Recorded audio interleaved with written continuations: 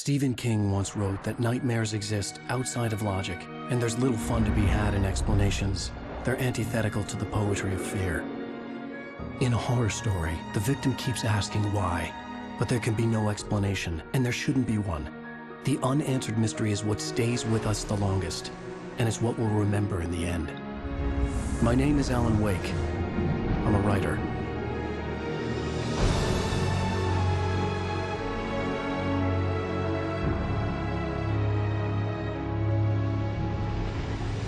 I've always had a vivid imagination, but this dream unsettled me.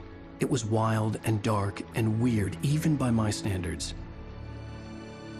So yes, it began with a dream. Following a typical nightmare pattern, I was late, desperately trying to reach my destination, a lighthouse. For some urgent reason, I couldn't remember. I'd been driving too fast down a coastal road to get there.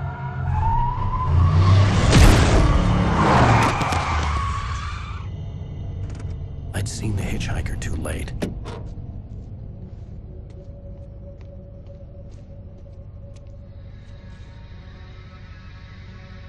He was dead.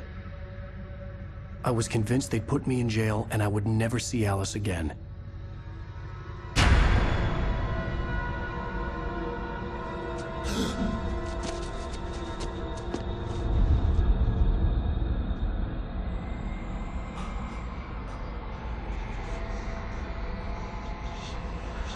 Suddenly, his body was gone. I was in shock from the crash. I could hardly stand my feet.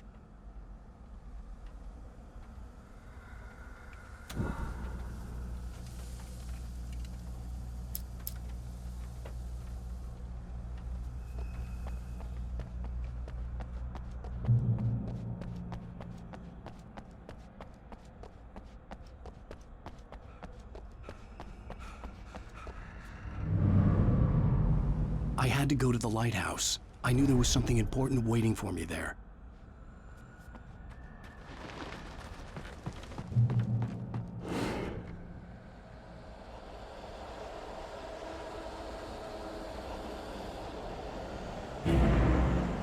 You don't even recognize me, do you, Ryder?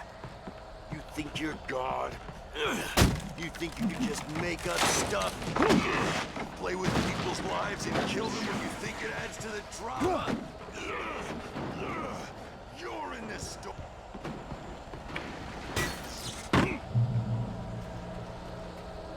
You missed your deadline! Damn.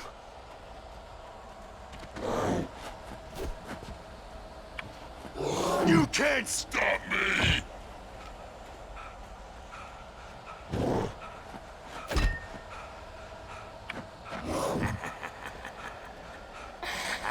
I realized that the hitchhiker was a character from the story I'd been working on. How does it feel to die by the hands of your own creation?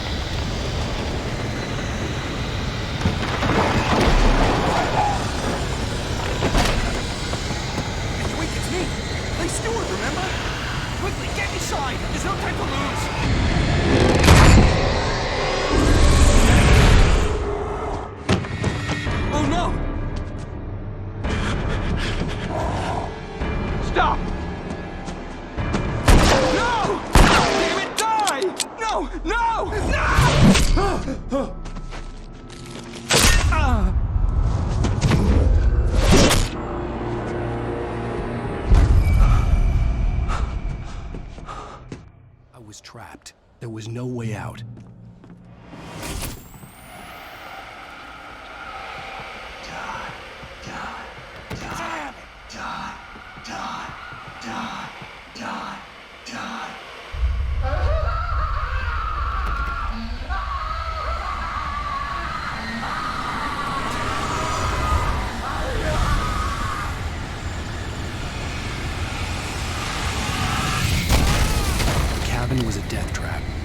had to get out.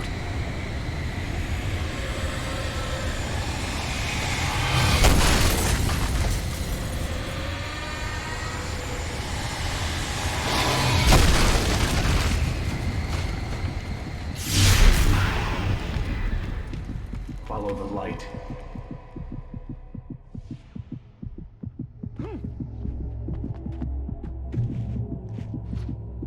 You are hurt. You should go into the light. You are only safe there.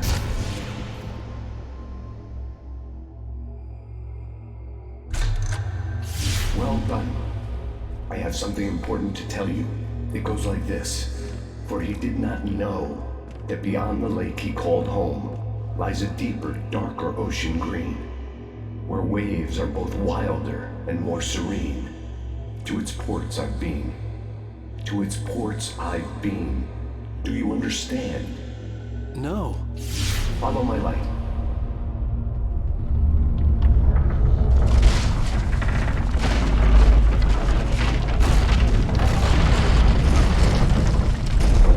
I entered your dream to teach you. The darkness is dangerous. It's sleeping now. When it feels you coming, it will wake up. There's no time. I can only show you the most important thing. The hitchhiker has been taken over by the dark presence. You can't hurt him now. The darkness protects him from all harm. Only light can drive the darkness away and make him vulnerable again. Here, take the light. Turn your flashlight toward him and burn the darkness away.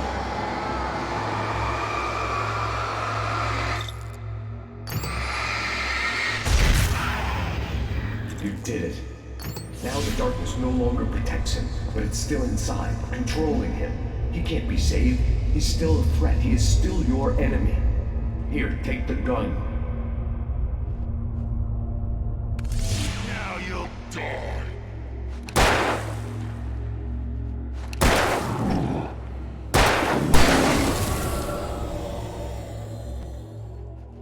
Good.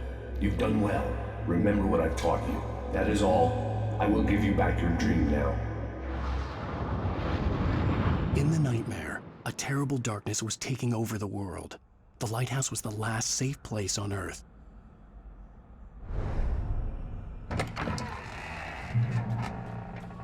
made me this way, and now I'm gonna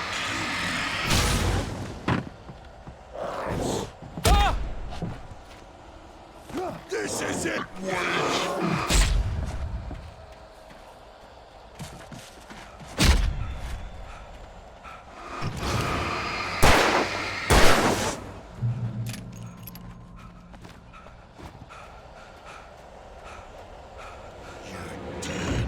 Just like me.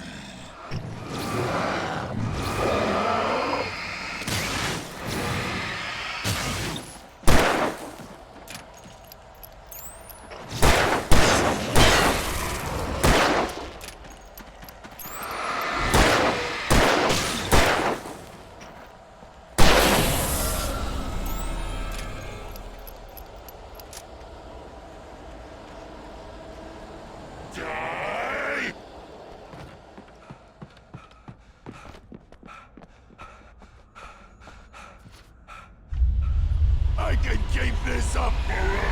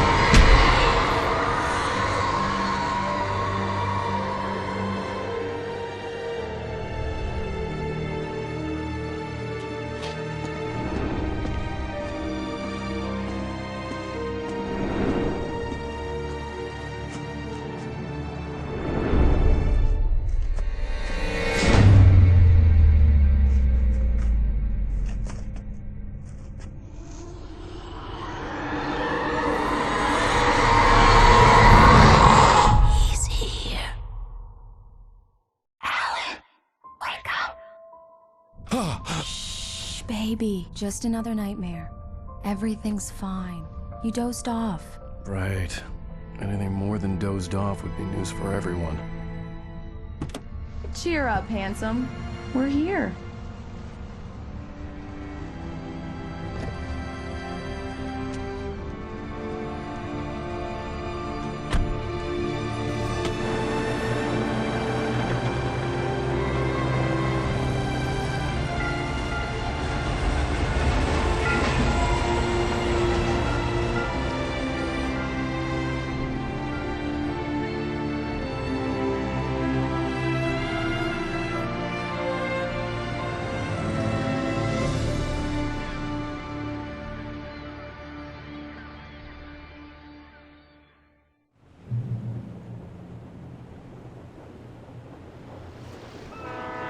Let's act like we're on vacation.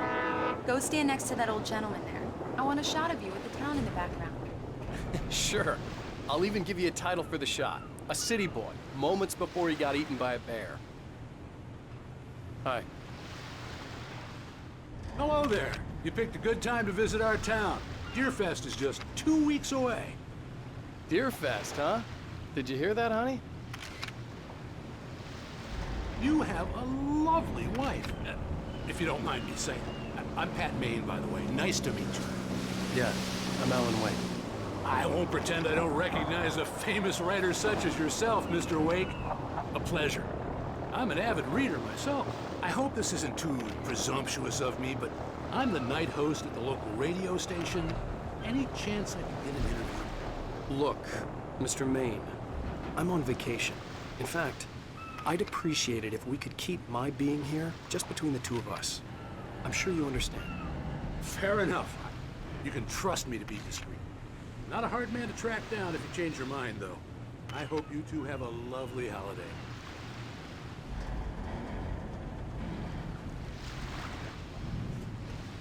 Very nice. I got a couple of really good ones. And I see you made a friend. That's cute. Right. Yeah? Hey, bestseller. How's my favorite writer? Are you there yet? Barry. Yeah, we just got here. Are the locals giving you trouble? Just say the word and I'll hop on a plane and come make sure that you're left alone, Al. No, Barry, we're fine. Great, great. Just want to make sure you can relax and recharge. So, how is the place?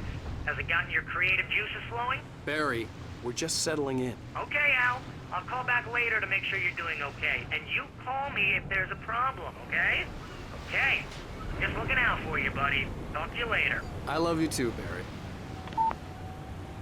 You know he's going to be calling you every 5 minutes. Barry is Barry. I can always turn off the phone. What did I tell you? Text message from Barry. He says hi to you too. Alan, we're here. Come on, let's get back to the car.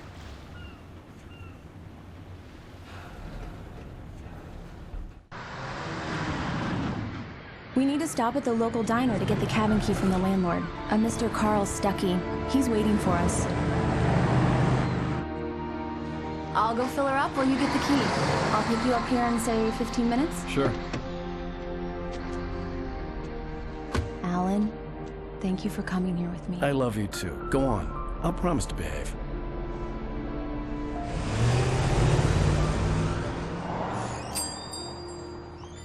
I'd forgotten there were still places like this. Towns where everybody knew everybody. Welcome to the Oh Dear Diner. Hi, I was wondering if you could help me. I'm looking for... Mr. Wake. Alan Wake. Oh, God! I am your biggest fan. I know people say that all the time, but I really am. I'm glad to hear that. Rose. Rose, I'm looking for Mr. Stuckey. Carl Stuckey? Carl? Oh, of course, Mr. Wake. He must have gone to visit the restroom. He'll be back in a moment. I can't believe it. I've got all of your books. I got the cutout from the bookstore when they took it out of the window. And you keep it here. Well, okay. Good for you.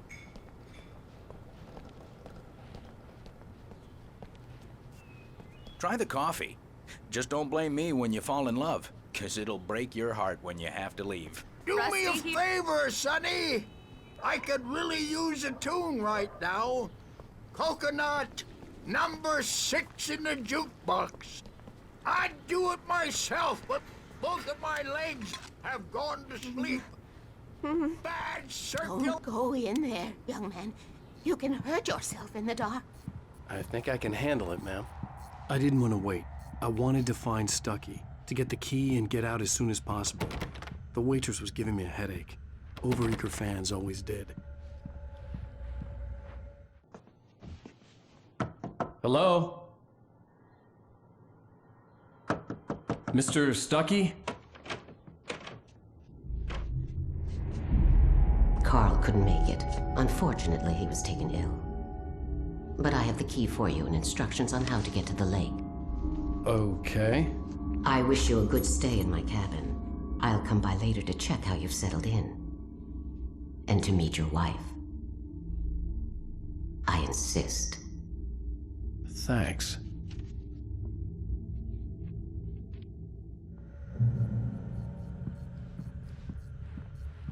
Cauldron Lake is a special place. Very inspiring. You got lucky this time, young man. You can hurt yourself in the dark. Even that sounds better than your singing. Are you all right? Splendid, splendid! Damn hernia. It swells up like a balloon if I lift anything heavier than a spoon. Yeah, splendid, splendid. The Andersons, they're, local musicians. We're waiting for Dr. Hartman to come pick them up. They wandered off from his clinic at the call. Bye, Mr. Wake.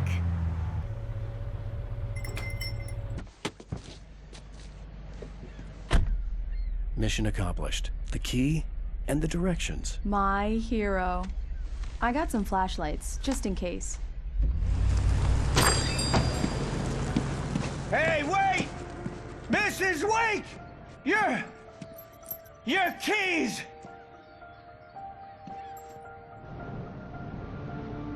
That diner was a real nut house.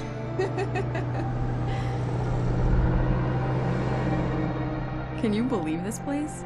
This would make a wonderful setting for a book. We're supposed to be on vacation, Alice. I'll figure it out when we get back home. Okay?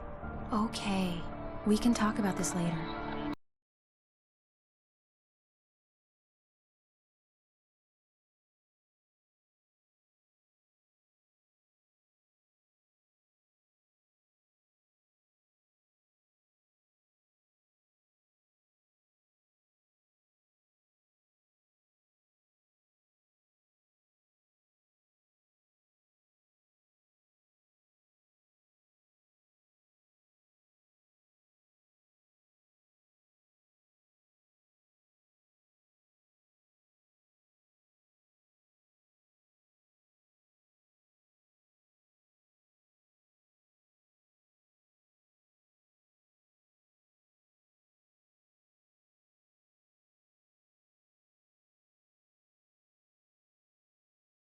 Wow. It's gorgeous, Alan. It's something, all right. Don't worry, honey. I'll get you inside safe and sound before it gets dark. And I've got the flashlight. I'm okay. Alice had a phobia. The fear of darkness. I wanted to make sure we were inside with the lights on before sunset.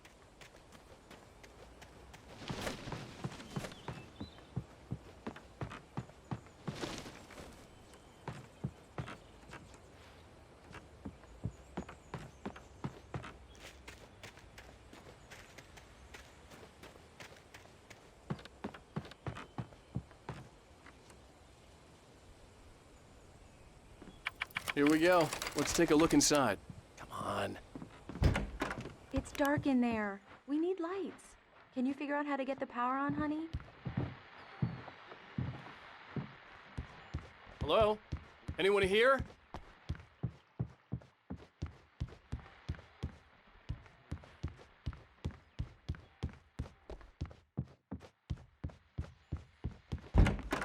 For a moment, the oppressive feel of the nightmare I had seen on the ferry returned. Damn.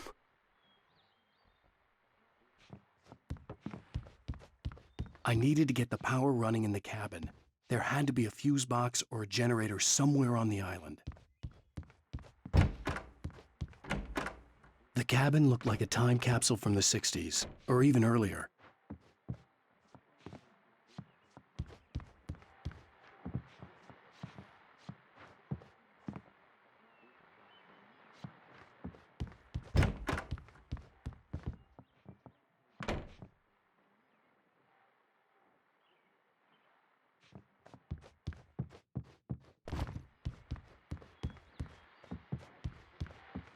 The power cable goes to that shed over there. A shoebox filled with books by Thomas Zane sat on the shelf. I'd never heard of him before.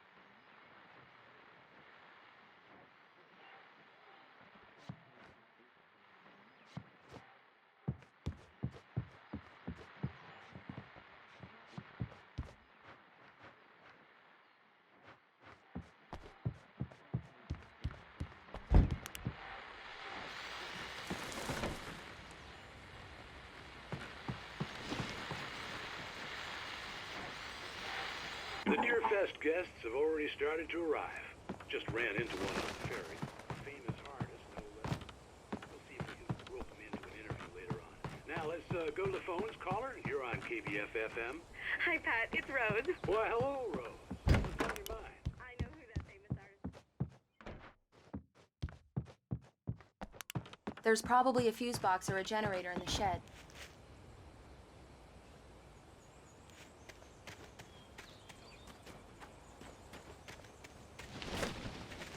The island had once been the site for a love story. Maybe it would be that again.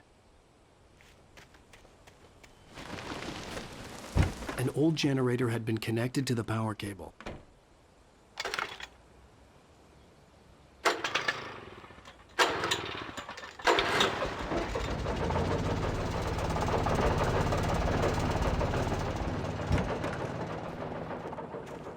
The lights are on!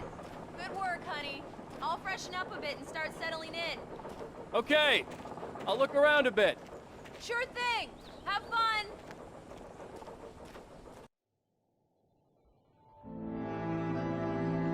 It was a beautiful place. I told myself I could rest here, sleep here, and forget about my work.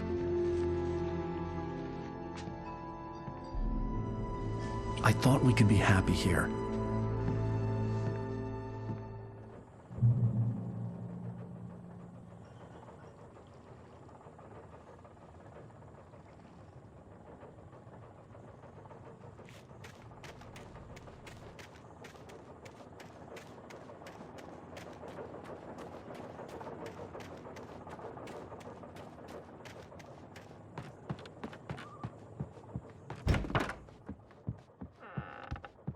Alice? Honey?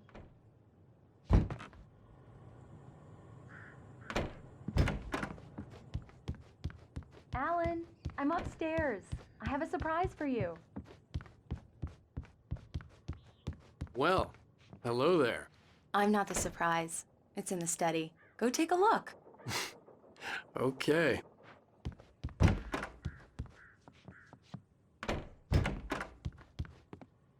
Surprise! Alice? What is this? I guess I have a small confession to make. I thought maybe you could write here that a change of scenery would get you past— Damn it, Alice, everyone keeps— Hey, just hear me out. There's a local doctor, Dr. Hartman. I read a book of his. He has a private clinic here. He specializes in helping artists. So now you want to get me committed? No, it's not like that. That's not— Alan? Alan? Just don't! I don't want to hear it! God damn it, Alice! God damn it! I knew she wouldn't follow me in the dark. I needed some time alone to think things through.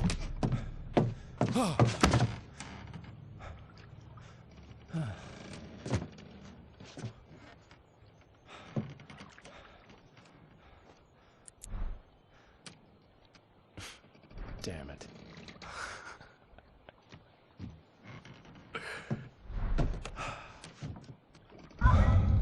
Alice? Alice? Alice! The cabin had gone dark. All the lights were out.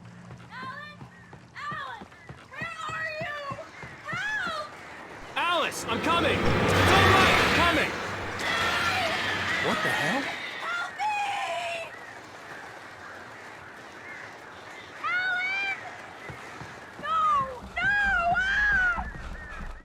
Alice? Alice?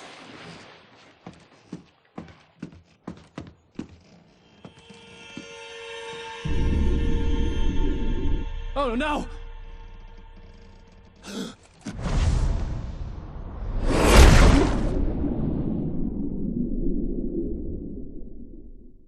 Keep going. Wake up. Alice?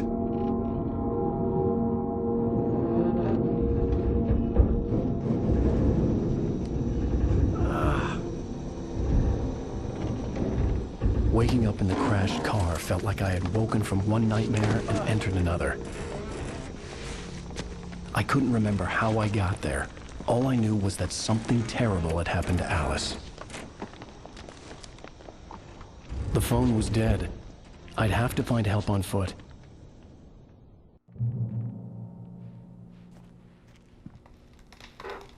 Among Alice's things was a book, The Creator's Dilemma, by a Dr. Emil Hartmann. Seeing the book brought back my fight with Alice. I didn't like it, and I didn't like the guy's smug face on the cover either.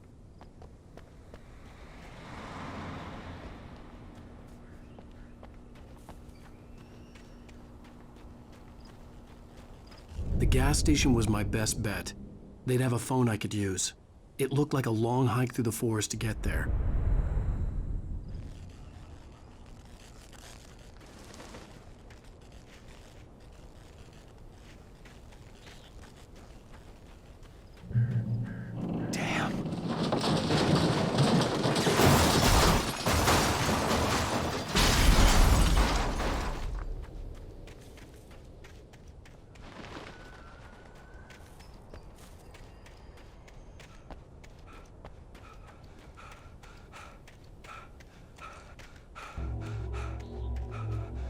Hello?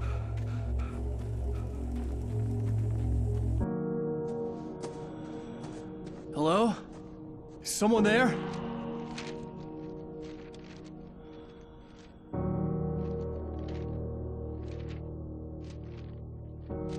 The loose sheets of paper were pages from a manuscript entitled Departure. That was the name I planned to use for the next novel I had never gotten started. I was named the author. I hadn't written it. I couldn't remember writing it. In the scene on the page, the hero was attacked by an axe murderer in the woods at night.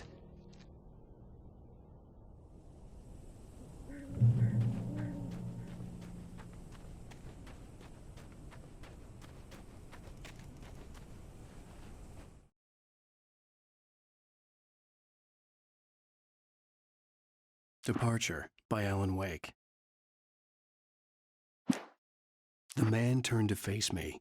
His face was covered in shadows. It was hard to make him out in the darkness of the forest that's...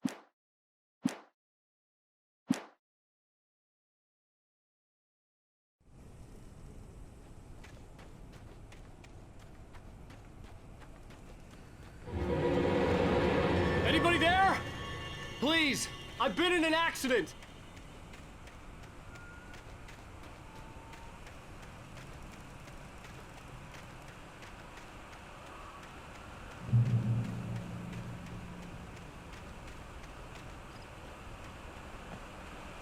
The lights up ahead were a good sign. Maybe I wouldn't have to hike all the way down to the gas station to find a phone.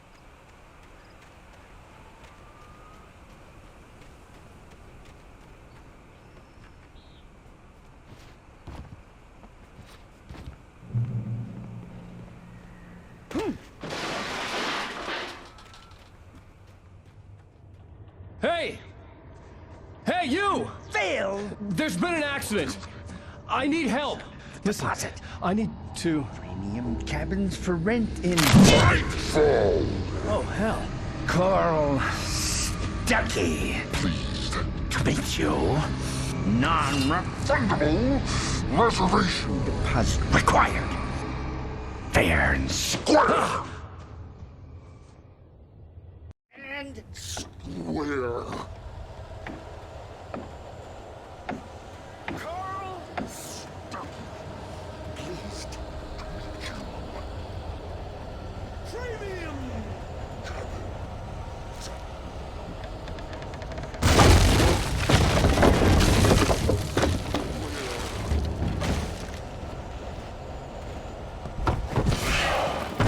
In right balls! You to arrive. You lose! Shit. The deposit. It's Right! fall. I had to figure a way out of this. Any second now, and Stucky would be knocking on the door with his axe like Nicholson in The Shining.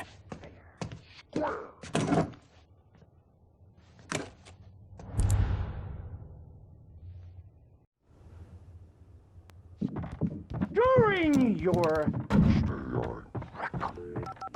trying. Yes. It's the Right latest. Falls Sheriff Station. How may I... Hello? Proven. Let you.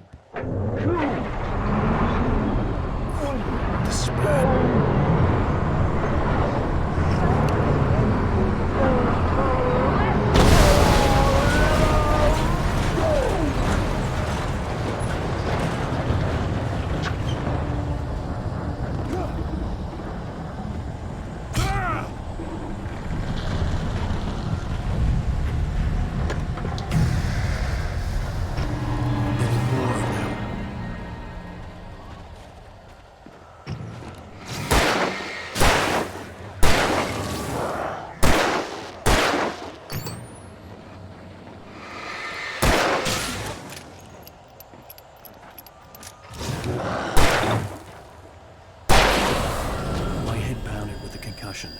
I'd never fired a gun outside a shooting range, and now I just killed someone.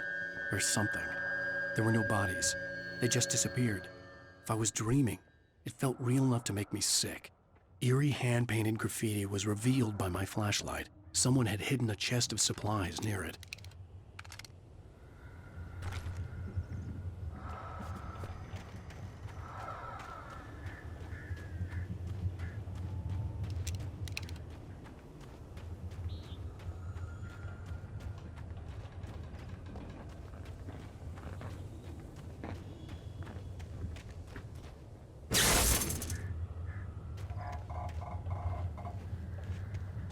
The dark forest was the last place I wanted to go, but I had no choice. I had to get to the gas station. It's rabbit season.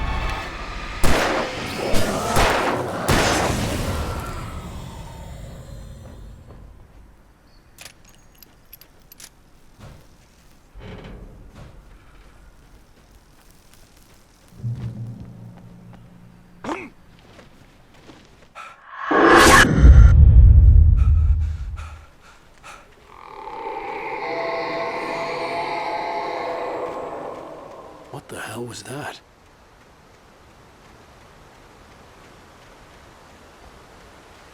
When I saw the river below, something uncoiled itself inside my head. I realized that I'd have to find a way across. I didn't even want to look at the water.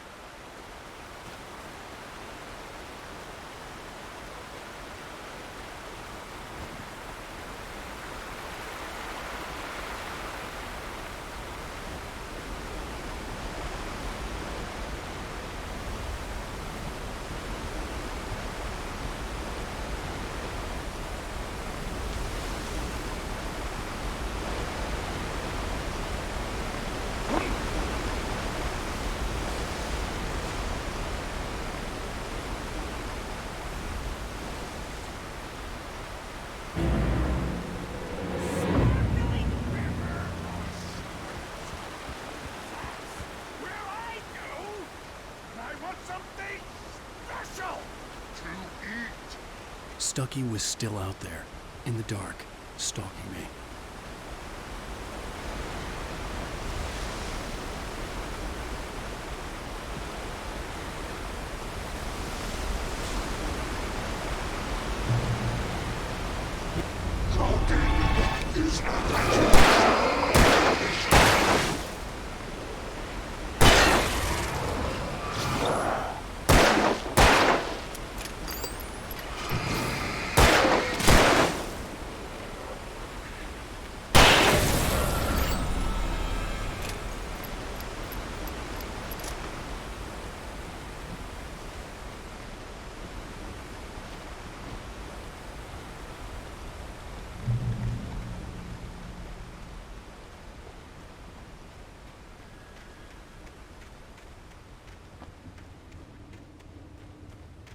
The staircase was broken. I had to make my way up some other way.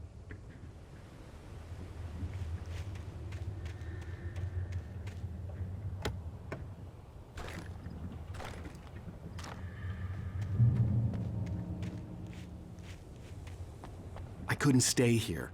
There had to be a way to get up there.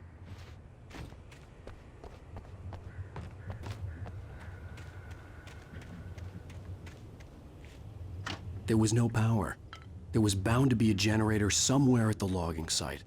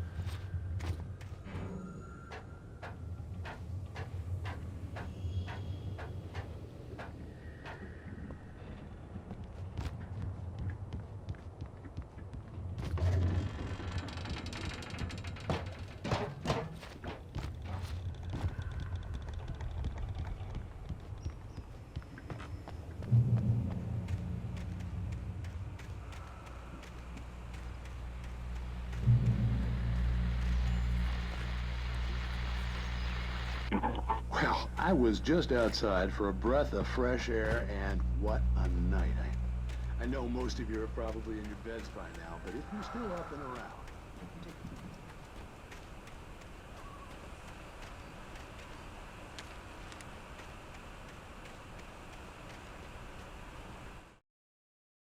The Taken stood before me. It was impossible to focus on it, as if it stood in a blind spot caused by a brain tumor and eye disease. It was bleeding shadows. I heard them before I saw them, swooping down from the sky and screeching as they came. I spun around just as the cloud was upon me. For an instant, I stared into 100 dead eyes, black pearls glittering in the darkness. I raised the flashlight and the swarm exploded like fireworks. At first, I kept finding the pages as if by accident. The book I couldn't remember was either a terrible and true prophecy or an act of creation that had rewritten the world. Barry Wheeler was bouncing off the walls. He jumped on a plane after his calls were ignored by both Al and Alice for several days. It could mean that they were both on a second honeymoon.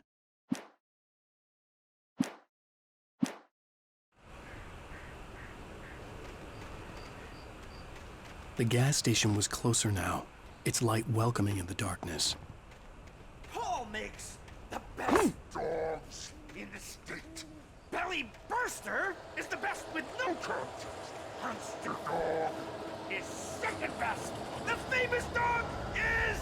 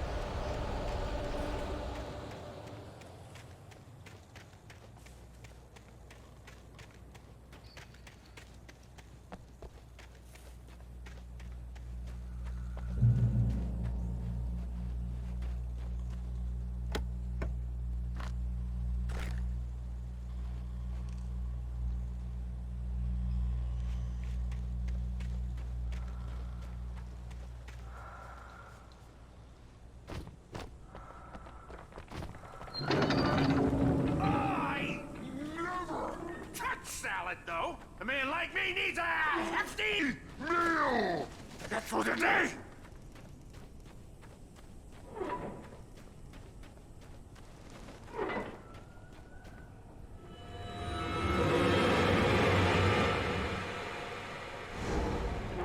We enjoy the magnificent!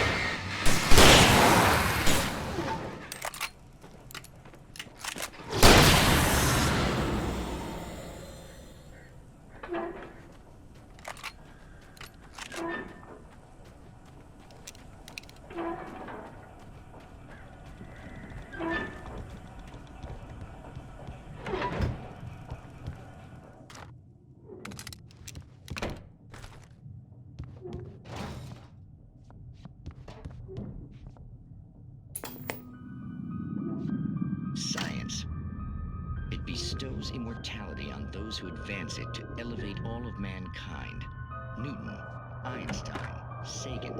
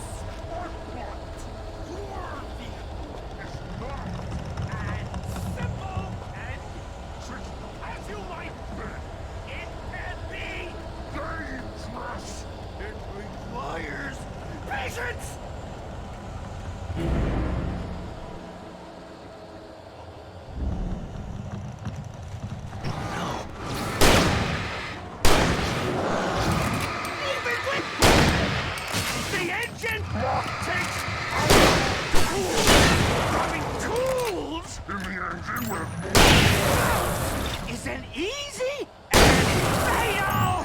Mistake don't make. Count before And after.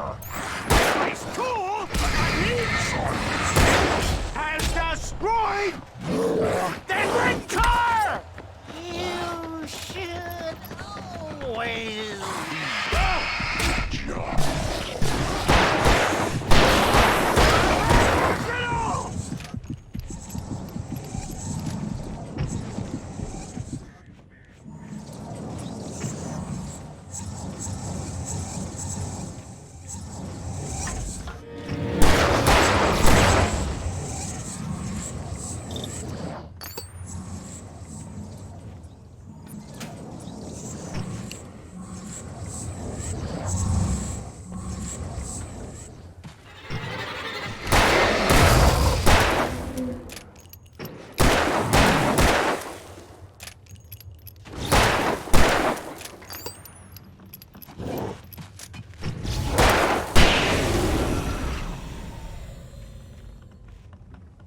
Stucky's body vanished, leaving behind only a lifetime of nightmares to come, assuming I'd reach the lights at the gas station alive.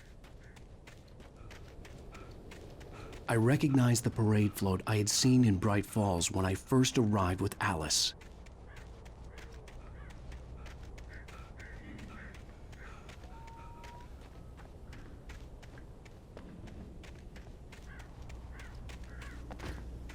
After the insanity I had just experienced in the darkness, the lights of the gas station felt comforting, at least for a moment. The sane world reasserted itself. The garage was a mess. It looked like someone had trashed the place, or that there'd been some kind of fight.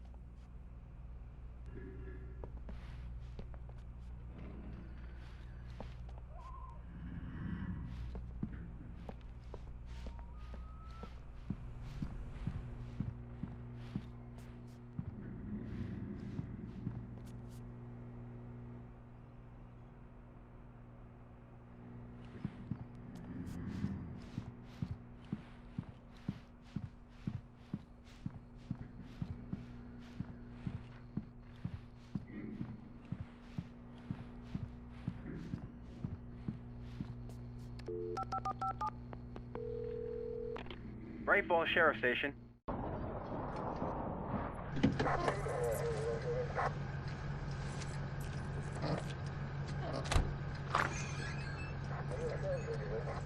Thank God, Sheriff. Sheriff Sarah Breaker. You are... I'm Alan Wake, but listen. I was in a car crash. My wife, Alice, she's missing. Calm down, Mr. Wake. We were staying in a cabin on the island, on Cauldron Lake. There's no island on Cauldron Lake. Not since the big eruption in the 70s. Please, I can take you there, okay? You look like you've taken a pretty bad knock to the head. Are you okay? Listen. We'll figure this out. Please get in the car. We'll swing by the lake and then we'll go to the station, okay? Mr. Wake, have you seen Stucky, the guy who owns this place? I realized I couldn't tell her what had happened in the forest. She wouldn't have believed me. And then she wouldn't have helped me with Alice.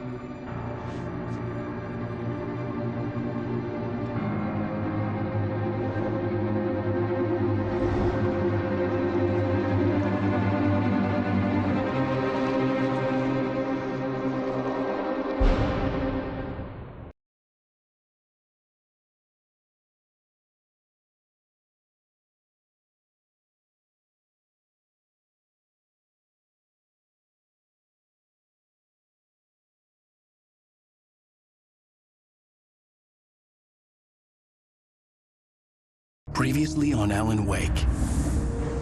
I came to Bright Falls with my wife, Alice. Thank you for coming here with me. I thought maybe you could write here. I don't want to hear it! God damn it, Alice! Now, she's missing. Alice? Alice? I woke up behind the wheel of a crashed car. I'm missing a week. I was attacked by shadowy men straight from a nightmare. The sheriff took me to the lake Alice and I had stayed at. But the cabin had disappeared.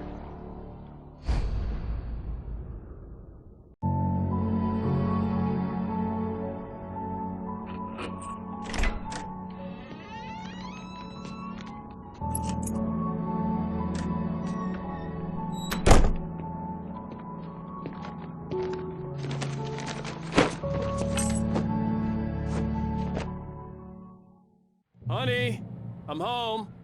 Back here, sweetie. How was it? Worst weather I've ever seen. You should put some coffee on. It'll warm you up. Hey, handsome. This is gonna be a long night, but these shots are turning out great. I guess you're gonna need that coffee then. I'll go put it on.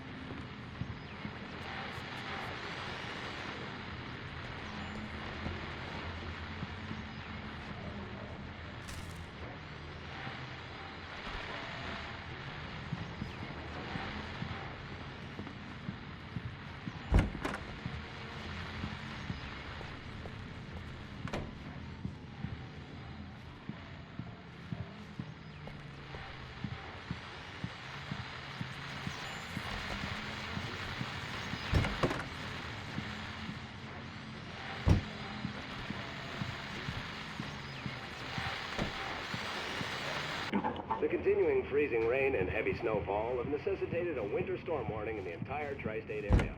People are advised to stay indoors as many roadways are already closed, and city officials are not expecting snow crews to keep up with weather. We're now on the third day of the blizzard.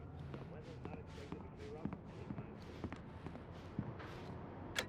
Coffee's on. Great, thanks. I'll need it if I'm gonna finish this by tomorrow.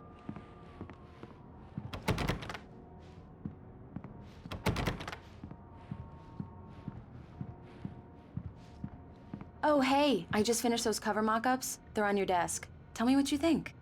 No kidding. I didn't think you'd get them done this quickly. On occasion, I can perform all sorts of miracles, my dear. Oh, really? Well, you seemed to think so last night.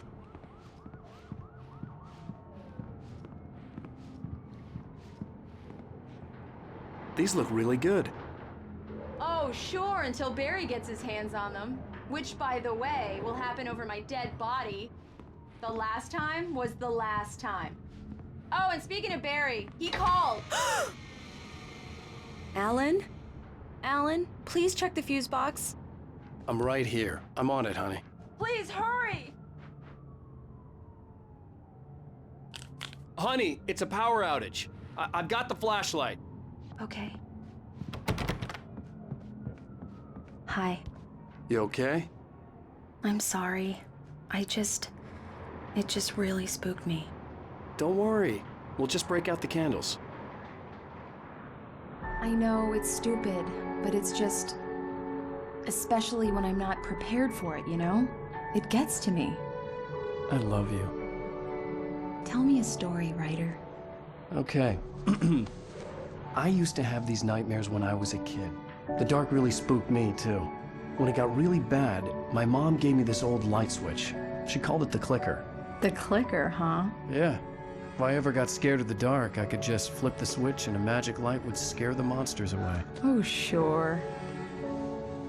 Here it is. Alan. Maybe it'll help you, too. Yeah, nice story, writer boy. You made that up right now, didn't you? No. Seriously. I love you, even if you are a liar. Thanks for this.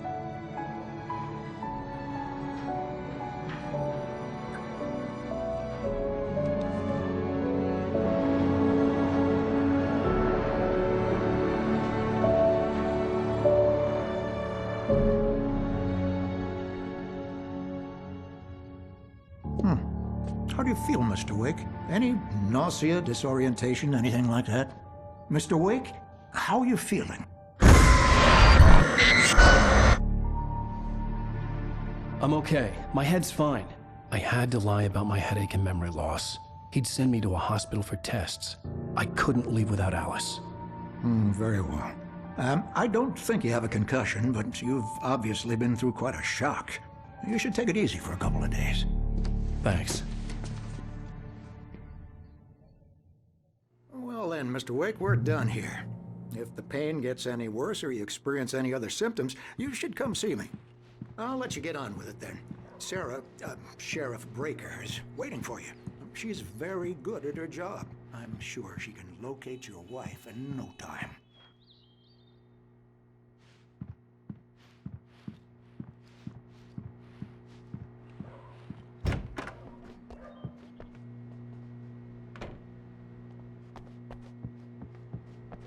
Thank you for testing the lights, Miss Weaver.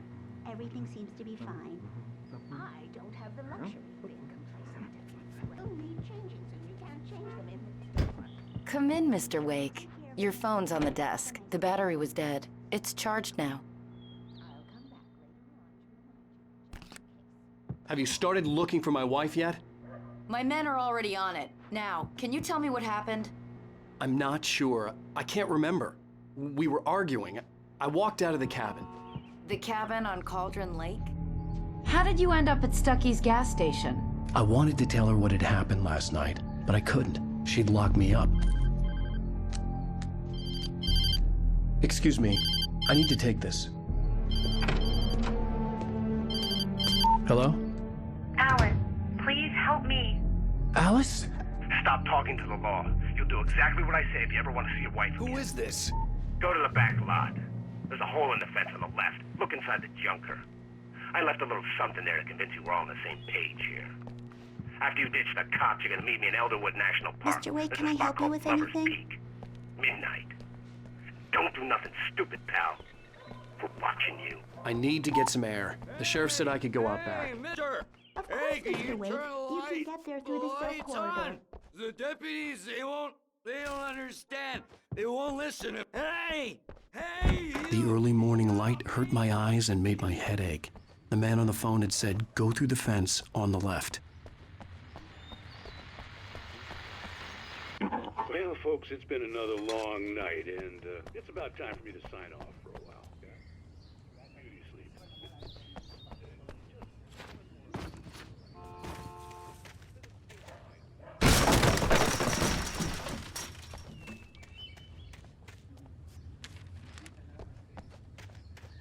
Alice's driver's license had been placed on the front seat. The caller meant business. Barry? Ow! Ow! Thank God! Where the hell have you been? I've been trying to reach you for a week, you and Alice. Oh, I've been worried sick. I flew out yesterday. I'm here in Bright Falls. Barry, listen to me. I'm at the sheriff's station. Come and get me. I can't talk now. Al, what the hell is going on? I had to get the sheriff to let me go. I needed to get to Elderwood National Park to meet Alice's kidnappers.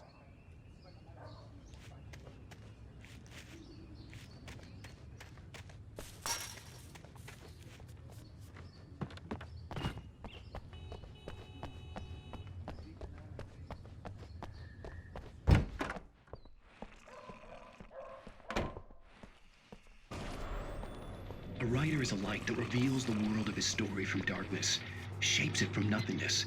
The way a sculptor carves a statue from a block of granite. If I stop, the world I'm making dies. Marvelous, Sarah. I just wanted to settle all the damage the Anderson brothers might have inadvertently caused. It's Mulligan here. I'm at Stucky's gas station with Thornton. They are not There's no sign accountable of for him. their actions, of course. I can assure you that my staff has been reprimanded. Tor and Odin never caused any trouble. Are you feeling any better, Mr. Wake? I'd like to leave. Am I free to go? Well, we still need to talk about... Am I under arrest? No, of course not. But I need to know where you'll be staying so I can get in touch with you. I'd avoid the motel. The Majestic is known for its roaches. The cabins at Elderwood are pretty nice, though. That sounds perfect. I'm Dr. Emil Hartman. I'd like to invite you to stay at Cauldron Lake Lodge. Did you talk to my wife? I had the pleasure of discussing your situation with her on several occasions. Did you set something up with her? I invited her here. My clinic is a place where... Oh, hey! Oh, my! Take it easy.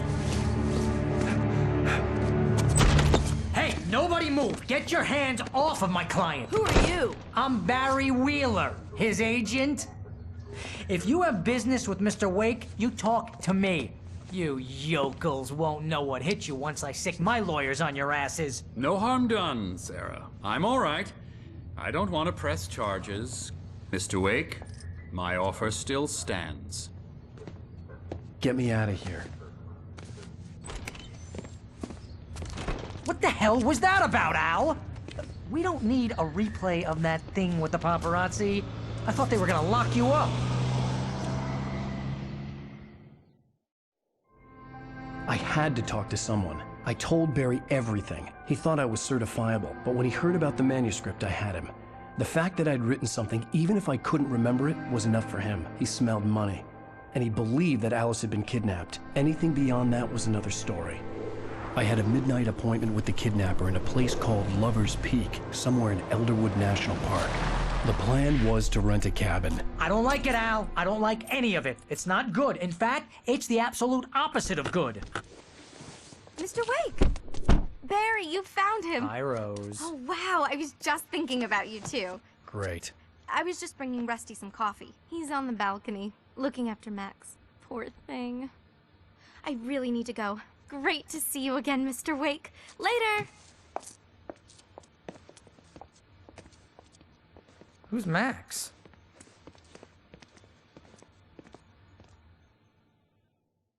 What an airhead. Jeez, Mr. Takes a swing at everybody. This is not her fault.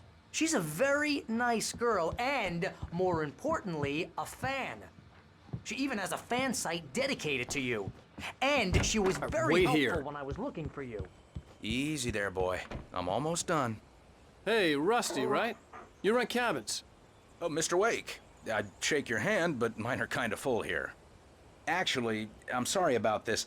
Would you mind grabbing the registration form from the desk? It's just across from Bucktooth Charlie. Okay, sure. What happened? Crazy poachers.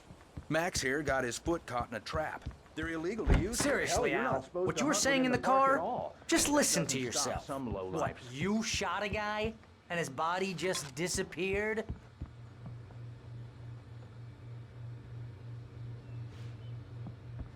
When was the last time you slept? What, are you high? Have you been drinking?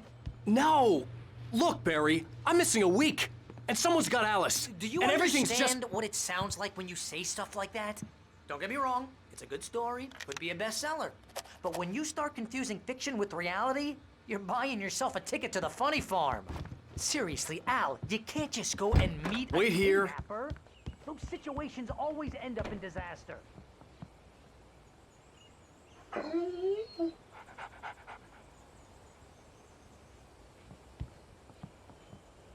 I think this is the form you wanted. And here are the keys. Okay, you're all set, Mr. Wake. Glad to have you staying here. Thanks. Can you tell me how to get to Lover's Peak? Oh, sure. It's at the end of the nature trail. Just follow the paths, you'll get to it eventually. It's an easy walk. Nice spot, too.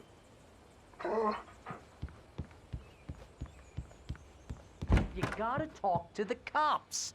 She's my wife, and it's my call. Can we talk about this later? No. This whole thing... Listen, you hit...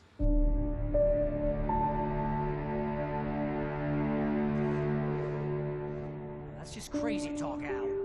Al? Al? We should go to the sheriff or call the FBI. Damn it, Barry, they'll kill her! This is not a goddamn debate, Barry. I'm going to Lover's Peak. He said to come alone. Okay then. I understand.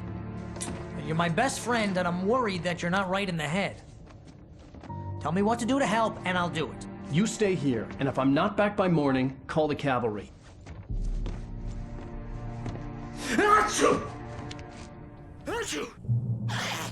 Just be careful with the natives, Al. These yokels are dangerous. Everybody hates a tourist, or it'll be Deliverance all over again.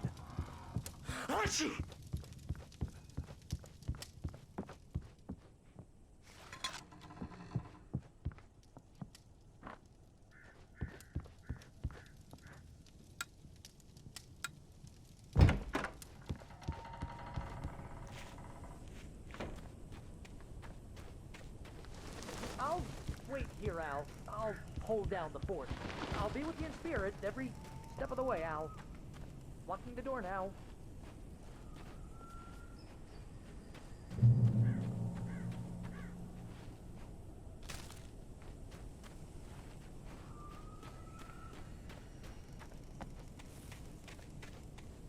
I knew I should have gone to the cops. This wasn't the smartest thing I'd ever done, but I was still angry with Barry for trying to talk me out of it. These people had called me right in the sheriff's station. The cops wouldn't scare them, and they had Alice.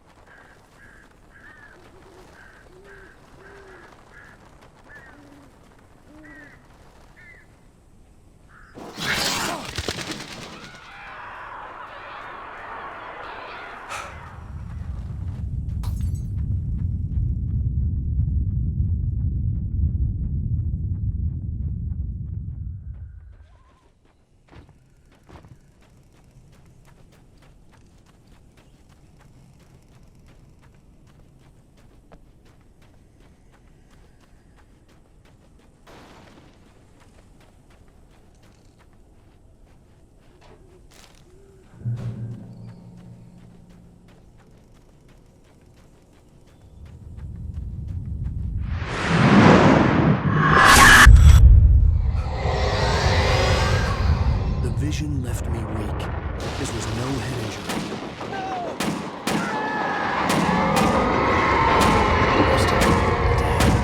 Rusty, hang on! Oh God! I'm coming! Please, help me! Anybody? Help me! Help! Help me! Can you hear me? Anyone? Please help! Help me! Hello? Back here! I'm back here! Mr. Wake? Oh, hell. It happened just the way it was on that page. I found. Came true. It knew. So dark. It'll come back for me. You must... The lights. In the office. I have the key. Okay, Rusty. Hang on.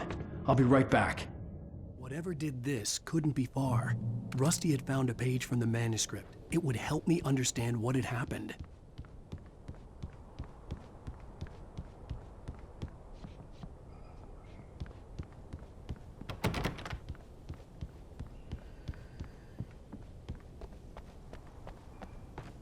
The only way to make sure that Rusty was safe was to get the power running and the lights back on.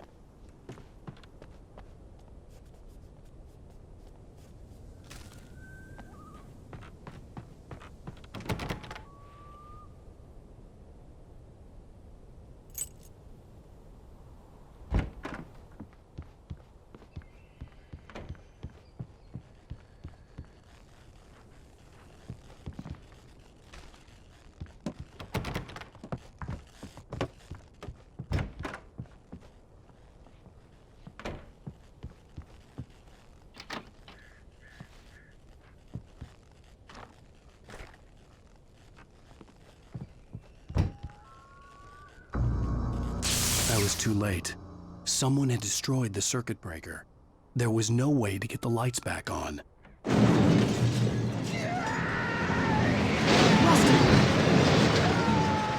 Rusty!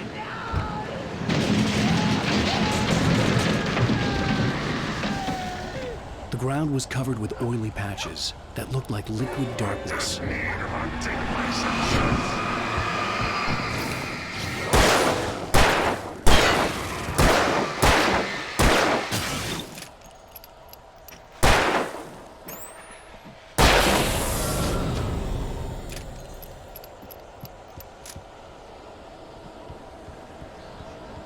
Something had torn a mammoth-sized hole in the wall. Please don't feed the animals.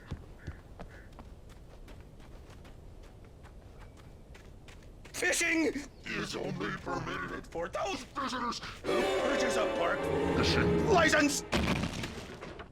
Obey! At all costs. Rusty, no!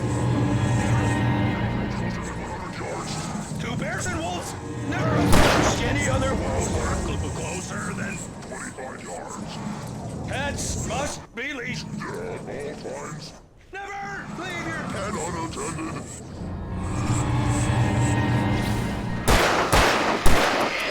It is against the law to remove any natural objects or historical.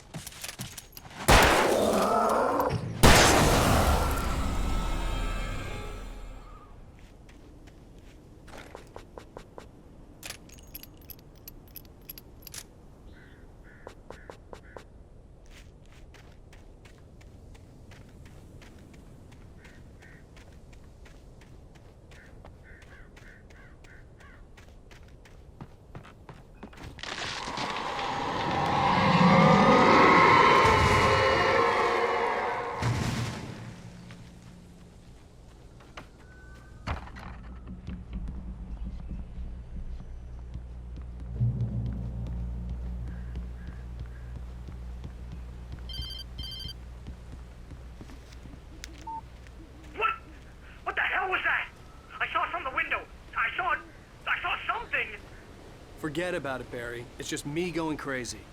Oh, jeez. Oh, jeez. You're not crazy. I wish you were crazy, but you're not crazy. Ow, be careful. Stay in the cabin. Don't open the door for anyone. I mean it.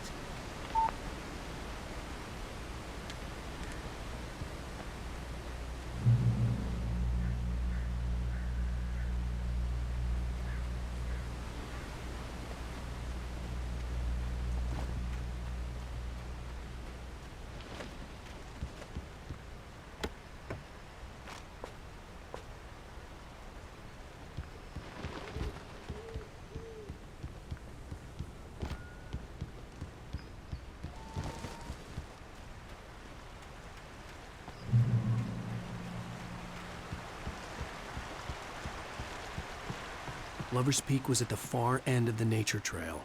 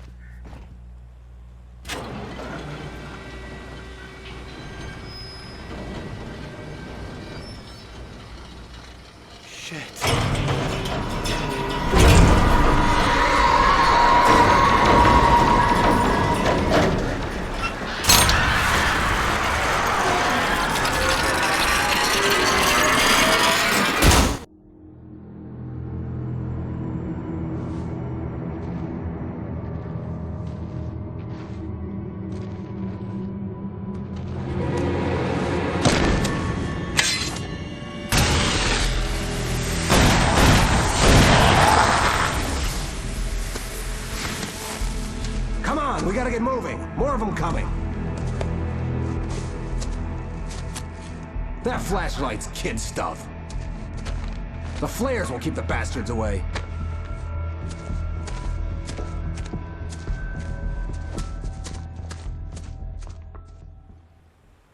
You can see them too? Hell, of course I see them. Come on, we gotta move. Why? Because that's the way the story goes. Yeah, but... Let's move! I lost my gun back there. Oh, I've got a gun. Just keep that light steady on him. It took a moment, but then I recognized him. He'd been on the ferry when I first arrived here with Alice. He knew my name. We were headed in the direction of Lover's Peak. There was no way this was a coincidence. He was the kidnapper. Come on, Wake! You better keep up. Ah! Ah! That's what I got for you!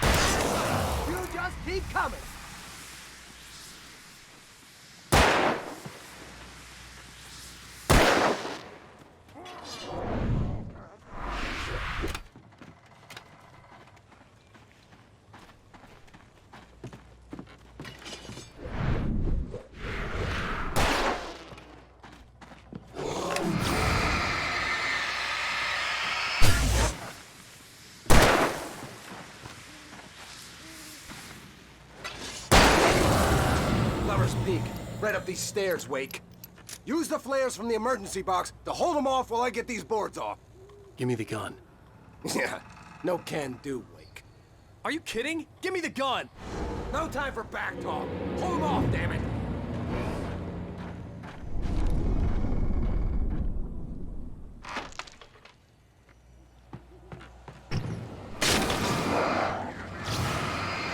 It's a little longer. Scare them off. Get some light on those bastards! That'll keep them off us!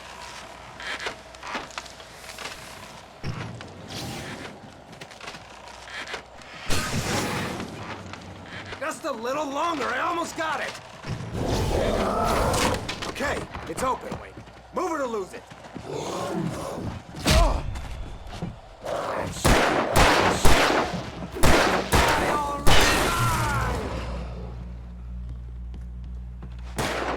Wait, where'd that one go? Better get ready. They'll be on us soon.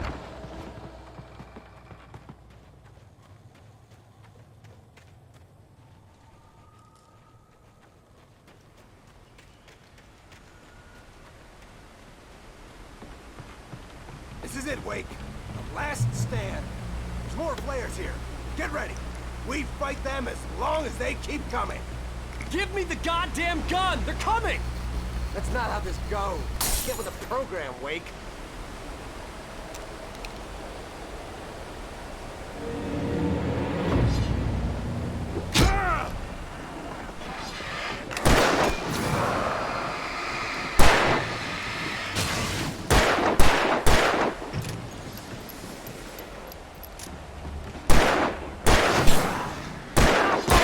Bring it! Ah.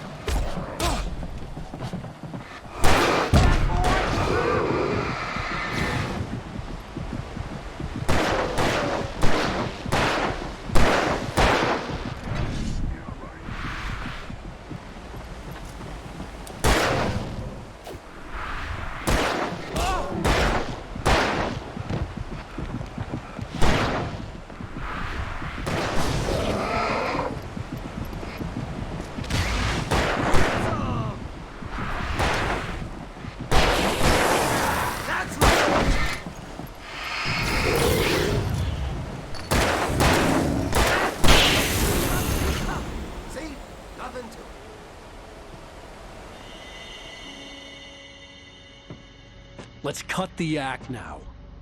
Where's my wife? I knew you were gonna say that. I read it all before. You're a hell of a writer. Congratulations. You're gonna bring about something glorious and terrible once we get you some proper editorial control. What the hell are you talking about?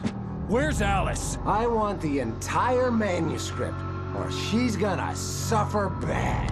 You touch her up.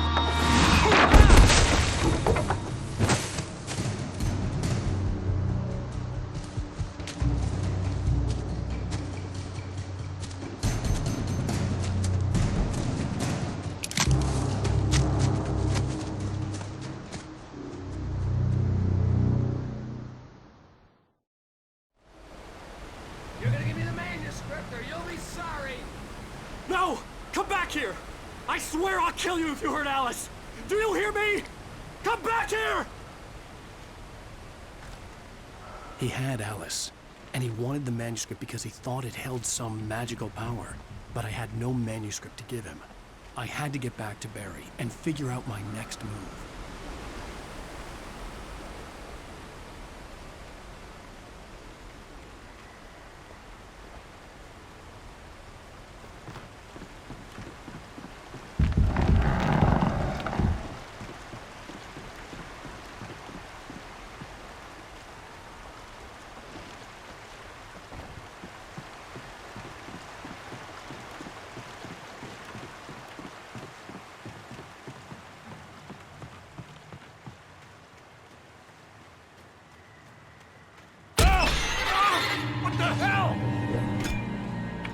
Rusty had warned me about these traps. It hurt like hell.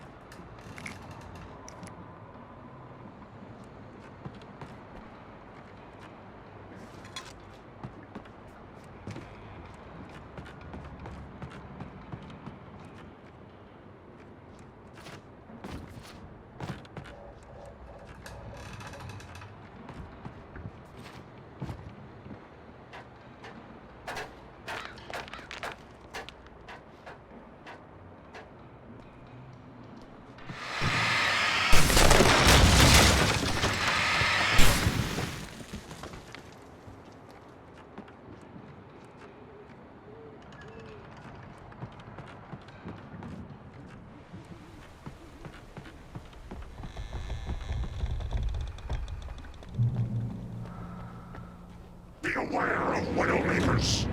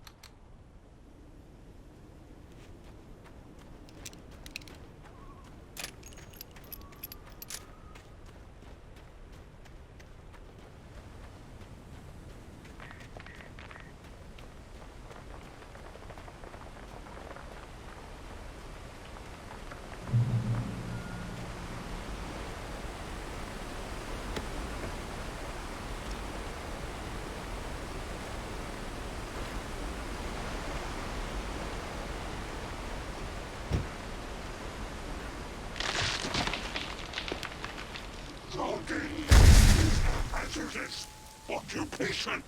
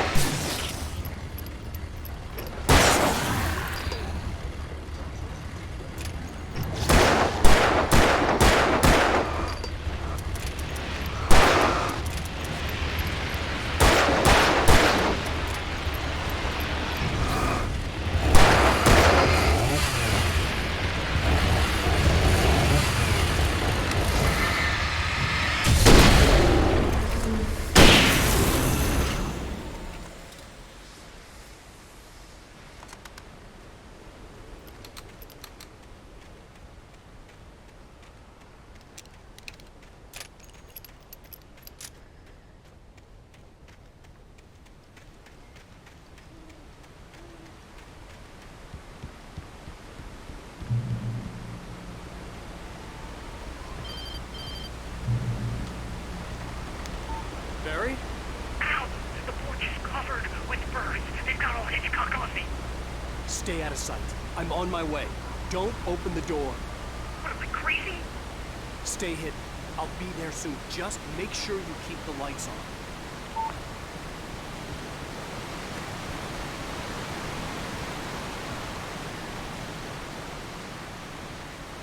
I still had to reach Barry at the cabin, but at least I was out of the woods.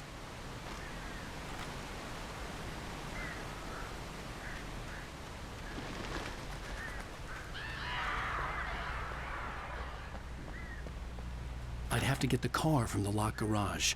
It would get me back to Barry faster, and the headlights were a welcome bonus.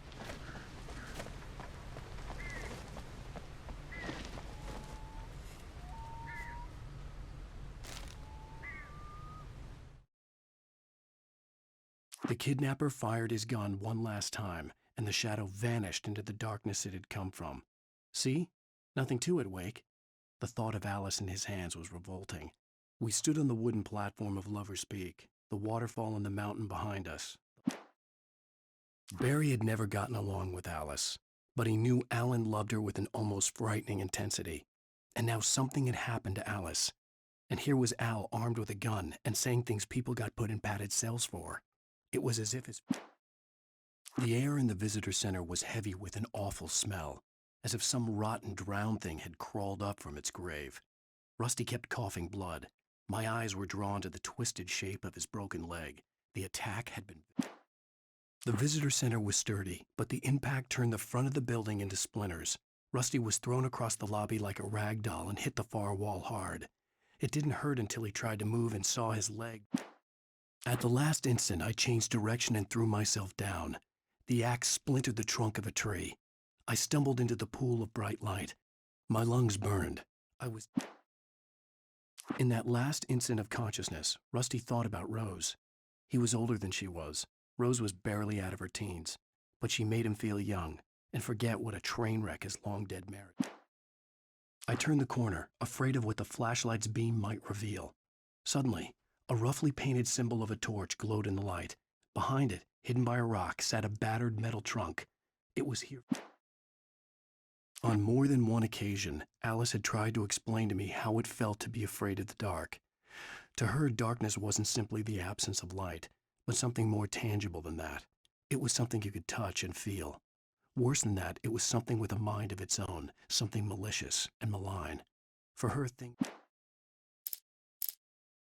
The night had been one desperate situation after another.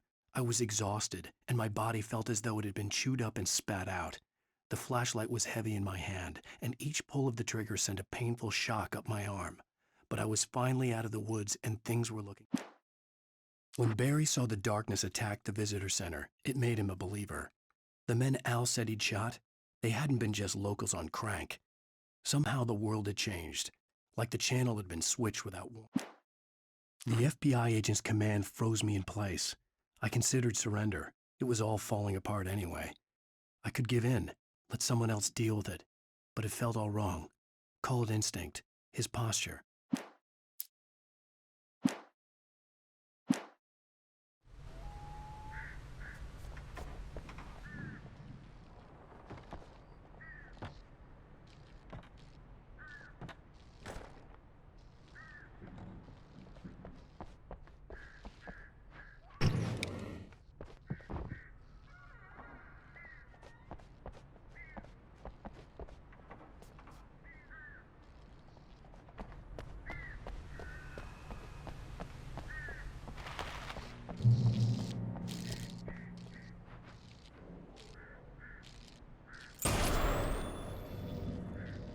story is not a machine that does what you tell it. A story is a beast with a life of its own. As the story grows, it starts wanting things of its own. Change one thing and you set off a chain reaction of events that spreads to the whole thing. The character...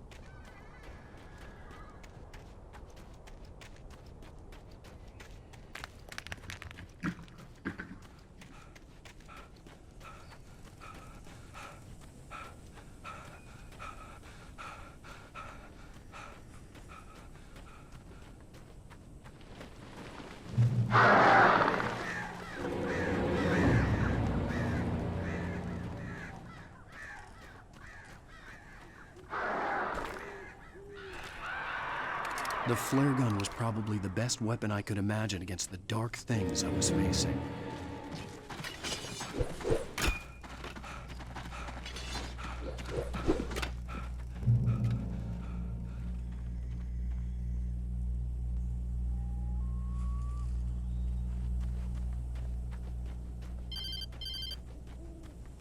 It was the kidnapper. You son of a bitch! Where's my wife? Enough horseplay, Wake. You deliver the manuscript, and you can have your woman back. Simple as that. I don't... Listen. I'm gonna need time to finish it. I still need to write the ending. I need a week. It's not done? I need a week. 2 days. The old Bright Falls coal mine is nearby. You can find it easy, city boy. The main building, there at noon.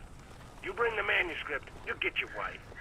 Not, well, get me? Yes, I get you.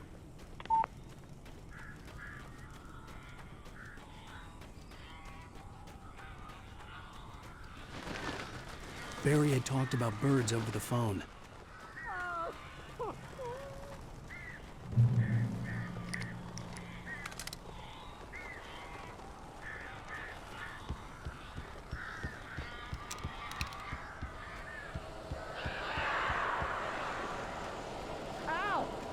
I am so glad you're here. A couple of them got in here before I blocked the chimney.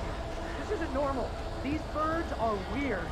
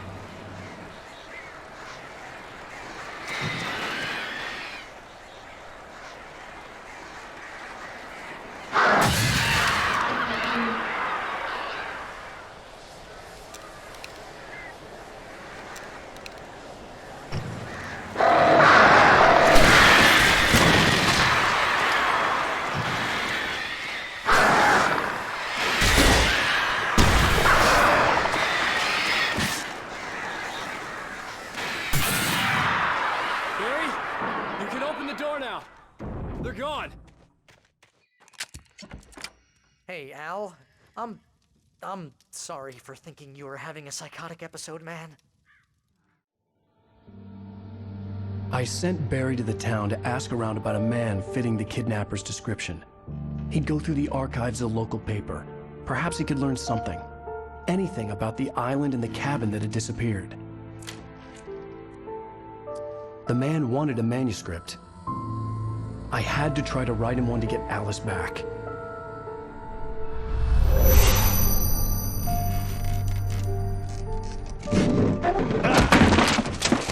For me, the supernatural had always been nothing but a metaphor for the human psyche, a tool to use in writing fiction. Now, it was happening for real, and I couldn't put a single word on paper.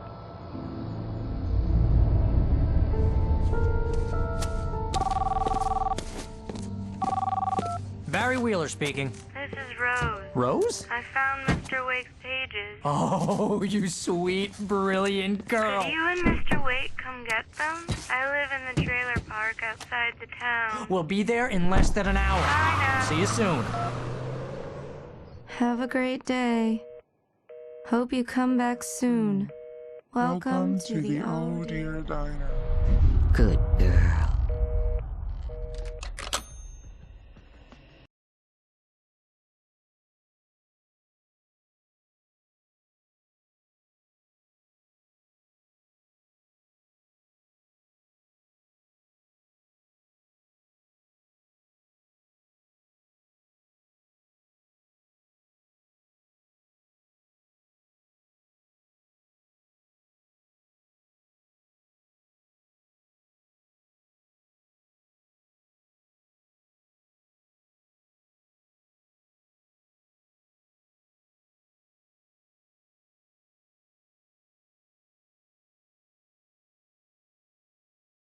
Previously on Alan Wake, Alice has been kidnapped. Alan, please help me. Alice? You'll do exactly what I say if you ever want to see your wife again. I can't tell anyone except my agent Barry. Damn it, Barry, they'll kill her! You're my best friend, and I'm worried that you're not right in the head. The ransom is a manuscript I supposedly wrote that's coming true before my eyes. It happened just the way it was on that page. So dark. I have found only a few scattered pages. I want the entire manuscript. The deadline is in 2 days. I found Mr. Wake's pages.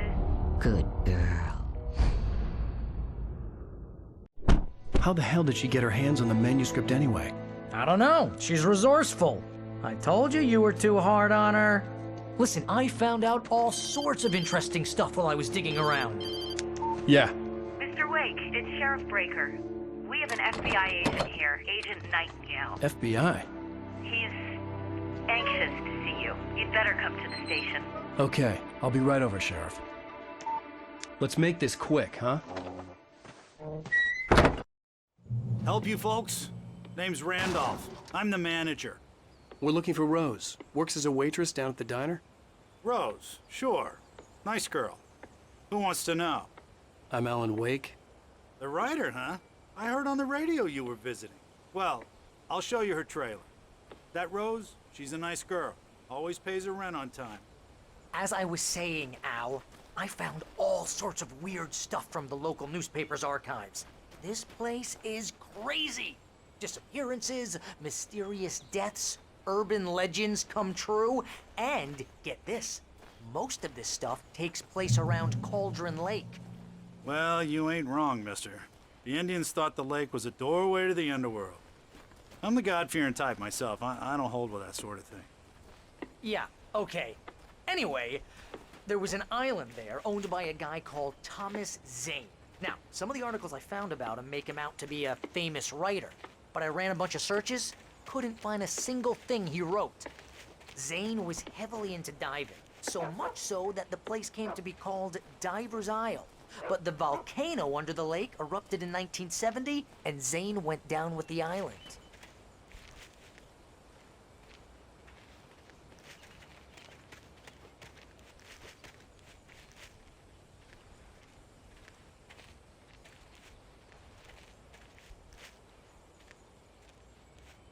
It gets better.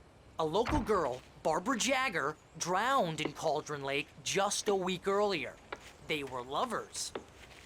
Sure, Jagger's a local spook story. The Scratching Hag. Comes for you in the dark. Childish stuff like that. Anyway, Al, I'm just getting to the best part. All of the articles about this stuff were written by Cynthia Weaver. I asked around, and she's that crazy bag lady you met.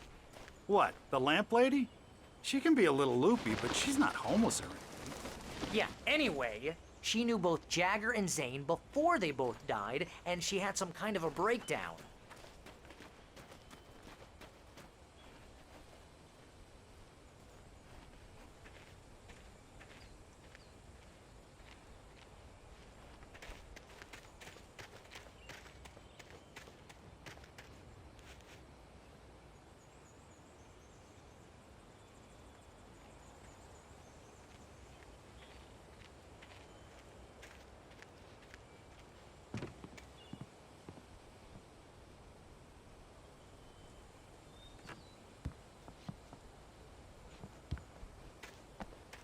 Well, mister, this here's Rose's trailer. You mind me asking what you want with her? We're just here to talk to her, pal.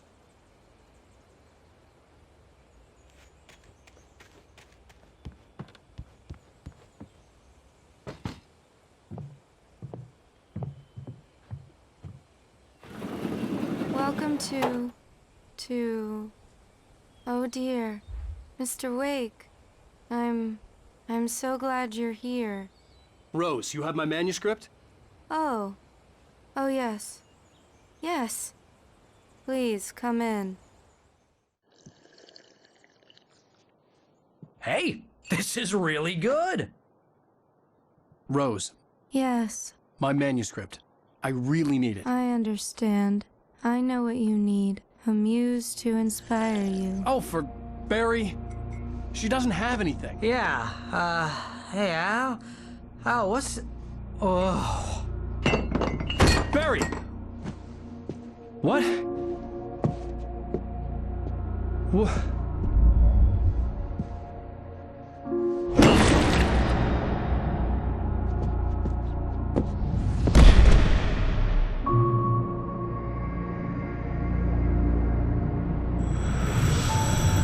It's coming for you, hiding in my barber's skin. I'm too weak to stop it. You must turn the lights on. I promised I'd come visit you and your lovely wife. You must finish what you started. I insist. You must turn the lights on. Turn the light on. Back to work, boy.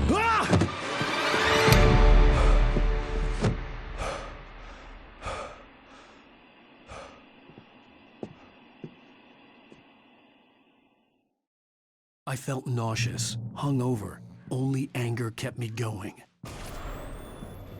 I can't tell reality from dream anymore, but it seems I have an imaginary editor to help me. Rose took a day from me. I had less than 12 hours left to meet the kidnapper. All I could do was get Barry into the car, work something out once I got on the road. Heavily revised. The edits are less of me and more of her. I hate it, but I know she's right. Barry was out of it. He was way too heavy to carry. You're right. I deserve more money. Under similar circumstances. So handsome. My gun and flashlight were gone. I'd have to find a way to get Barry into the car as quickly as possible. There was no time to waste.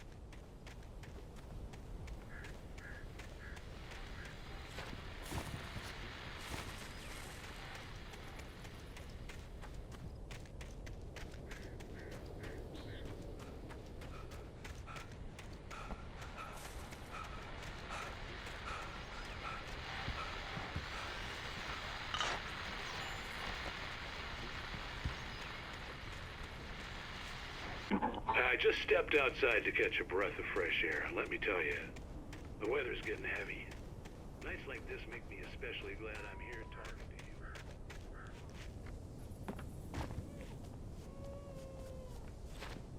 to you.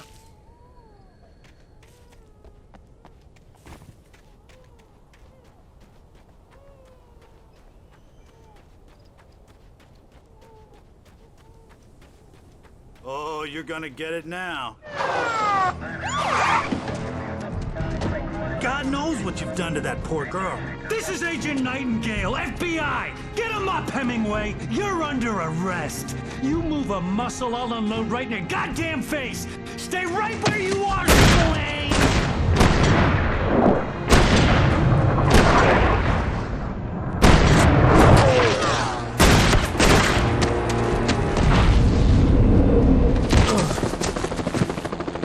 What are? I'm standing right here, you goddamn maniac!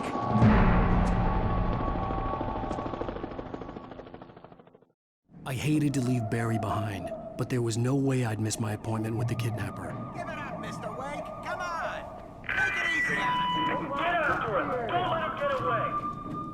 Move it, move it, move it! I'll have your chance if you let him get away.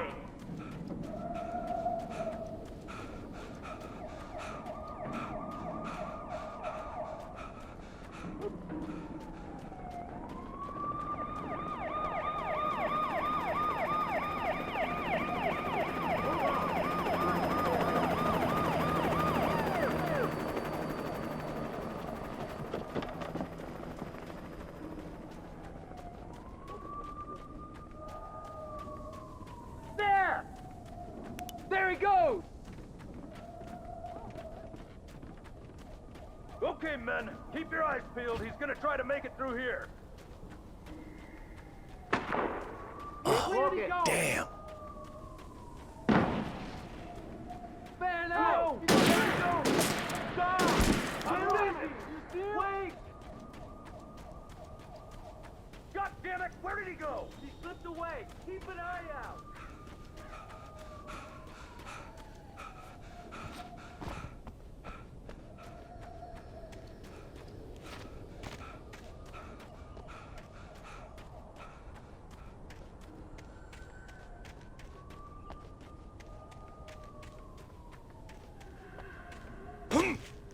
He's gone! Come on, guys! We need to head him off!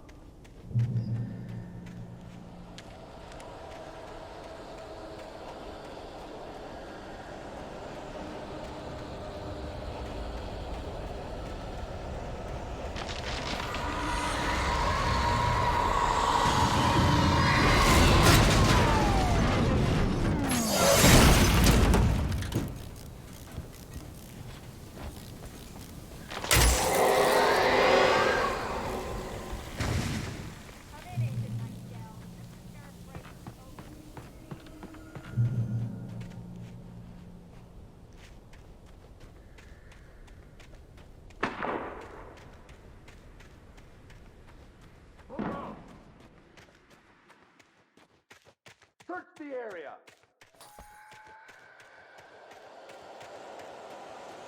Stay sharp! This way! Over here!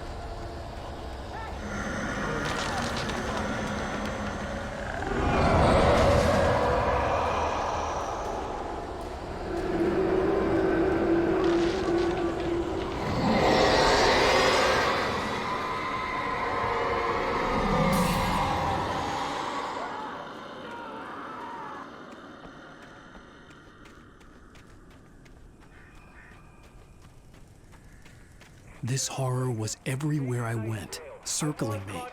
The cops didn't stand a chance. They were after a writer, not a monster.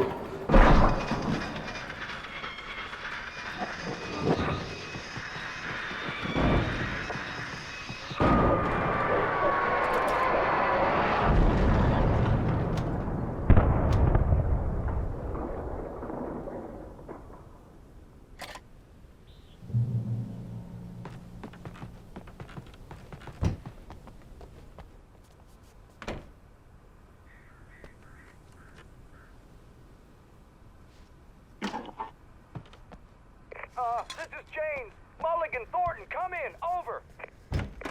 Thornton here. James, we got both Wheeler and Rose in custody. They didn't put up a fight or anything. I could see the lights of the radio station in the distance. Sit down and give me that. James, Mulligan here. Over. Go ahead, Mulligan. Over. We got Wheeler and Rose here. Wheeler's drunk or hopped up on something. Speaking of which, that Fed had a pretty distinctive whiff of load of scotch about him, you know what I mean? Over. I don't have anything on that, Mulligan. I imagined that the broadcast tower in the distance was part of the local radio station. Maine seemed like a decent guy. Perhaps he could give me directions to the coal mine.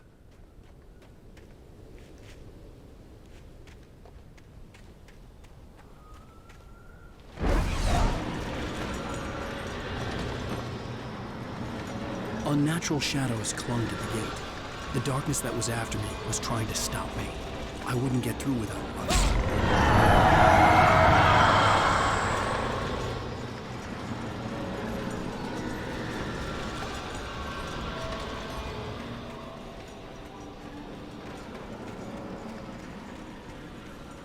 There was no power to the searchlight.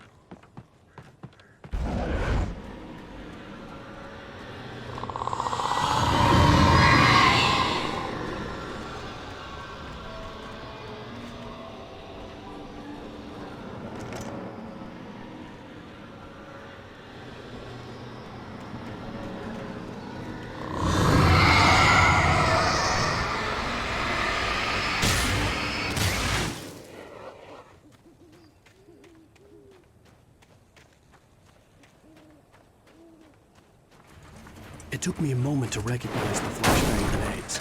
They were an ideal weapon for my situation. Team 1, come in. Over. Team 1, this is Sheriff Breaker. Report. Over. Team 2, come in. I need a report. Over. Come on, guys. Talk to me.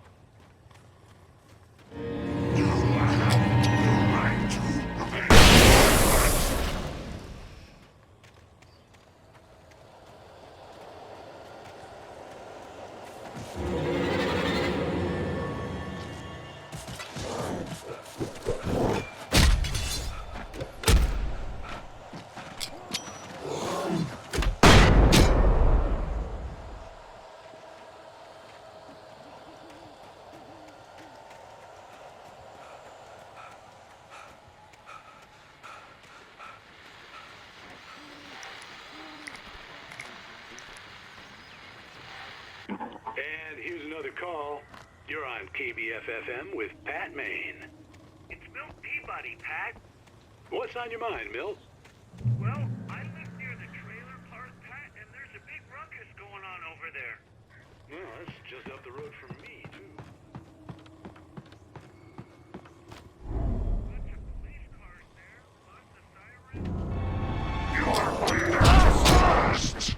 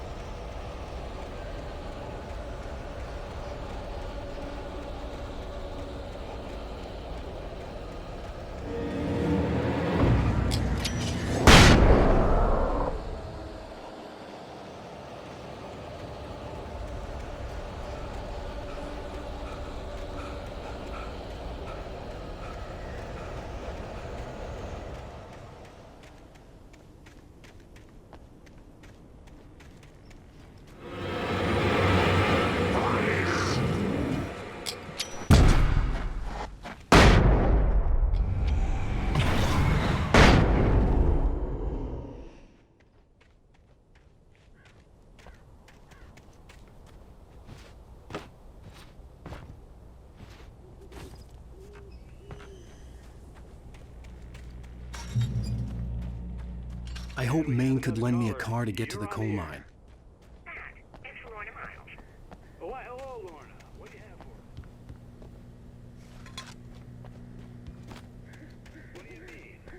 It's a trailer park. Of course you're going to have trouble in a place like that. I mean, what do you expect? The sheriff should be helping us normal citizens instead of wasting resources on those people.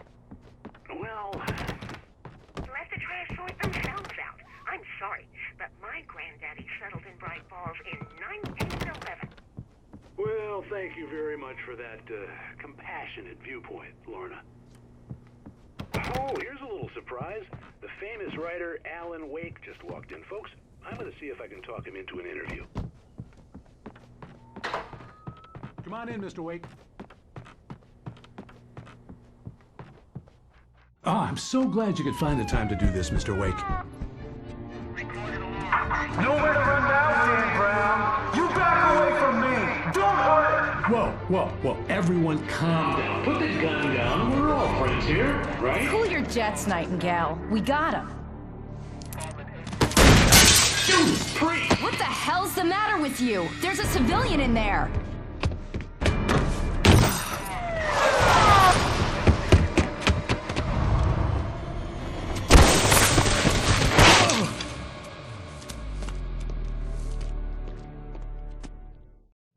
I'll get you yet, even if it kills me. You hear me? You hear me, H.P. Lovecraft? I had fallen off so many cliffs it was ridiculous. That's what you get for naming a book The Sudden Stop. It was probably good I hadn't had the chance to tell Maine where I was going. I'd have to lose the cops and find my own way to the mine. Mr. Randolph liked Rose. That little smile she had. How she was still sweet when life had tried so hard to make her bitter. It wasn't any of his business what she did in her trailer. For decades, the darkness that wore Barbara Jagger's skin slept fitfully in the dark place that was its home and prison. It was hungry and in pain. It dreamed of its nights of glory when the poet's writing had called it from the depths and given it a brief. Nightingale stared through the broken studio window into the dark woods. He turned around, started to walk out, but Maine grabbed his arm. "Young man, you almost shot me."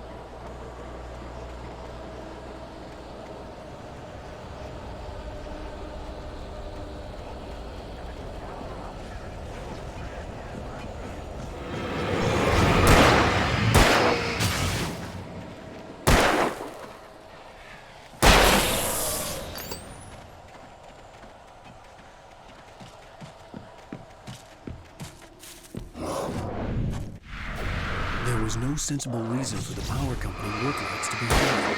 It was almost as if they'd been left for someone like me to use.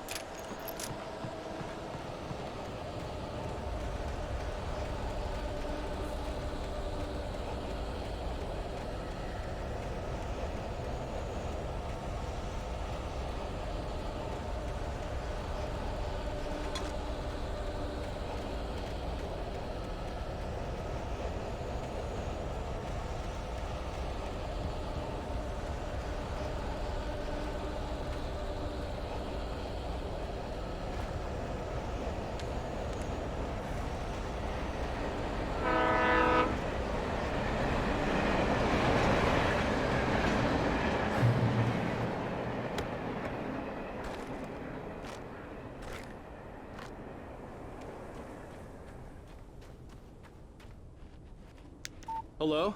The most stubborn man I've ever met. Alice? Alice? Alan, I'm so afraid. He keeps me in the dark. Please help me. I look at you, Alan, and it's not you. Something else. Looking out from behind your eyes. Alice, I'm here. I'm so alone here. It's all gonna go to hell. You need to be careful. Cooperate. The connection had been terrible, but that wasn't the only thing that hadn't been right with the call. She sounded wrong somehow, but she had called me.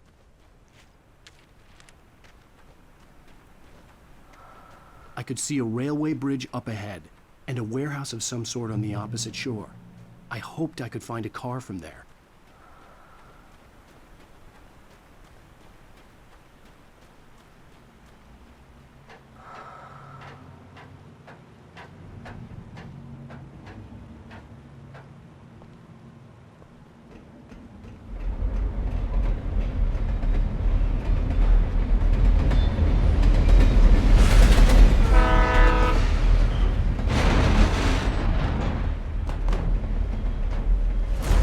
That was pursuing me was growing stronger, and it was taking over everything in its path.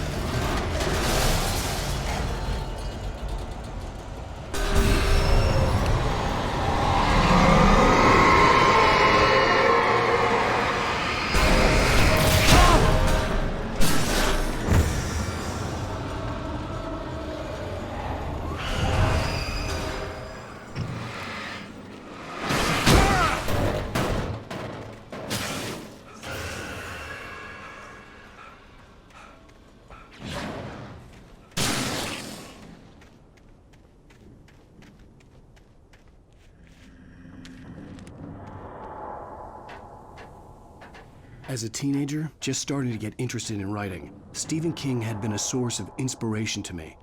I thought about all the inanimate objects that had come to life in his books. No one is safe in a good horror story, certainly not the protagonist. That's what makes them fun. This was anything but. The darkness could possess anything, and it was getting closer.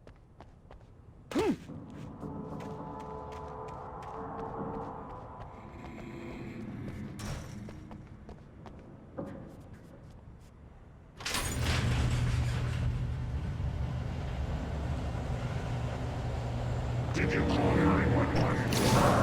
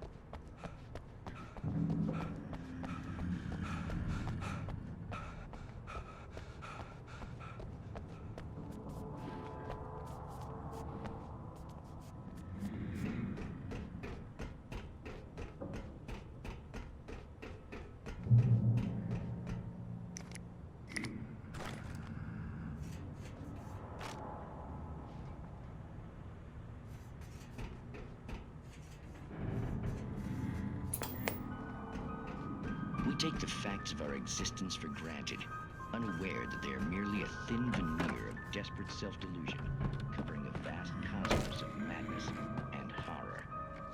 All too often, Sarah trusted her gut, and her gut said Agent Nightingale was an asshole. He felt wrong, and it wasn't just the smell of stale booze. It was in the way he flashed his badge, pulled rank, the look in his eyes when he wanted answers. The pipe wrenched itself loose from the bridge's steel framework. Wrapped in darkness, it floated in midair, twitching. For a moment, I didn't understand what I was looking at. The heavy object lurched at me with impossible force. I slammed the door shut right in his smug face. He pleaded for me to open the door. True to form, the asshole actually thought I would obey. I had no sympathy left, no guilt either.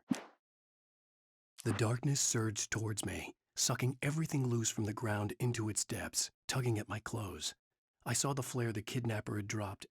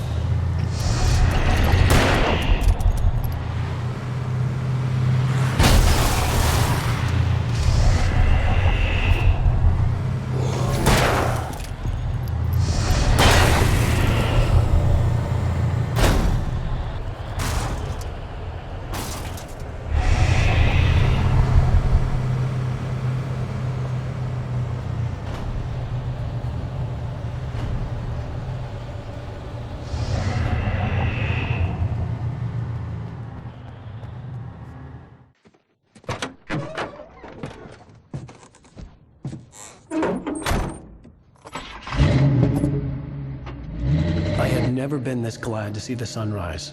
I had a couple of hours to get to the coal mine.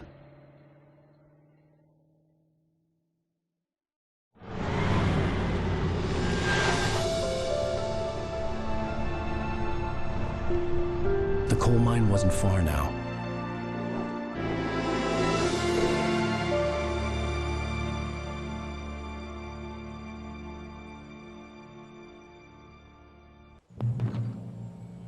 Today, I would meet the kidnapper, and he would give me Alice. I wouldn't give him any other choice.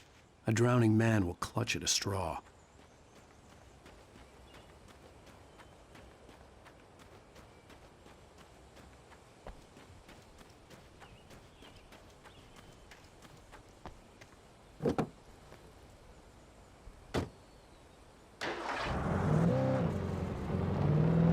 Little by little, without realizing it, I'd come to believe that the story in the manuscript was coming true. The current of its narrative had taken me deeper and deeper into dark waters. Alice had been taken from me. Barry was probably in jail. I was a fugitive from the FBI. The whole world taken over by the dark presence was trying to destroy me. It all felt real, but it matched a textbook case of insanity.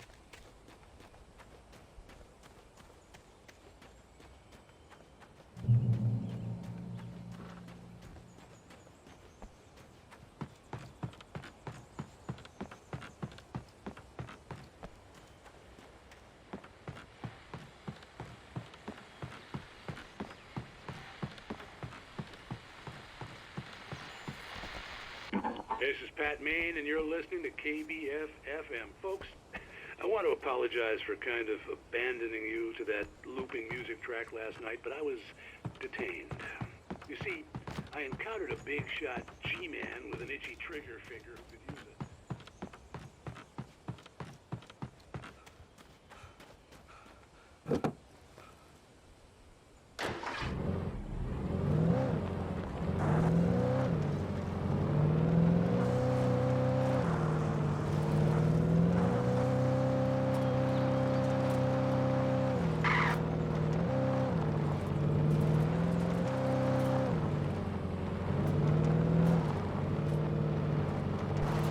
I was early. I was supposed to meet the kidnapper at noon in the main building.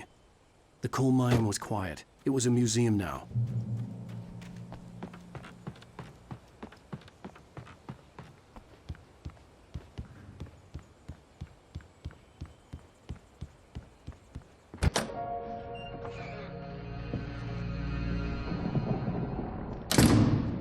I didn't want to go outside. Cops had to be looking for me. The noon sun turned the place into a sauna. The day dragged on. Different scenarios ran through my mind. Ways of how I'd torture the kidnapper to get Alice back. Or the different horrible things he could have done to her. I imagined her dead. I had no way of knowing she was still alive. It was killing me. I was running on blind hope. It was all a waste of time. The bastard never showed up.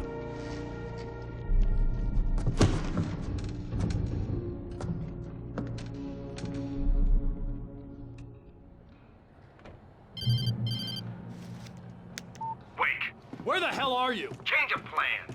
You know where Mirror Peak is? It's a big mountain north of where you are. You follow the path from the mine, you can't miss it. There's a lookout point there. I'll be waiting.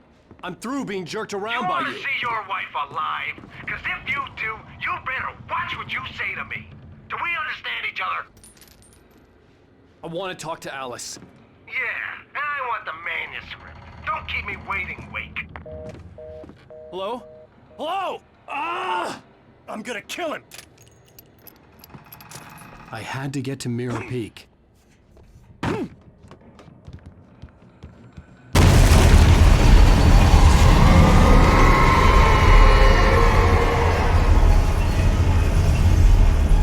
It was close.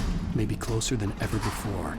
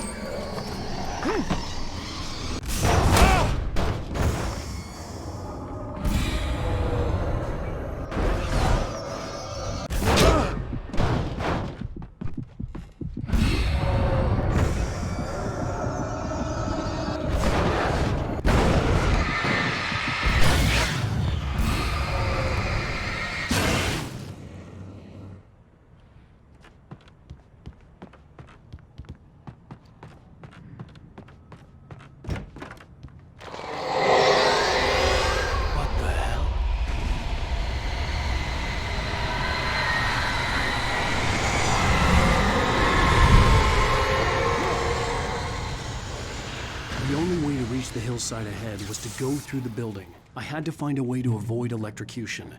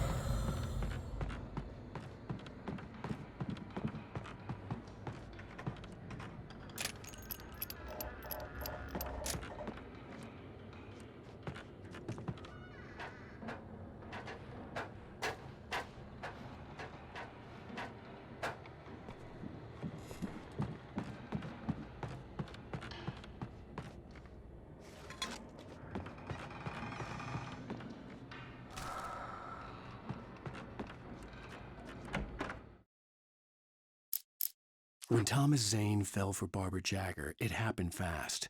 She was young, vibrant, and beautiful, full of life. He had never been a very happy man, and without any seeming effort, she had changed all that. Zane felt good for the first time in his life. Some of the Taken retained echoes of their former selves, but these were just the nerve twitches of a dead thing. Nothing remained but a shell covered and filled with darkness. In most cases, these puppets were enough.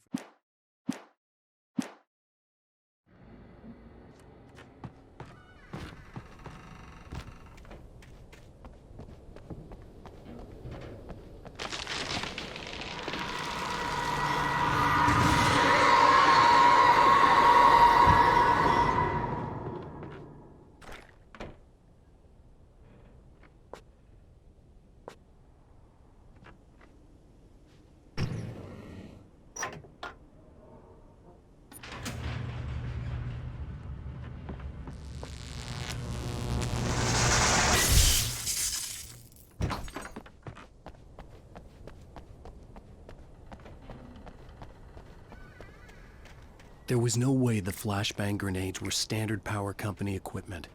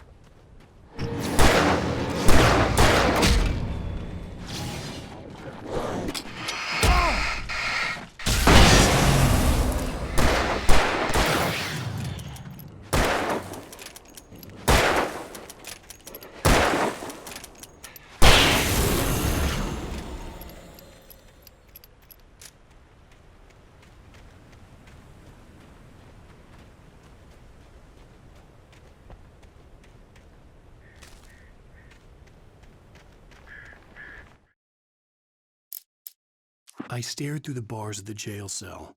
Barry stood behind me, swaying on his feet, looking as ill as I felt. Agent Nightingale stood on the other side of the bars with Sheriff Breaker. Nightingale had a stack of manuscript pages in his hand. He seemed unhinged as he gloated.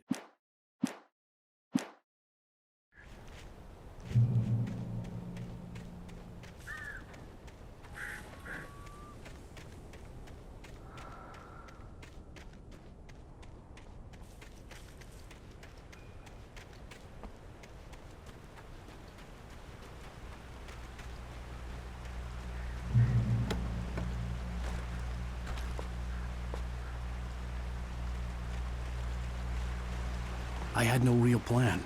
I was going to give the kidnapper all the manuscript pages I had for Alice. If that wasn't enough, I'd hold him at gunpoint and make him talk.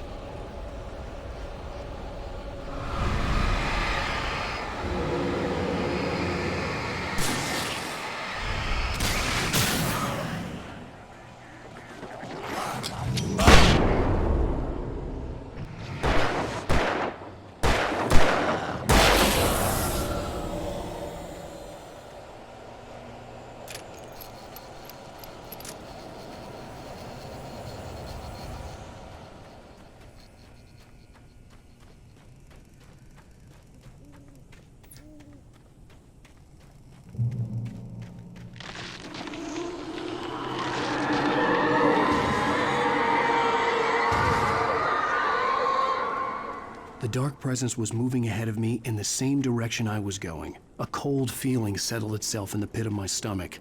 Was it going for Alice? The graveyard shift may cause cancer.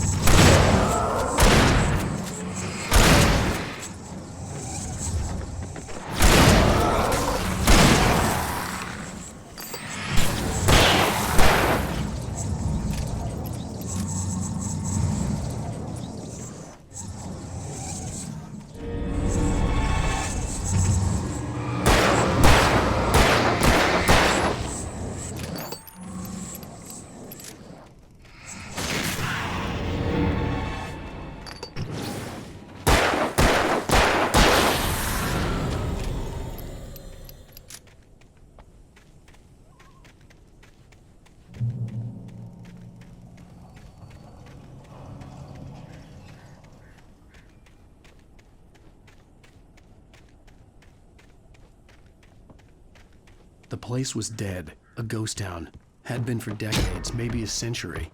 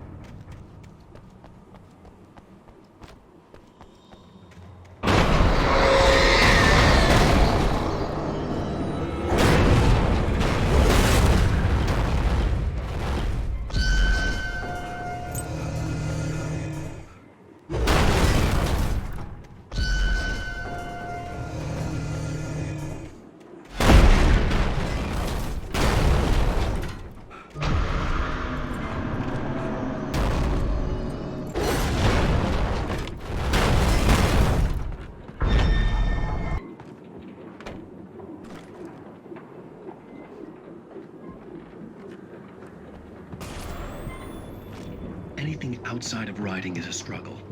I feel ill. I managed to make my way downstairs. There's a shoebox filled with books and papers by Thomas Zane. It's very hard to focus, but I managed to read some of it. He's a poet, and a good one. He writes of muses and creators summoning fabulous things from a magic lake, using his powers to shape the world of a realm of gods and dreams and demons, dark things that wait for a chance to slip through, wearing...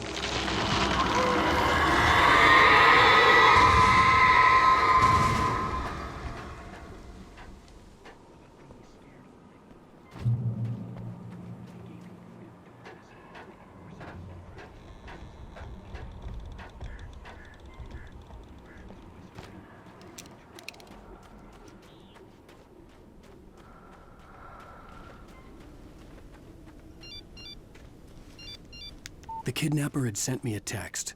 The message was full of spelling errors and insults. It was telling me to hurry up.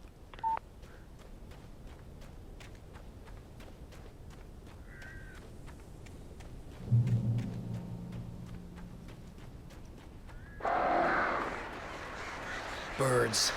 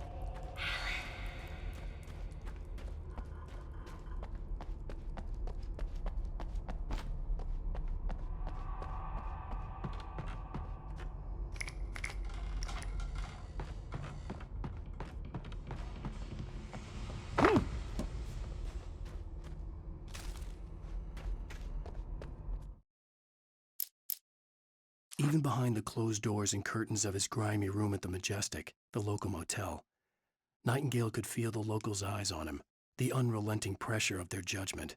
He forced it out of his mind. For all he knew...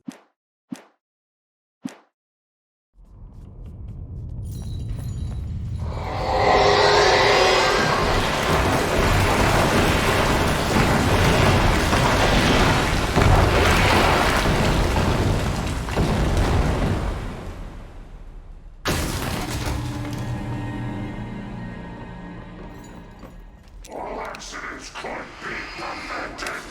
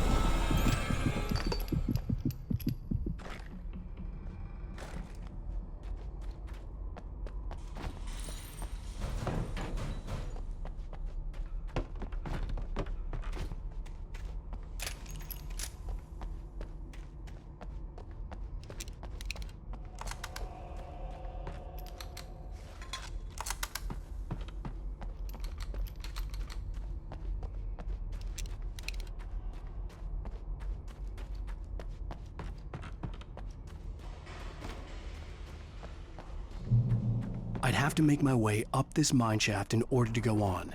Maybe the machinery could help me with that.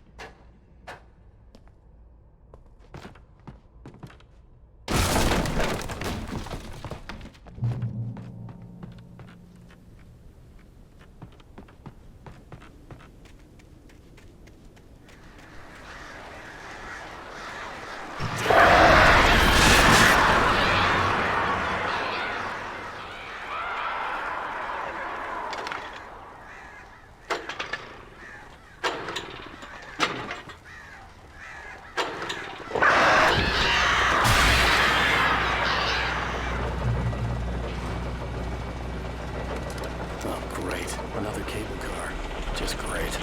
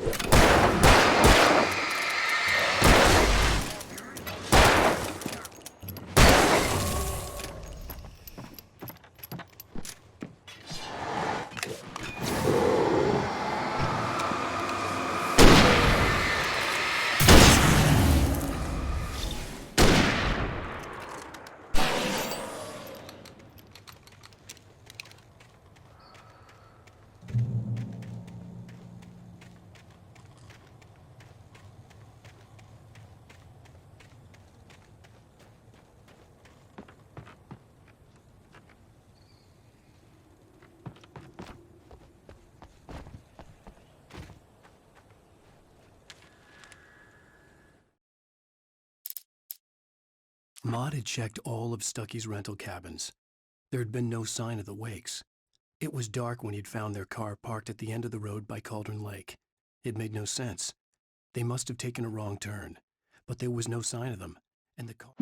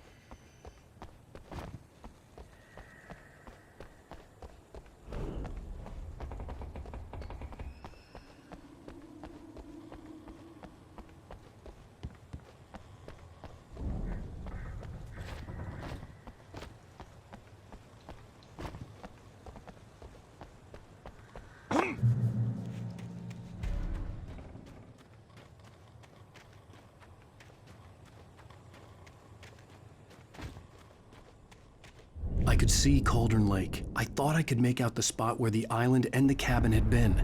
There was a light near it. It had to be a boat.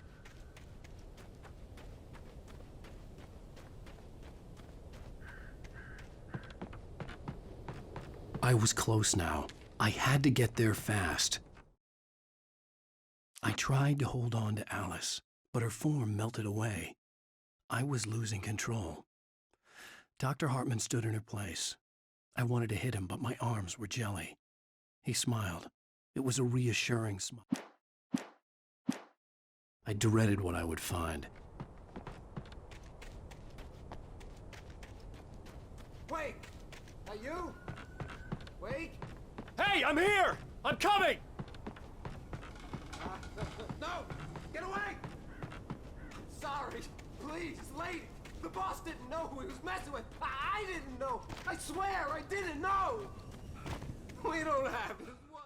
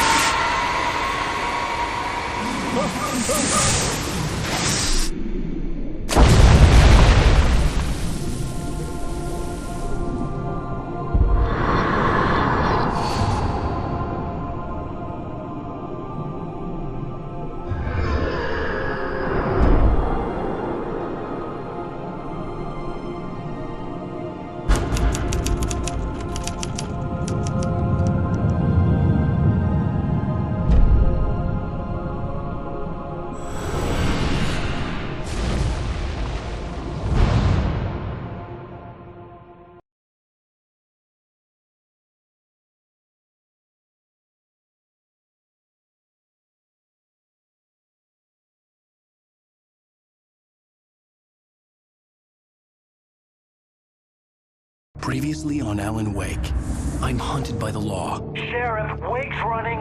I'm giving chase. Are you seriously telling me that writer just took out my deputies? A thriller I supposedly wrote is coming true. The genre of the story seems to be shifting. It's turning into a horror story. I was told that Alice had been kidnapped, but that was a lie. We don't have his wife. We don't know where she is. Her purported kidnapper was eaten up by the dark presence before it attacked me.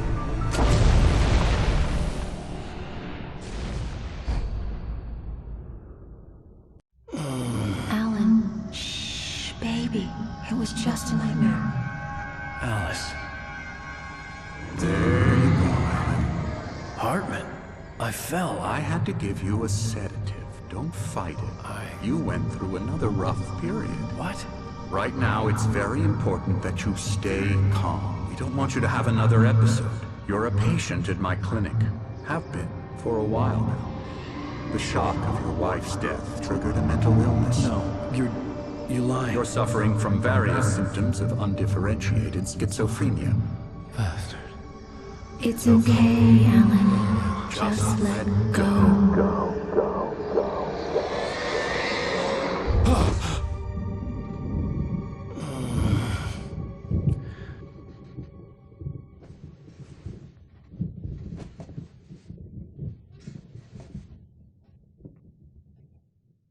I felt groggy. Whatever Hartman had bumped in me was making me numb. I felt like this was happening to someone else. Someone I was watching on television. I couldn't think. Couldn't focus. The door was locked. I was a prisoner here. There were only empty sheets of paper here. No manuscript pages.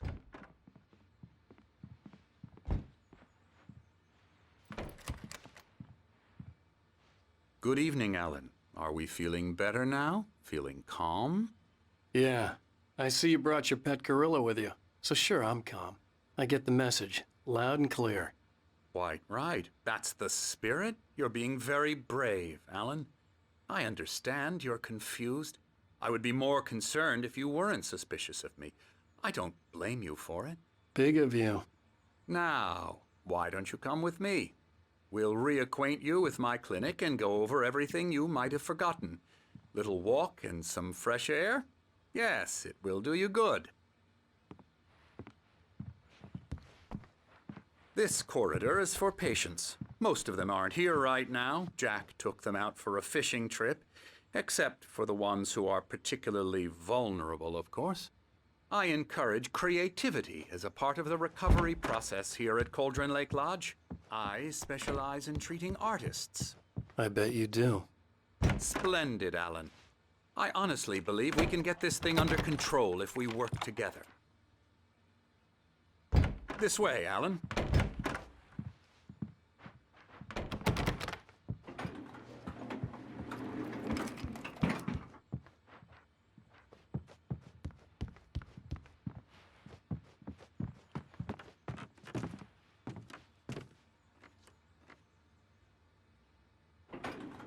Now, Alan, from past experience with you, I know I need to get right into the heart of the matter as quickly as I can after an episode. So I'm just going to say this. Alice is dead. No. You're in a very vulnerable state until you understand and accept this. Alice drowned, and you couldn't face that. You're suffering from hallucinations, paranoid delusions, unusual thinking, an obsession about light and darkness, a feeling that everything revolves around you, your thoughts and dreams. Your mind has constructed an elaborate fantasy scenario in which your writings are affecting reality.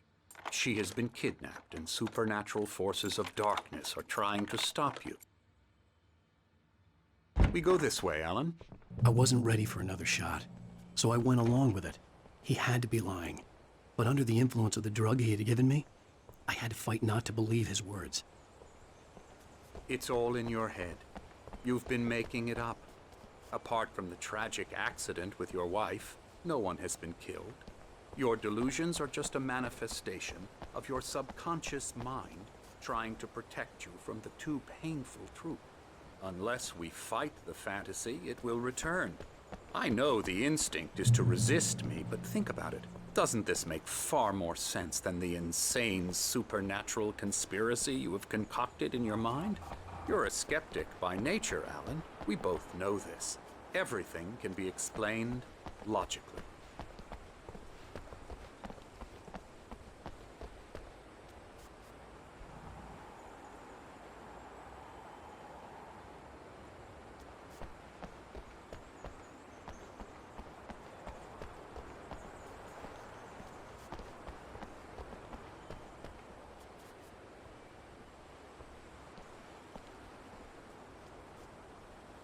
I never get tired of this view. Very inspiring, isn't it? Cauldron Lake spread below us. I could see Mirror Peak on the other side of the lake. I thought I could make out the spot where Diver's Isle had been when I arrived with Alice. Now there was nothing but waves. It seems there's a storm coming. Funny, I don't recall there being a mention of that in the weather forecast. Well, no matter. This way. Follow me. Alan, what I'm telling you is good news. Right now, we're in control. Every time you have a relapse, it gets more and more difficult to resurface from the dark depths of your imagination. Not surprising, considering your profession. Imagination is what you work with. After all your nightmares, this should come as an immense relief to you. If it doesn't, why is that? Because I'm lying? Or because you don't want to admit that you're not well? It's very natural for you to think of me as your enemy. It's part of the illness. I let him talk. After all, Hartman obviously loved his own voice. His words echoed madly inside my head. But I dug my nails into the palms of my hands to stay You need focused. to work with me. Once you accept that, we can begin the journey towards your recovery. Come along. Let's go inside.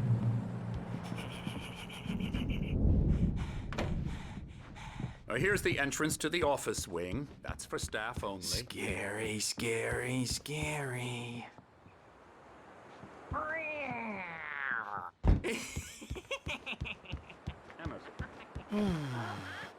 Oh, hello. I've painted you. Okay. I was just struck by inspiration a couple of days ago. Dr. Hartman wanted me to paint landscapes, and that's what I was doing. But now I've been doing Mr. Wake is confused enough as it is. Yeah, you'd like me to go away so you won't be scared. But you can't just decide what kind of dream you have or when you have it. Emerson. Okay. Sorry. Boo. That's Emerson. We're actually making some progress with him, I'm happy to say. He works on video games. Ooh, yeah. It's trash, of course, but it does involve some small creative effort, which makes him receptive to my therapeutic methods. No kidding.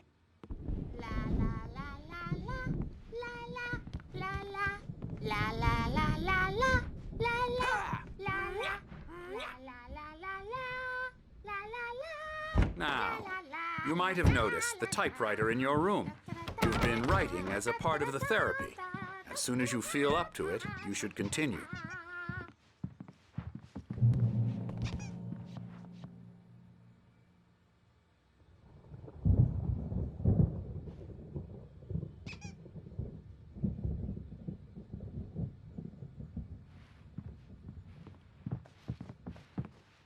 My rheumatism's killing me.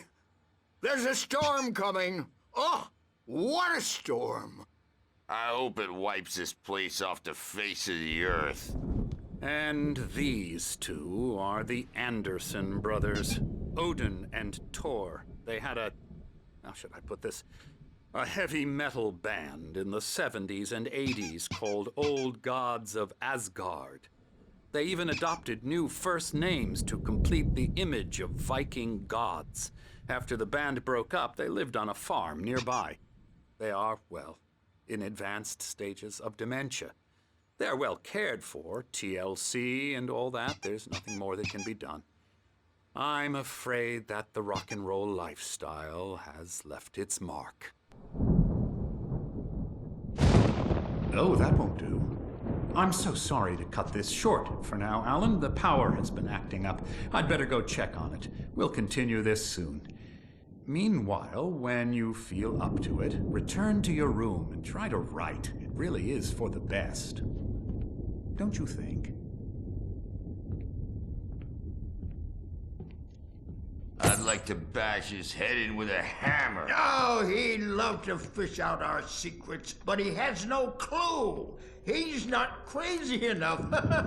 Not crazy like us, Sonny. Yeah! Being crazy's a requirement, Sonny. Who else could understand the world when it's like this? It takes crazy to know crazy. That's the sanest thing I've heard in a while. Zane! You're all right, Tom. Hey, we like him, don't we, bro? He's got to go to the farm. The Anderson farm. Valhalla! We wrote it all down, lest we forget. A crash course. All you need to know to get your head right. You need to find the message. Here, Sonny, here's something for you. Gave me a rash, but I kept it safe from these bastards.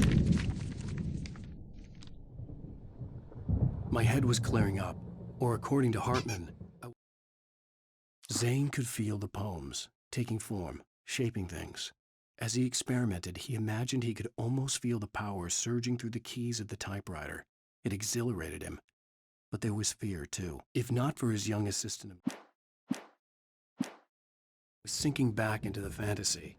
I was convinced he was lying to me about everything. Crazy or not, the Andersons made more sense.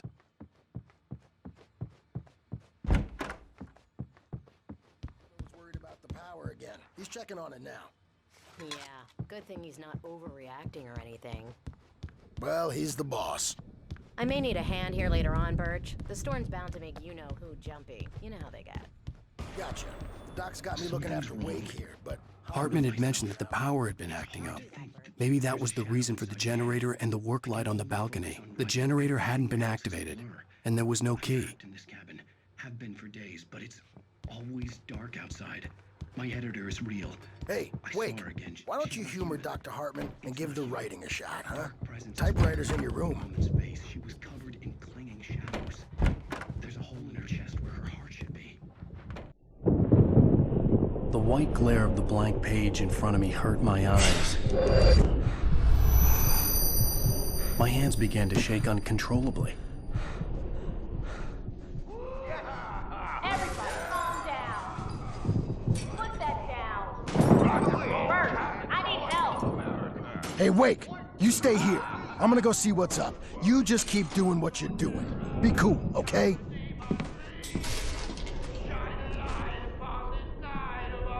I didn't know what the chaos was all about, but it could be my only chance of getting out of here. I don't know. Here's a friendly poke from Mjolnir, wench. Oh, afraid of the crazy brothers, are ya? Not so weak now, Sinclair are looked we? bad. That wasn't a love tap. The crazy old fart hit her hard. If she was one of Hartman's goons, she had it coming. I had to get to Hartman's office. He had taken all my manuscript pages. That's where he'd been keeping them. It's my storm. I'm taking it. Come out and face the music, Birch. It's time to pay the piper. We're on a comeback tour, baby. Let me out of here! The photo on the wall caught my attention. In it, the clinic staff was standing outside the lodge. I knew the man next to Hartman. He was the kidnapper. Hartman had been playing me all along. The markings on the tape said they were recordings Hartman had made of the sessions with his patients. I saw Alice's name on one of them. For a moment, I couldn't breathe right. How we'll play it. It'll be hardball all the way. Barry? Ow! About time! Barry, man, am I glad to see you. We need to get to Hartman's office. It's right next door. You okay? Yeah.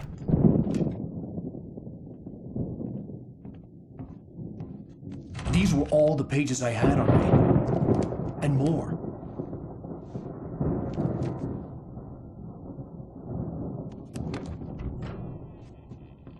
Alan, please.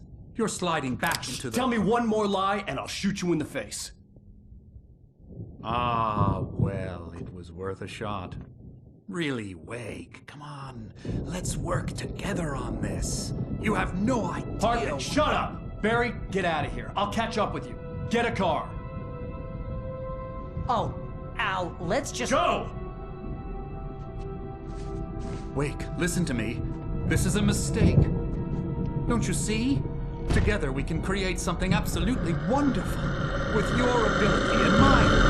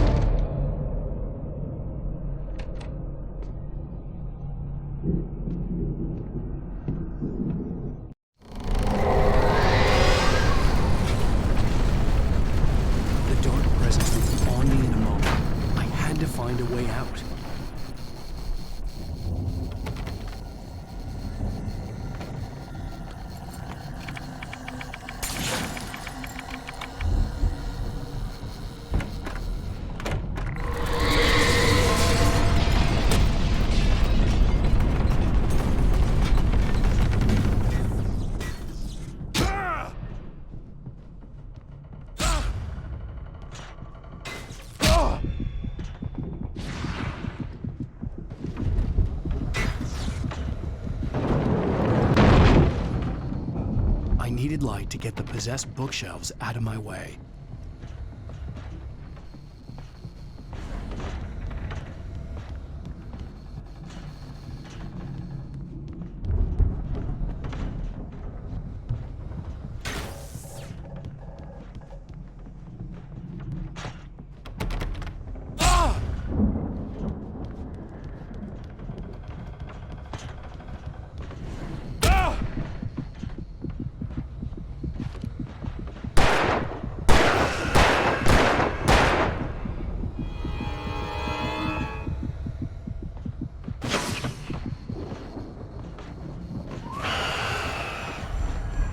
There had been a generator and a work light on the balcony.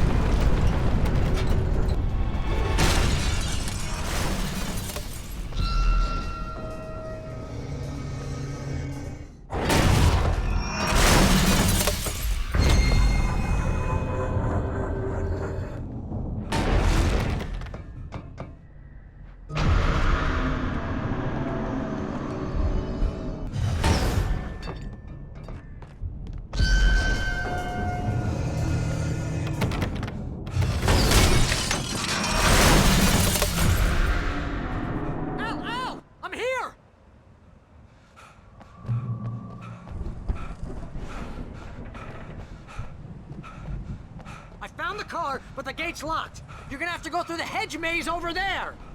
Barry, I don't have a light. Take this, Al. Oh, God! Look at the house, Al! Look out!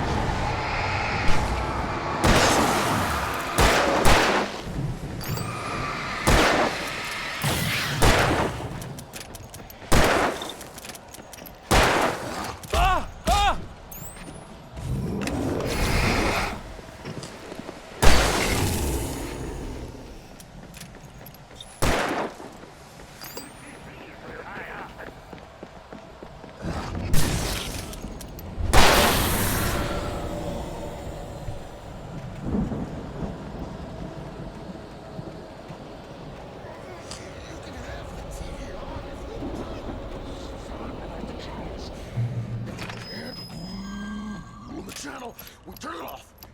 We don't want any fighting. It makes people sad.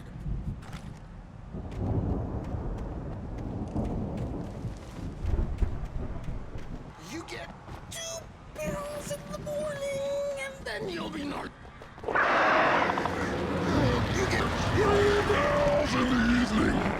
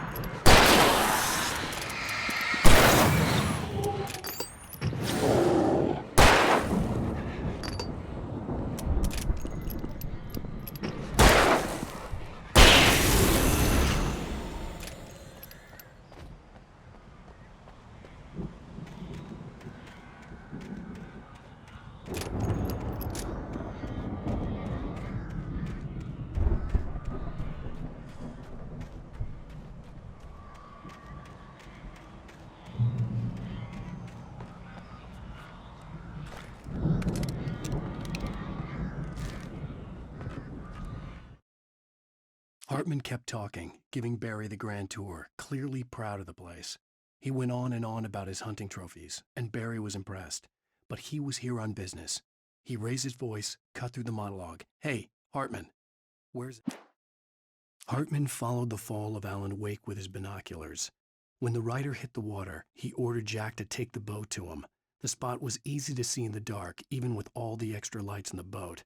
The flare floated and kept burning even in the water. Jack turned the radio ladders.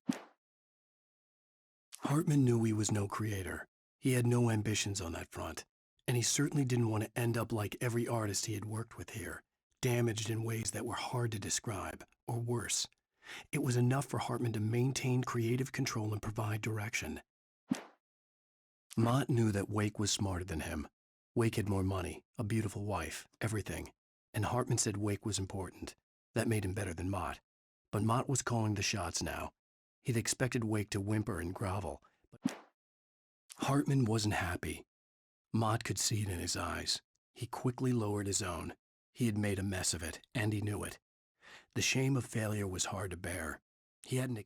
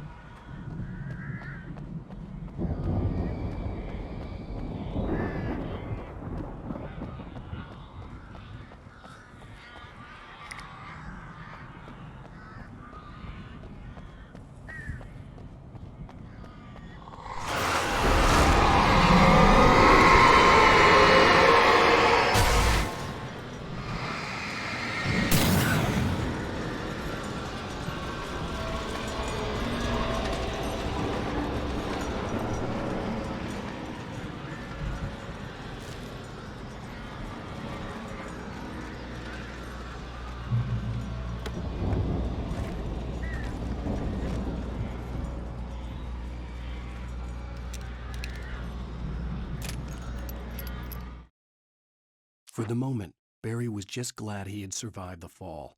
He had been separated from Al, and there was no easy way to climb back up. He told himself he'd be okay in the gloomy forest at night. He would just have to wait for a while for Al to find his way down. Barry turned when he heard the heavy footsteps and saw...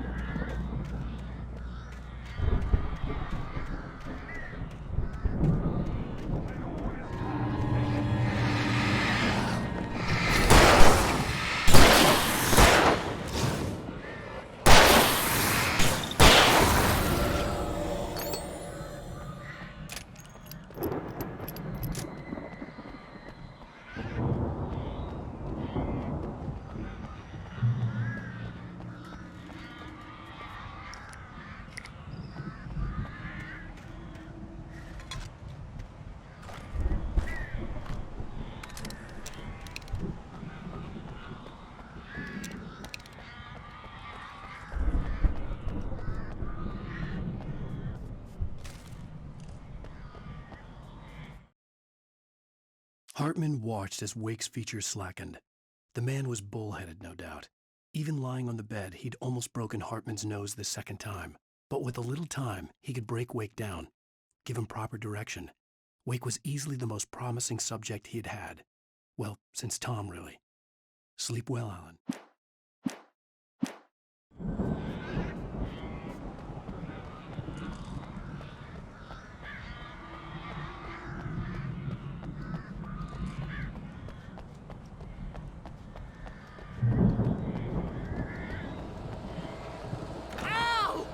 alive!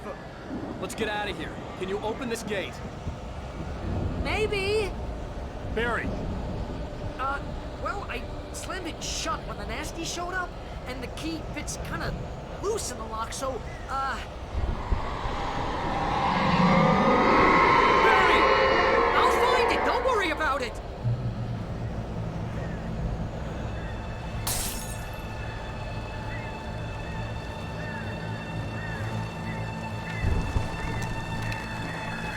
Hurry up, Barry! I'm on it! I'm on it!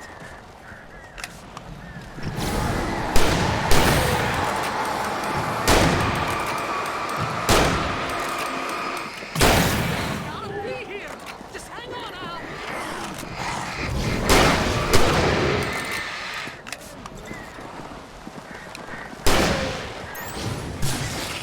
Oh, hey! I found a quarter!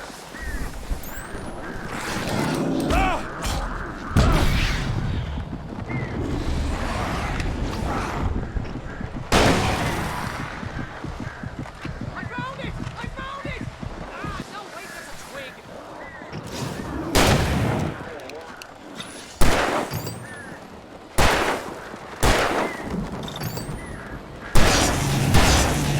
Here it is!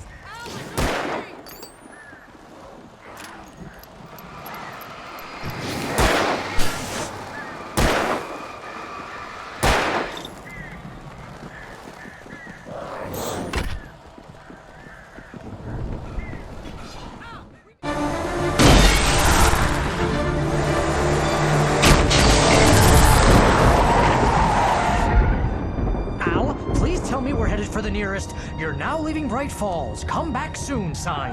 We're going to the Anderson farm. I knew you were gonna say something like that. You know what? You owe me big time for this. When this is through, if we make it, I don't care what anybody says, I'm done with darkness. You're gonna buy me a tanning bed as a gift, and I'm gonna live in it.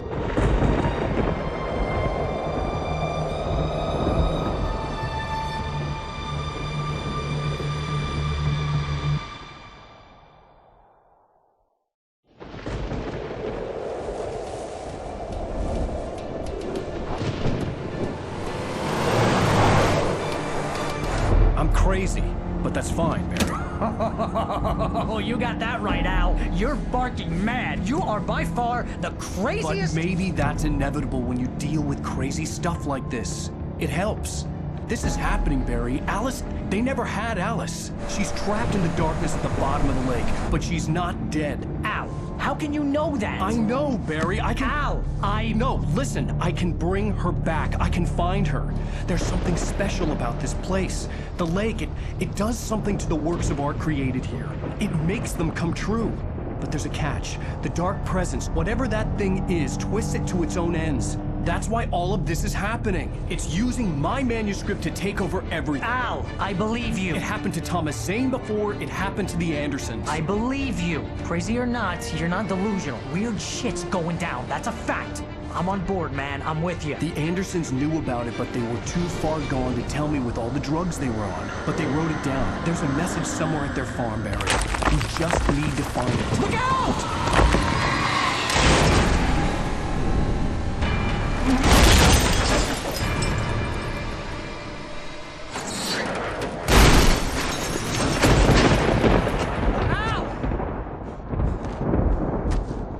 God damn it, Al, talk to me!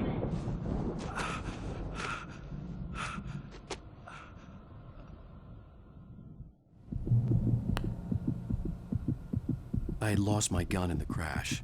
Barry was nowhere to be seen. Barry! Barry! Oh, man, you're okay! Jeez, it's good to hear your voice! I was trying to get out of the car, but the ground gave way! Man, what a drop! Don't worry, your cutout is fine. Forget that! Are you okay? I hit some bushes, didn't get a scratch! There's no way you can climb down, though! It's like a sheer wall! Ah! Al! There's something moving down here! Barry, it's a taken! Use a flare, Barry! Oh! Yeah! Barry, are you alright? I'm good, Al! I'm great! Guess you never messed with anyone from New York City before, find your way around to the farm, Al! I'll be waiting! Barry, just wait for me, okay? Al, I'm not staying here. It's suicide. I'm going to the farm. I'm gonna go ahead and secure the area. You can catch up. Don't worry about it. I'm on the case. Now he's Rambo. This would turn into a disaster if I didn't catch up with Barry.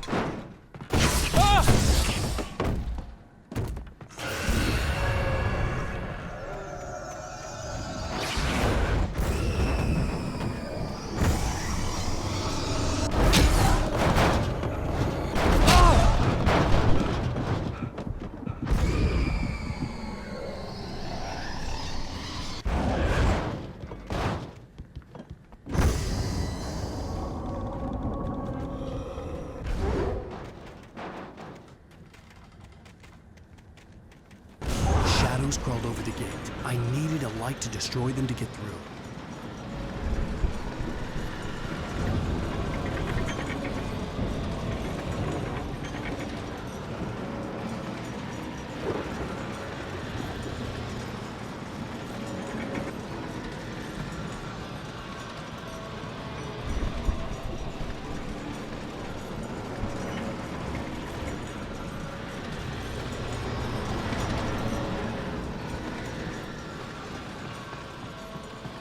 I hoped there'd still be a working generator somewhere around here to power up the old lights by the gate.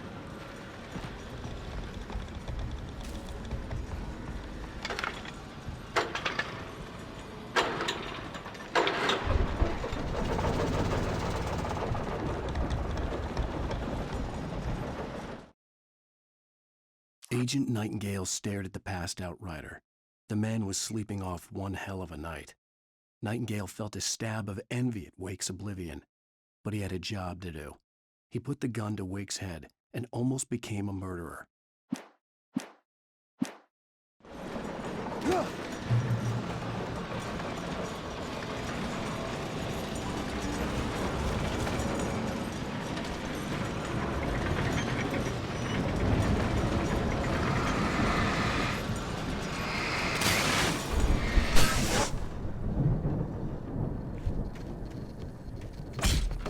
I could sense the movement in the woods ahead. Facing the enemy without a weapon was dangerous, but I had no choice.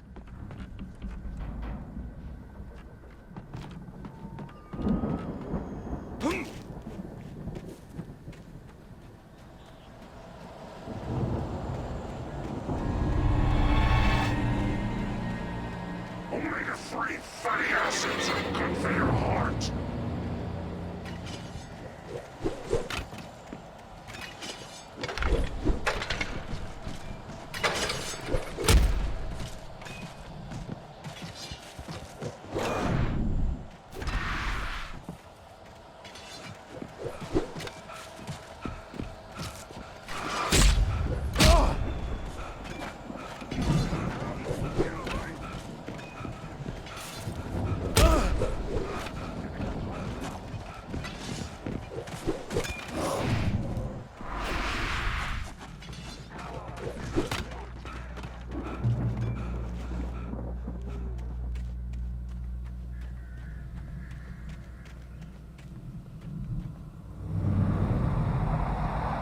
A car was driving away from the farm, headed in the same general direction as I was.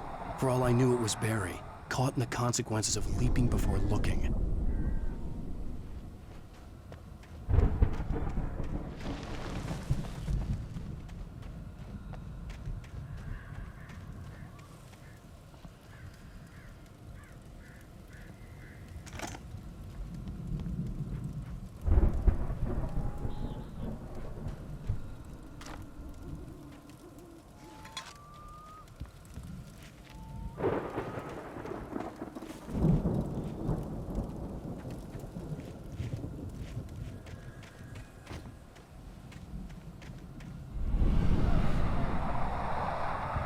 The car was heading for the cabin up ahead. It wasn't far. If it was Barry, I would see the damage soon.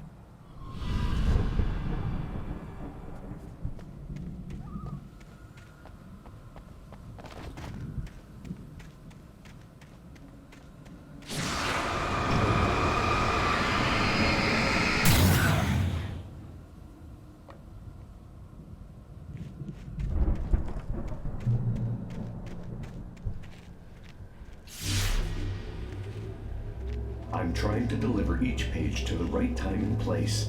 I'm trying to show you how the story goes. I had seen glimpses of the light before. I had seen it in my dream.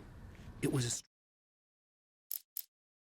The dark presence followed the choreography laid out to it in the manuscript, growing stronger and stronger, moving like a storm from one scene of destruction to the next.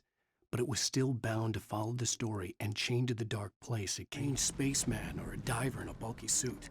He was the one who'd been placing the pages on my path.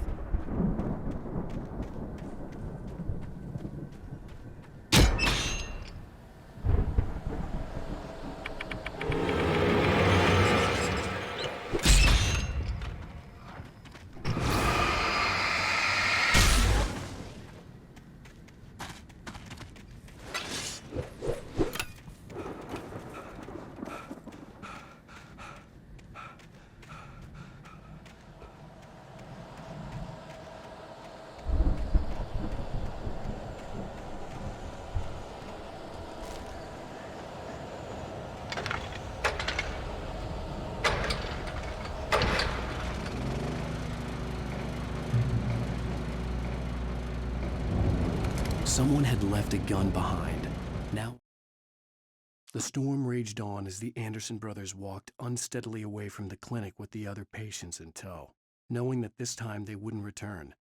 The darkness around them seethed with horrors, but Tor and I had a fighting chance of reaching the farm.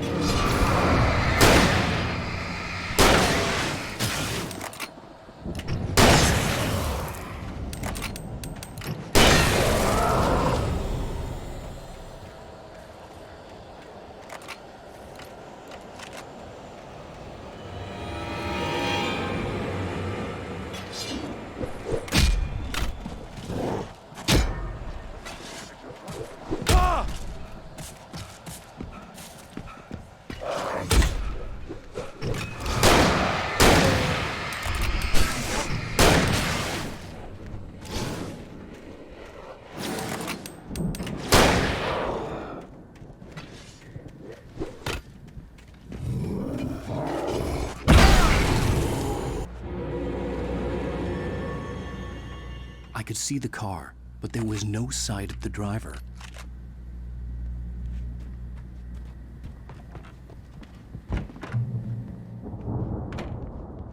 Hello? Anybody here? Ah! Barry!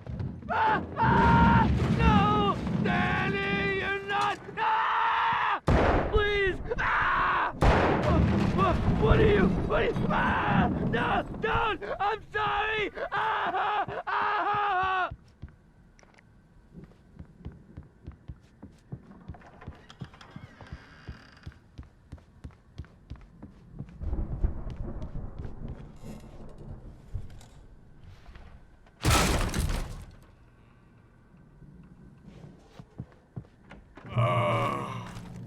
I know you.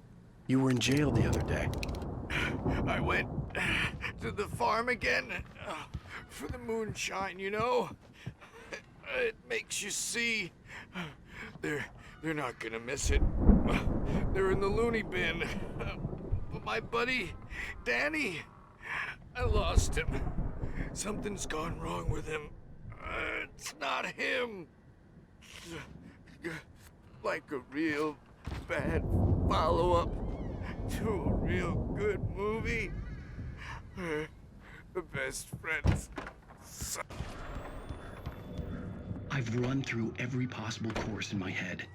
If I continue like the Dark Presence wants me to, the story I'm writing won't save Alice.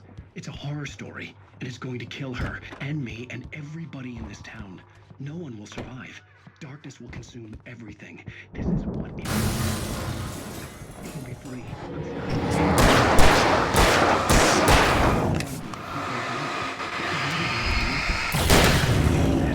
I'll escape. Let me guess. Danny, huh? I'm now the protagonist. This feels like a terrible risk, but it's the only way to save Alice. I'll be bound. The farm was still a good distance away. I'd need a car to get there fast. I'll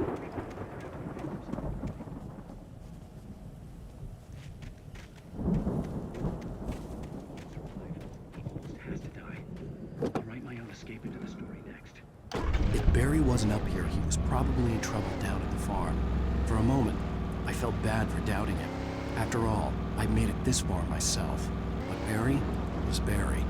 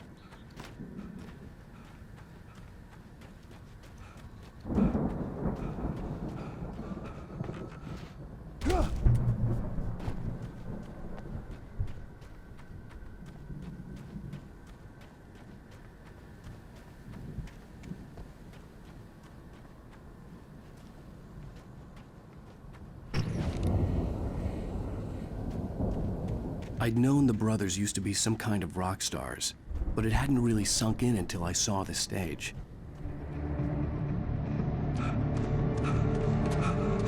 Ow! Run! Incoming! There's too many of them!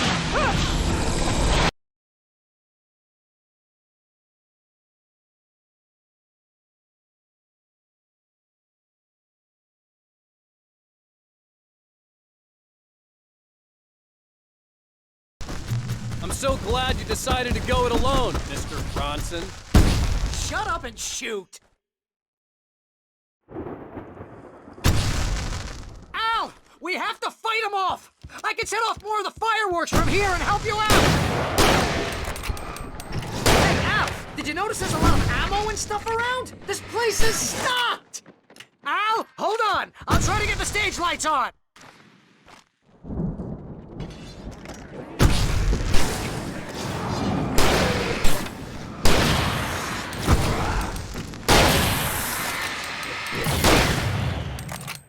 Yes!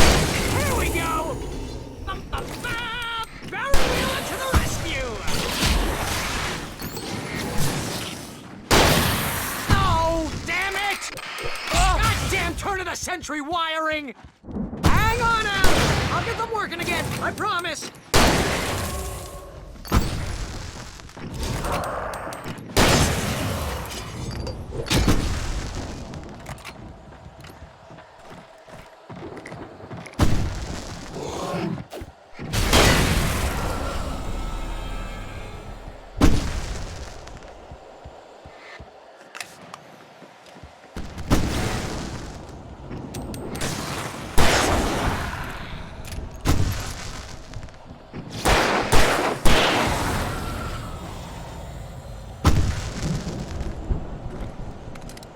Yes! Al! Stay in the light!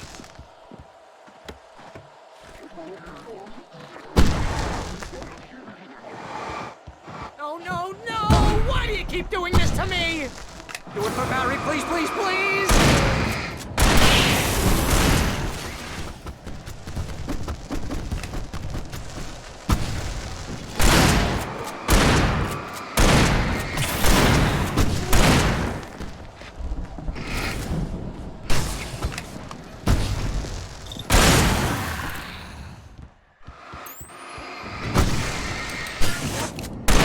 Al, please don't let me die here. This is pretty much how I always wanted to go out. Rock and roll! Woo! Al, this may be the most awesome moment of our entire lives.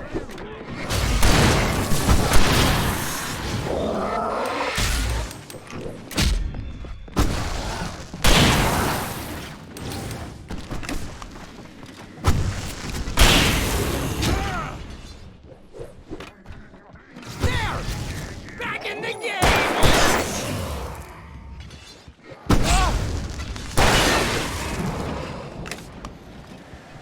Oh! Can I do that?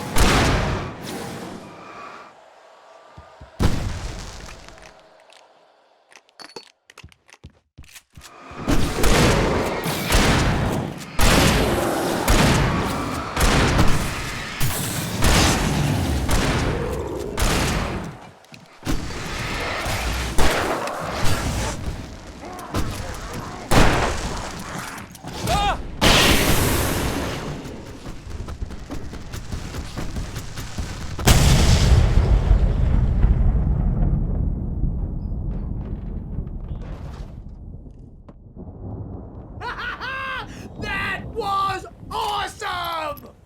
Bright Falls, rock and roll capital of America. Hey, Al! This way to the farm!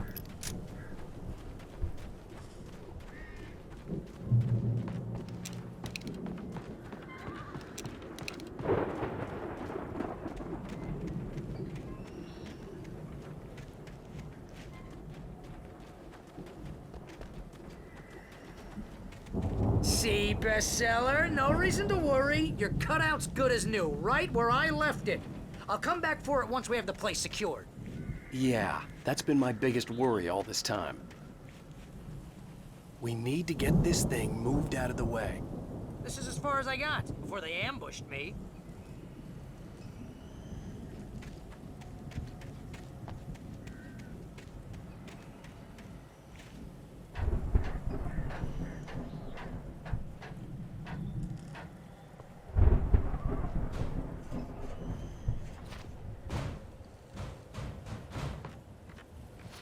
Hey, I think Alan Wake here has something to say. What's that, Al? I'm Alan Wake. I'm always right about everything. And if I don't get my way, I'll sulk all day long. I'm always intense and moody. It makes me very attractive and mysterious. Right now, I'm just standing here because I need my best friend, Barry. Wow! You look at that thing, Al! They really went all out with this Viking crap, didn't they? Sleep. We all spend Oh, Night Springs! Man! Brings back memories. Hey, remember when I got you that gig? Your first real writing job. What got you started? Was this one of your episodes? Vice versa. In Night Springs. Tonight's episode. The Dream of Dreams. That's by someone else. We join Mr. Jones as he explores his dreamscape. It's 1976. Madness reigns at the Anderson farm. Contrary to all logic, the headiest ingredient of their moonshine is unfiltered water from Cauldron Lake. The Andersons feel like gods. The Viking boat looked imposing, almost like a battering ram.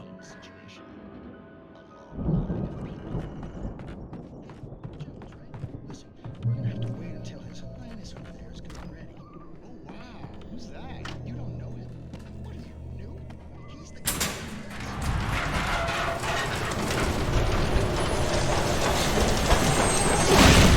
Oh, good going, Al! Isn't this my dream? Yeah,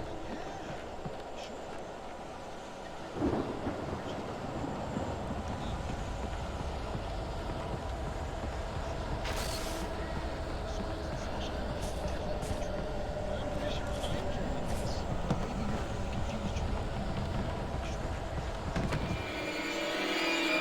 That's the guy doing the dreaming.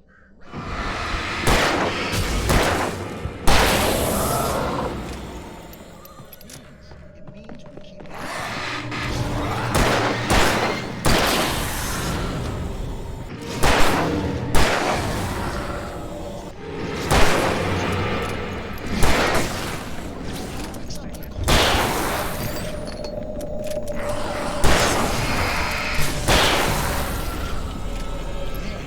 precisely.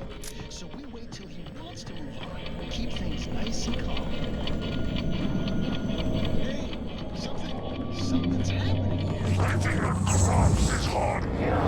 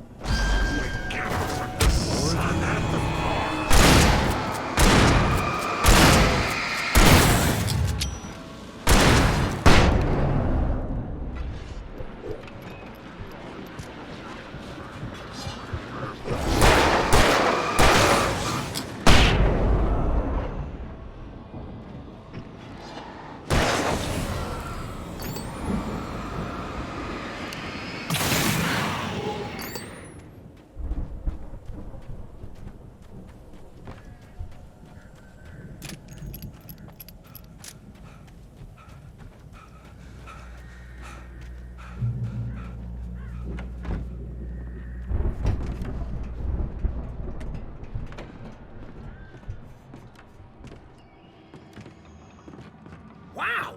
Those geezers had quite a production going on. Ooh, you know what, Al? If we make it through this alive, I'm gonna start representing them. Yep, sell this stuff online, maybe get a reality show going, release a new single. Good luck with that, pal. Hey, you find us a way out of here, okay? I'm gonna take a closer look at this stuff.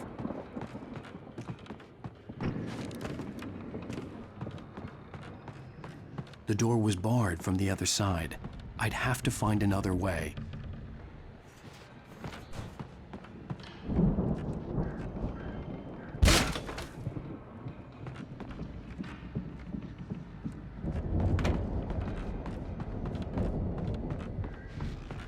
Be careful, Al!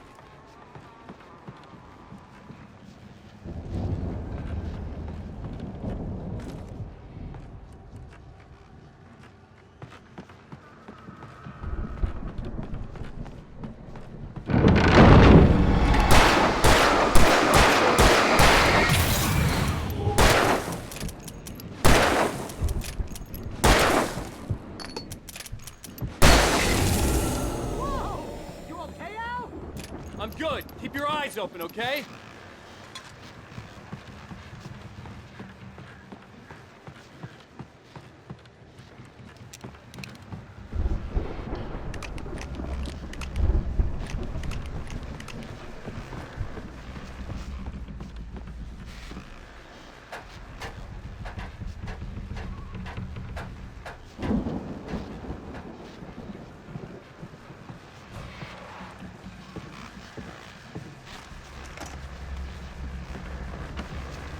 As you regular listeners know, I tend to work through the night, but I'm not the only one.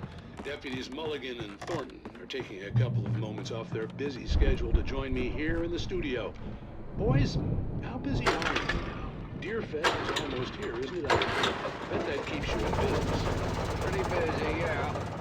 Actually, Pat, we've been real busy with other stuff, which concerns an ongoing investigation. I could see the building that had to be the Andersons' home on the other side of the field. It wasn't far now. I wasn't worried about trusting the ramblings of two burned-out geriatric wrecks.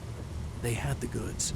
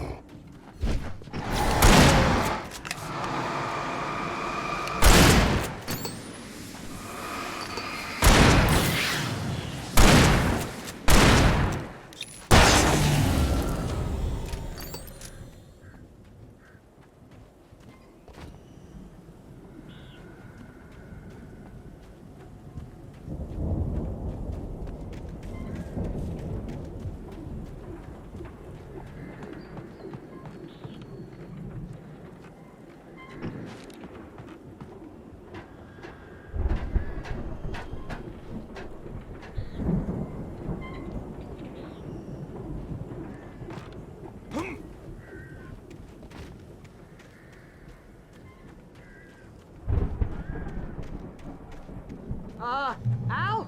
Is that you out there, buddy? I had to find a key to get Barry out. Yeah, it's me. Hang on.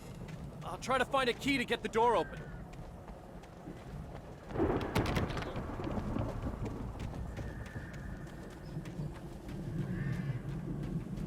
Hey, what's the holdup? Come on, this place is all dusty. You know I got my allergies.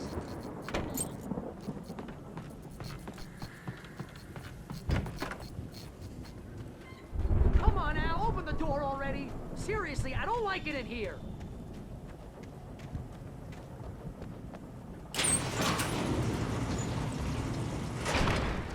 Hey, let's go, man.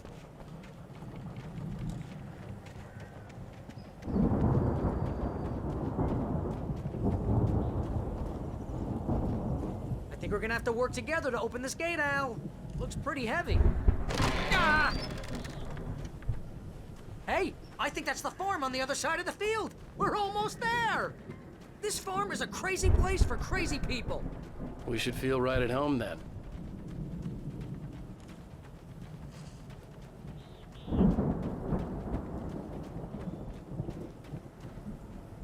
Come on, one more gate. Let's do this thing.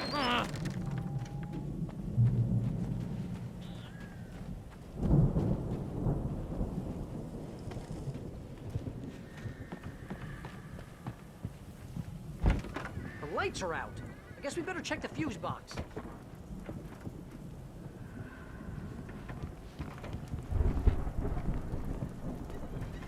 The power downstairs was out, but I was sure I could fix that at the fuse box.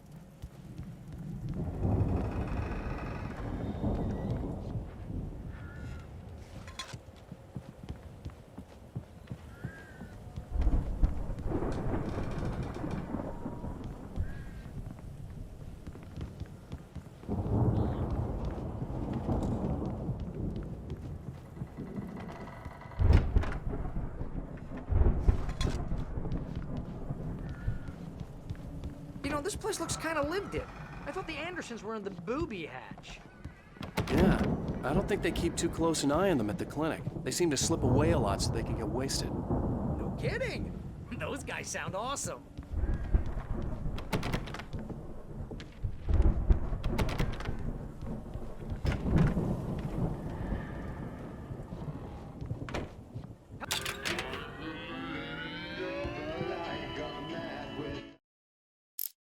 Again, Alice's screams rang in the stillness of the night. I saw myself run toward the cabin, flashlight in my hand. I followed my past self. I was an out-of-body observer, a time traveler in a crazy drunken dream. This was...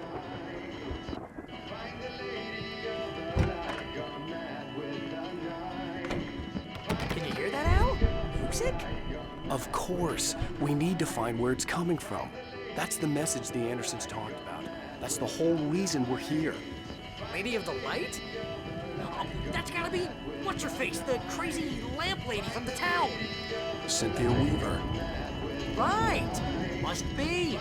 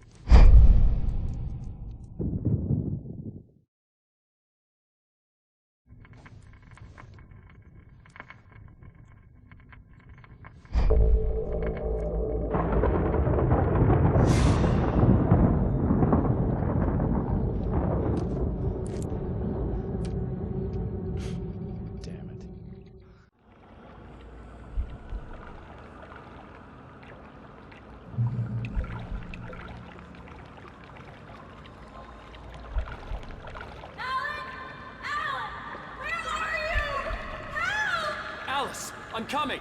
It's all right! I'm coming!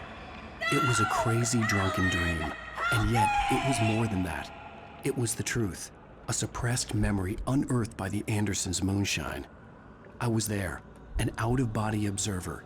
This was the night Alice and I had arrived at Bright Falls, the night Alice had disappeared. I had a chance to find out what had happened. I remembered being surprised to see the cabin dark. Alice would have never turned the lights off. I remembered thinking I caught a glimpse of her form underwater, sinking into the darkness. Diving after her was the last vague memory I had of that night. After that, the next thing I could remember was waking up behind the wheel of the crashed car and finding the first pages of the manuscript. Beyond this lost memory, there was nothing. I had to follow the footsteps of my past self to find out what had happened that night. I couldn't find her in all that blackness. I must have thought she drowned.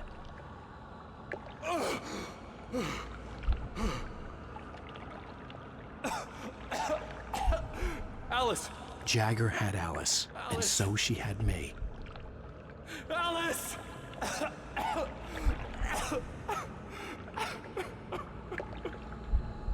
I'd been easy prey. Look at the cabin. Is there someone in the window? Alice?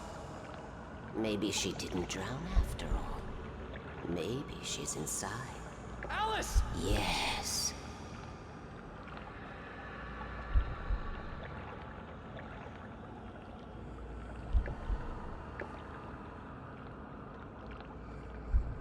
The dark presence had touched me. She had dug her nails into my brain and used me, made me her puppet.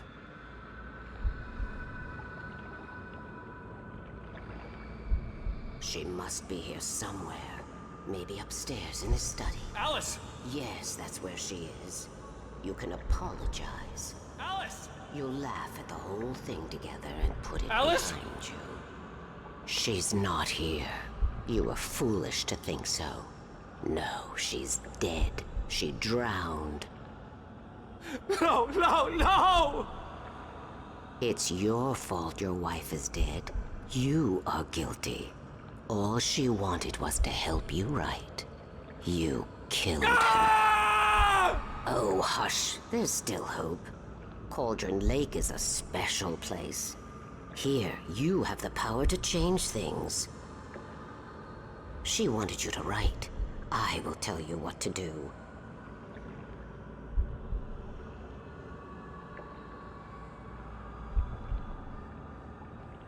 You can write her back. The story will come true, and all will be well again. She had Alice, and the manuscript was the ransom for her.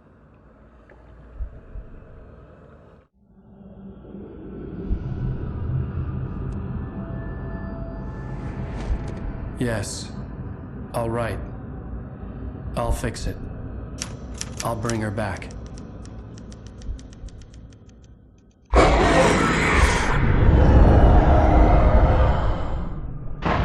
No.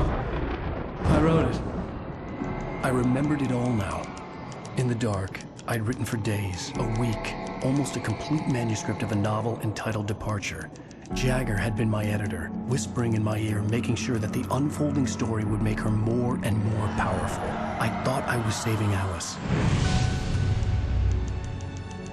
Even with the cobweb she put in my head, some part of me had been aware enough to write my escape into the story, to bring a light into the cabin to release me before I could finish, to interrupt the horror story before the ending, where darkness consumed everything and everyone. Zane was weak and far away, but I had written him into the story, and his light had been enough to set me free.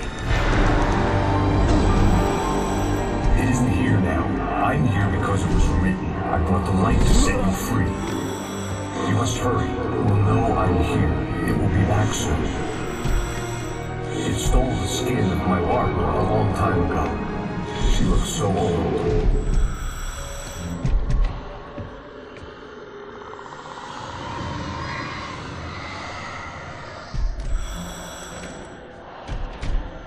I had woken up, confused and groggy, my mind consumed by darkness and fear. All I could do was to escape.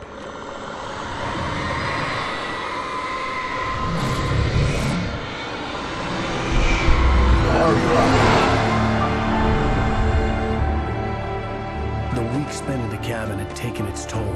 I was barely conscious and fading fast. It had to have cost Zane terribly, thrown him even deeper into whatever dark place he now haunted. But he had managed to weaken the dark presence, kept me safe that night.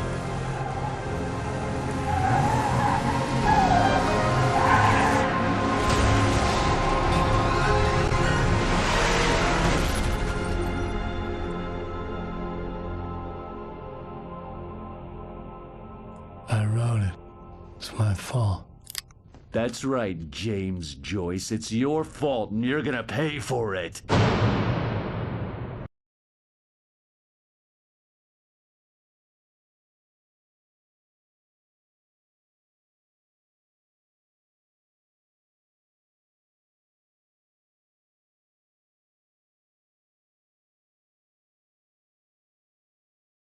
Previously on Alan Wake.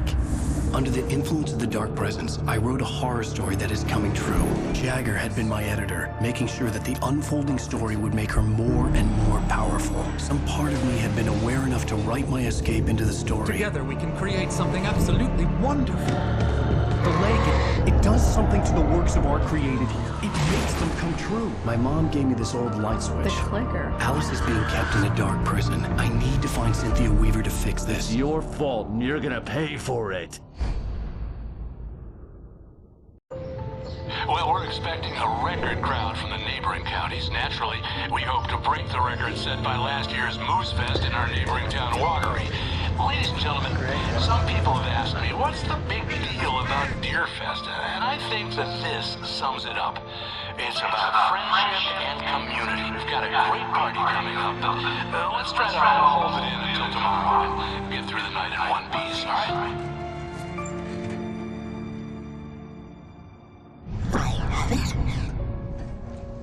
Someone will come for it when the time is right. Thomas said so. He wrote it.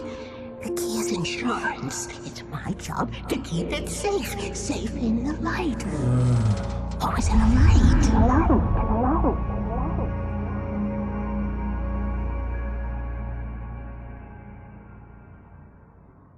All the manuscript pages were gone. The FBI agent had taken them.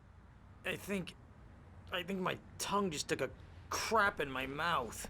Ugh. Oh, wait, we're in jail now? Oh, Al. Al, this is not good. That about sums it up.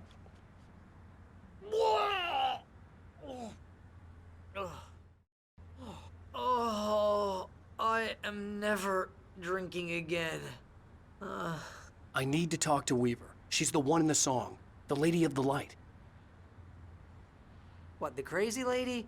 Ugh, whatever you say, What the hell Al, kind but of we're game are you stuck playing, here. Nightingale? They're not you gonna... haven't even interviewed Wake. I had some reading to do first, Sheriff, and let me tell you, it was an interesting read.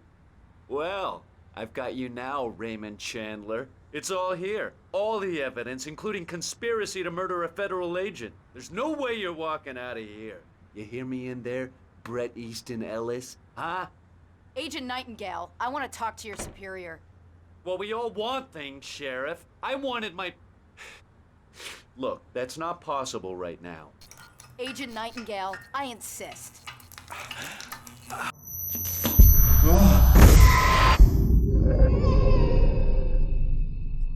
Wake, what's wrong? Lady, are you stupid? It's a trick. It's an obvious trick. Okay, I've had enough of this crap. Wake, I'm gonna trust you with this. You're joking. Agent Nightingale, your opinion would matter more if you were sober and if I actually believed you were here on official business. Whoa! Get back in the cell, Stephen King. The only way you're leaving this place is over my dead... Wait a minute. I know... Oh my God! Light. We need light. It's the only way to fight this thing. In my office. I've got your things there. Follow me. Oh man, we're sitting ducks with the lights out. Stay cool. Nightingale tried to make sense of the manuscript. It was disjointed and strange. He didn't understand half of it, but it all rang true. impossibly true. He took out his hip flask when he reached the... Nightingale felt the situation veering out of his control, but the gun at least felt steady in his hands. He was ready to fire, resolved that he would let this happen over his dead body. And yet he hesitated. He had seen this moment before, read it in the page. I can get the emergency power on.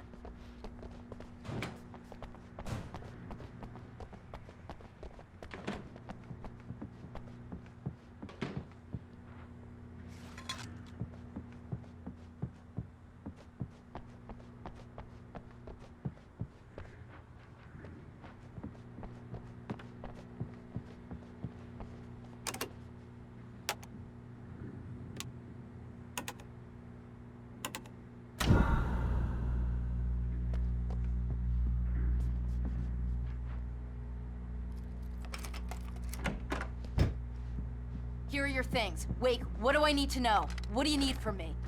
They can be hurt in the light, only in the light. And I need to find Cynthia Weaver. She can help me stop this. Light. Check. Cynthia.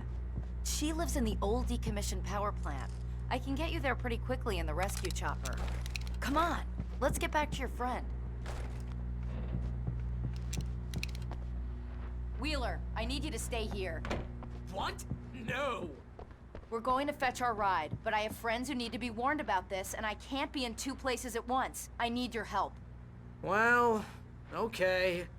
Here's a list of people and phone numbers. I need you to call them and tell them you have a message from me. Night Springs, okay? They'll know what to do. Night Springs? Like the TV show? Gotcha. Oh, hey, that radio guy is on the list, Maine. Who's Frank Breaker? He related to you? My dad. Hey, is this like a secret society? Can you do this? You'll be safe here. The backup power's on. These guys need to be alerted, just in case we don't come back. You'll come back for me though, right? As soon as we get the chopper ready. Thanks, Wheeler. I owe you one. Okay, let's go, Wake. Through the back. My hangover wants a pizza. You think there's any way I could order one, Al?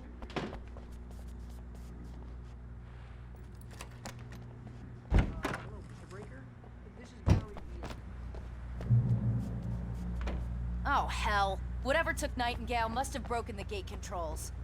We can't reach the gate's control box from here. We need to get to the other side over the rooftop. I'll go.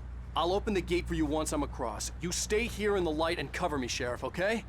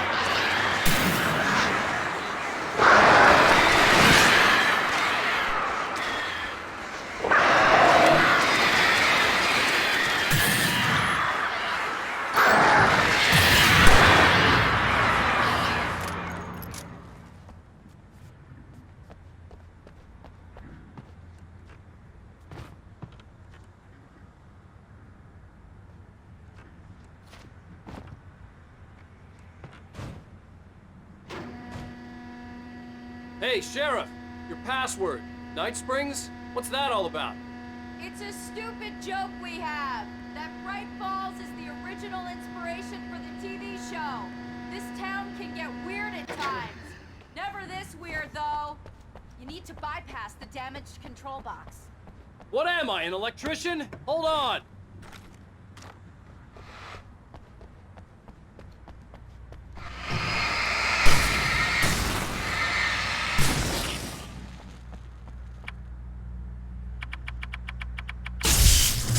Damn, that's smart.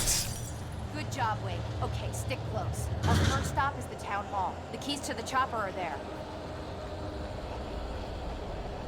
Look out! Over there!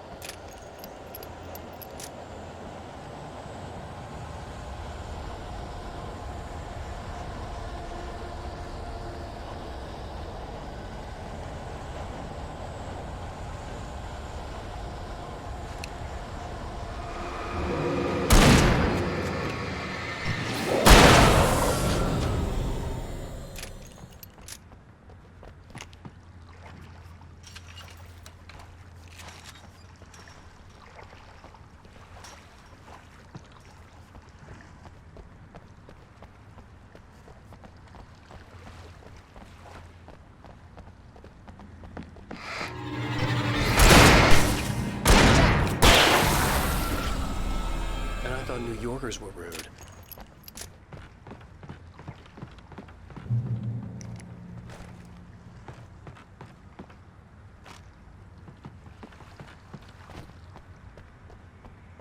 You have the right to remain.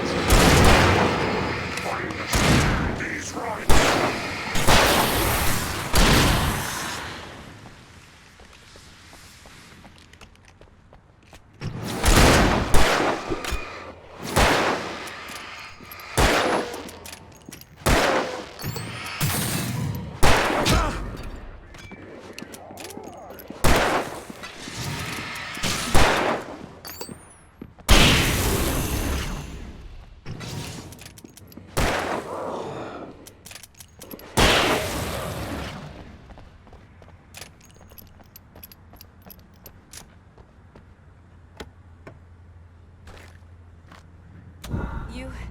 You okay, Wake?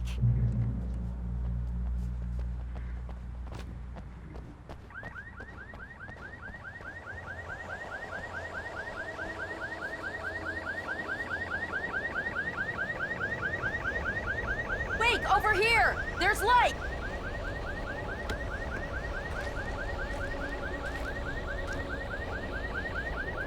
I have a key. Watch my back, Wake.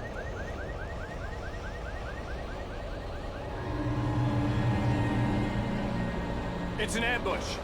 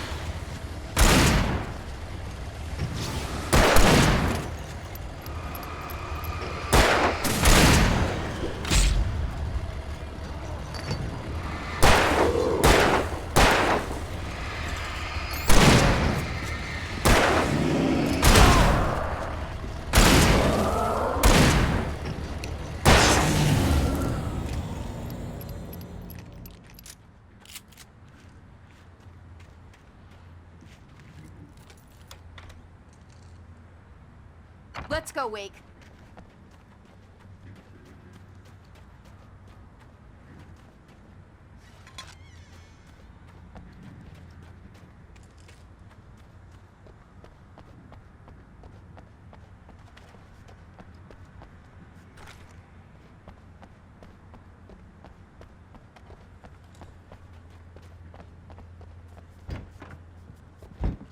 Okay, someone's messed with the fuse box here, but you should be able to jury-rig it while I find the keys.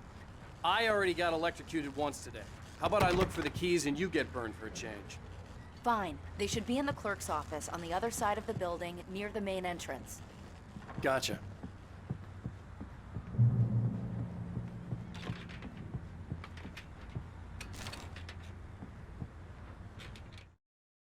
The darkness that wore Barbara Jagger's face was furious. The story in the manuscript had been making it stronger all the time, but now the light had set the writer free and heard it. Weakened.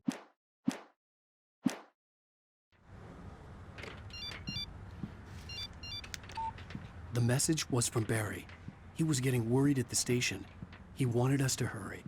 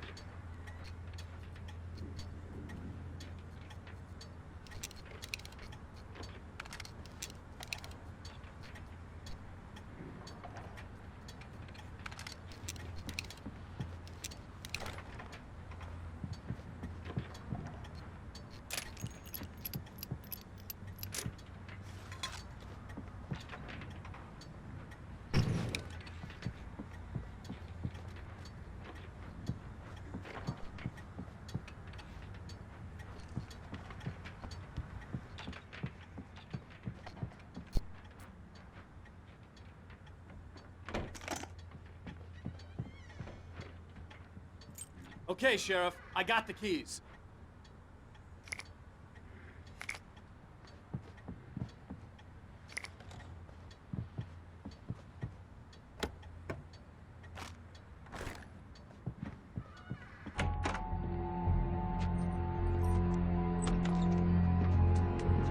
Barry?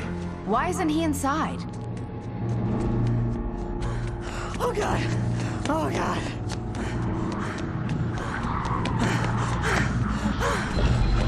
Barry! Look out! Barry, move!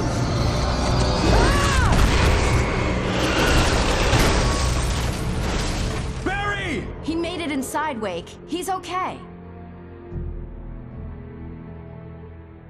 The storefront's blocked. Come on, Wake. Let's go around. We can meet him in the back.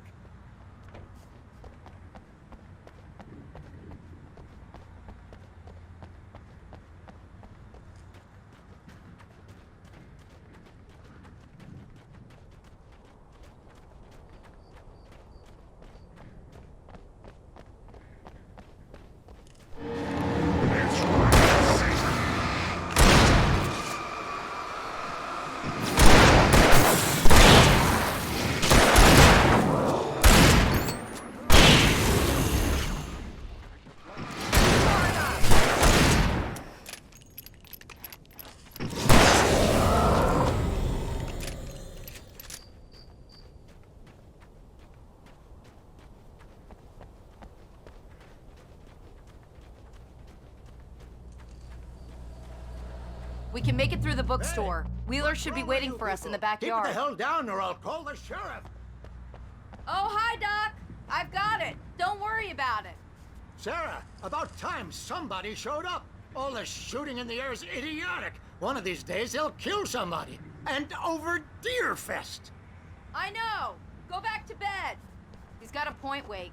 Look, this town can't take this. It's me they want. The sooner I get out of here, the sooner you can all get back to life as usual. I hope you're right. Come on, let me get this door open. Wait, you got the keys to the bookstore? Perks of being the sheriff. A girl needs to get around.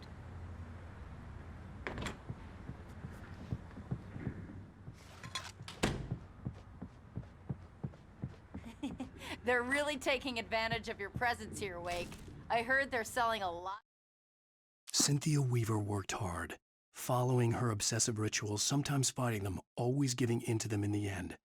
She haunted the halls of Bright Falls abandoned power plant. She marked her caches with light-sensitive paint that could only be seen by eyes that... Your Alex Casey books. Right now, I'm not a big fan of my own writing.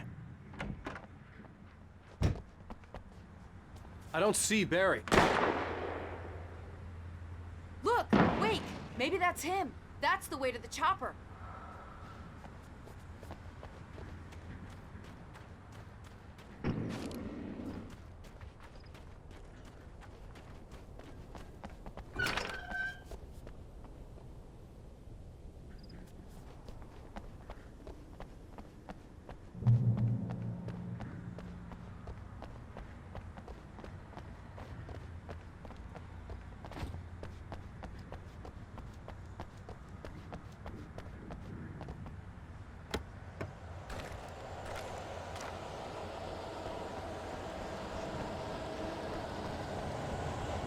I'm gonna give Pastor Howard a piece of my mind about this lock. I told him to get it fixed. Here they come! Let's take a break!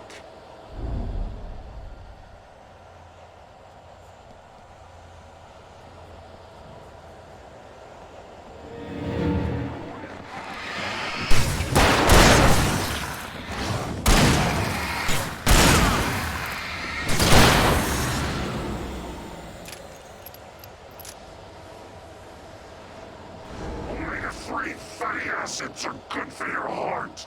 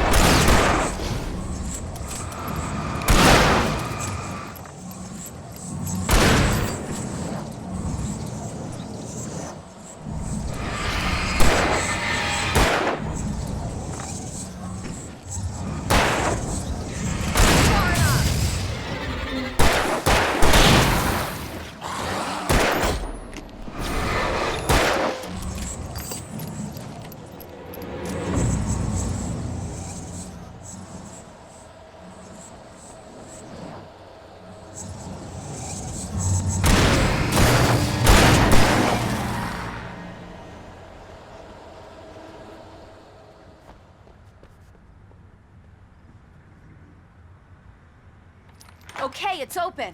Let's go, Wake.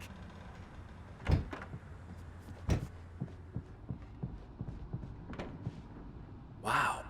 We keep them lit all night long on the night before Deerfest. Why? Well, it's tradition.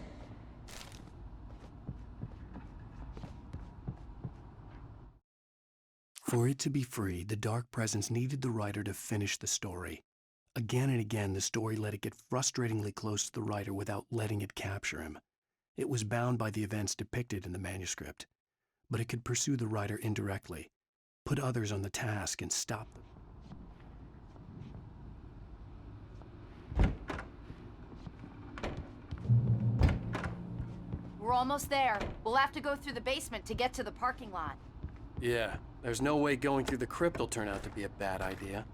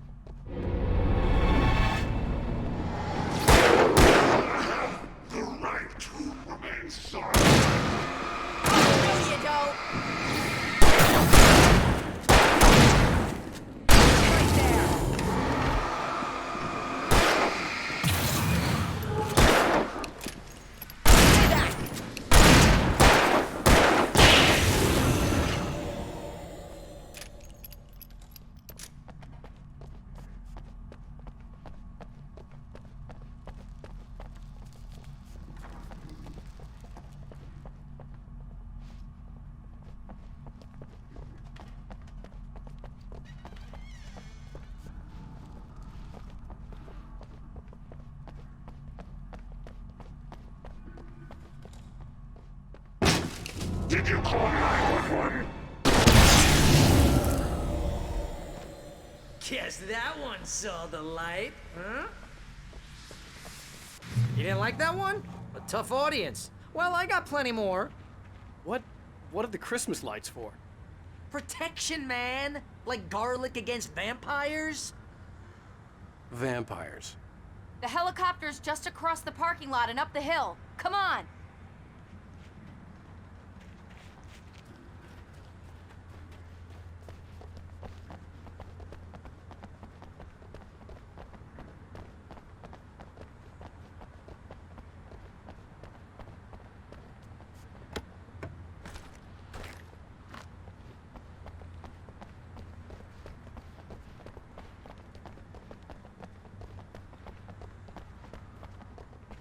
The Bright Falls General Store is now my favorite place in the entire world.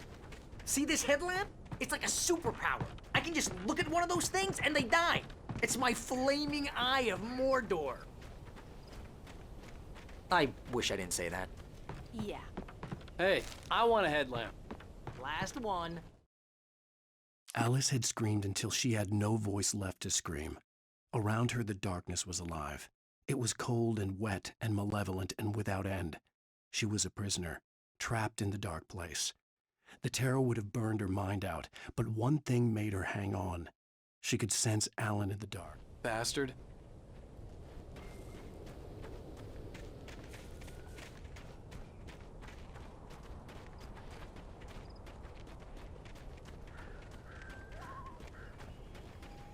When someone throws a damn school bus at your head and you're about to take a helicopter ride with someone who may or may not have a pilot's license, you're cleared for departure to Night Springs.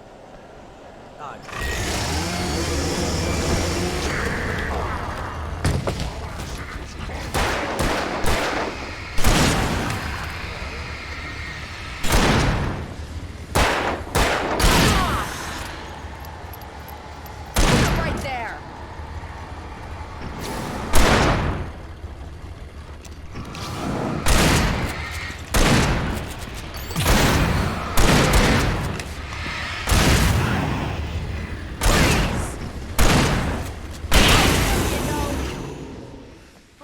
Never gonna get used to this.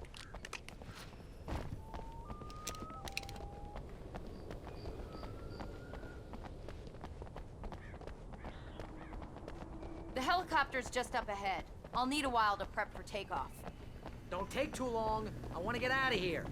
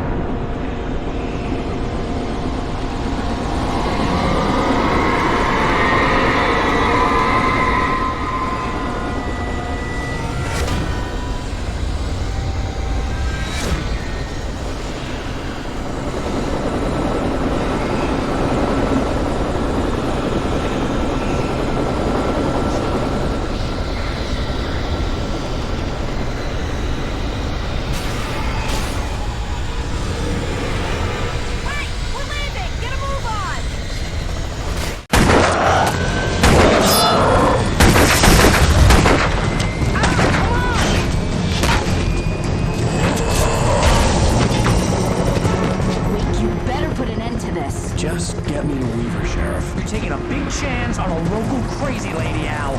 I hope you're right about her, or we can kiss this town goodbye.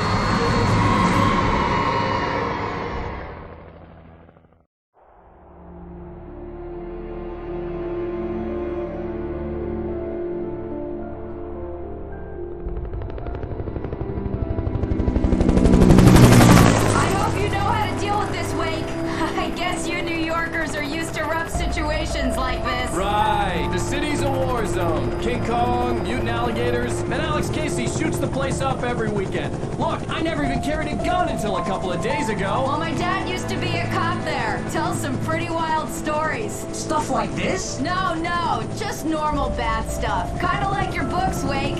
I used to tease Dad that he was just like Alex Casey. You've read me. Oh, sure. You're a pretty good writer. A little heavy on the metaphors, maybe. Nobody's ever said that before. We're coming up on the power plant. See the lit building over there? And that's the dam further up the river. I can't land here. I'll take her down the road across the river. Just get me there, Sheriff.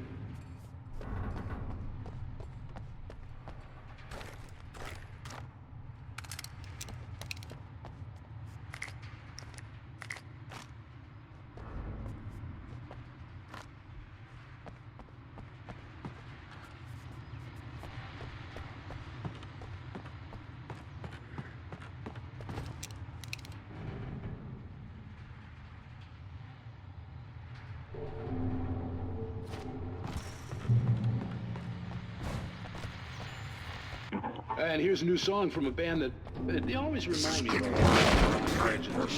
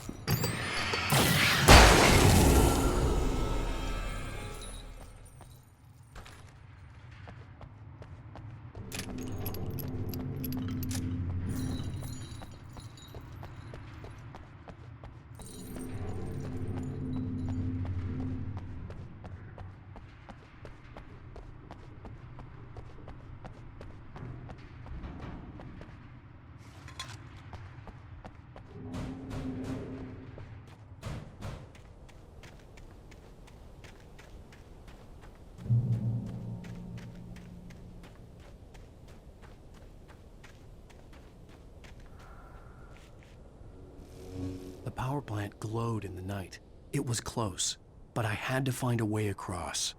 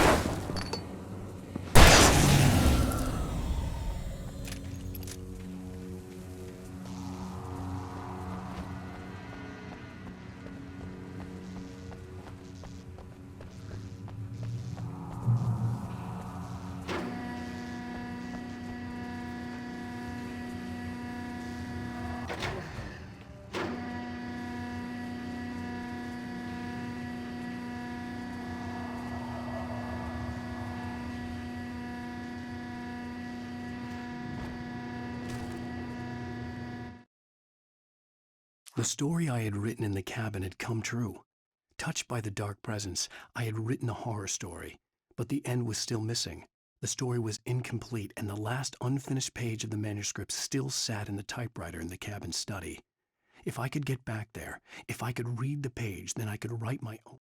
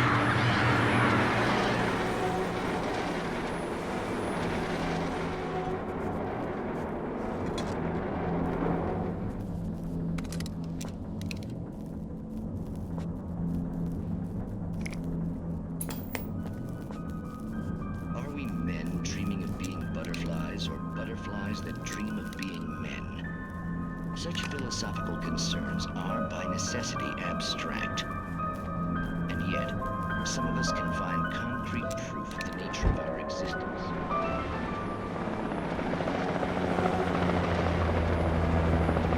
We managed to lose the flock! You're almost at the power plant! Keep going! I'll give you support!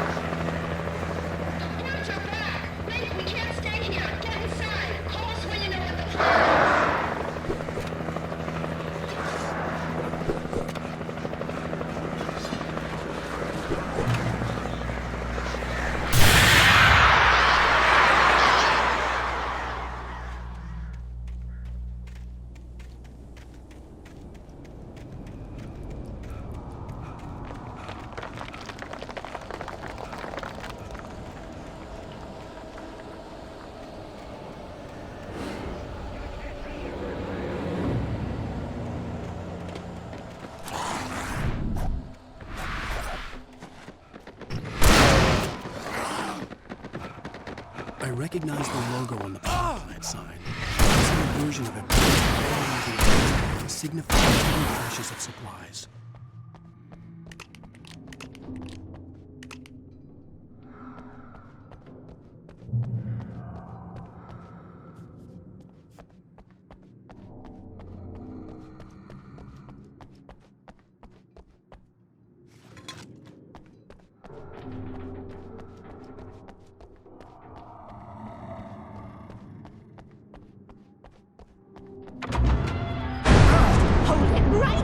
Miss Weaver! Cynthia! I'm a friend! Prove it! You knew Zane! Thomas Zane! You're the Lady of the Light in the song! You can help me! About time! Young man, I've been waiting a very long time for you.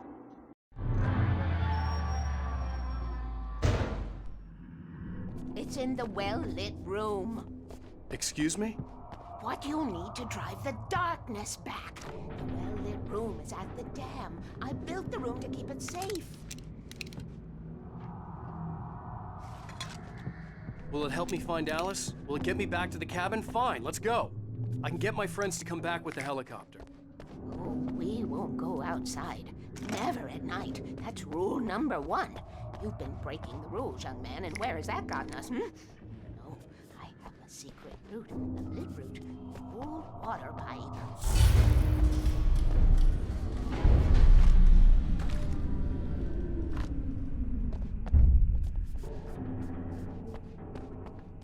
Something was damaged at the transformer yard. It's draining all the reserve power. Without it, the pipe will go dark. The power to the yard must be cut.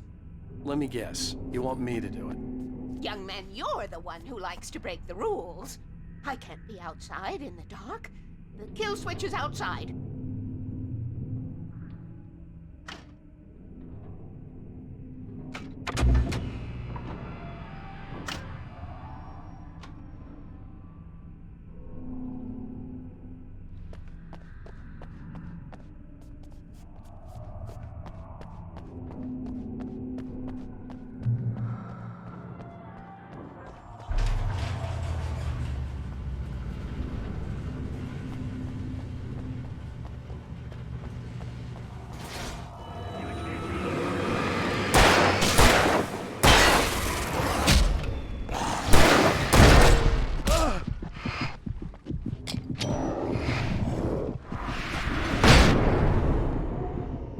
Weaver had sent me to cut the power to the transformer yard.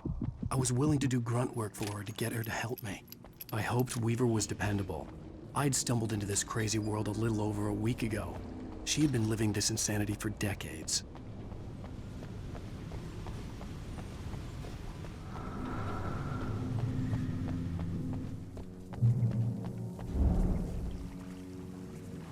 I could see the kill switch that would cut the power to the transformer yard. Now I had to find a way to reach it.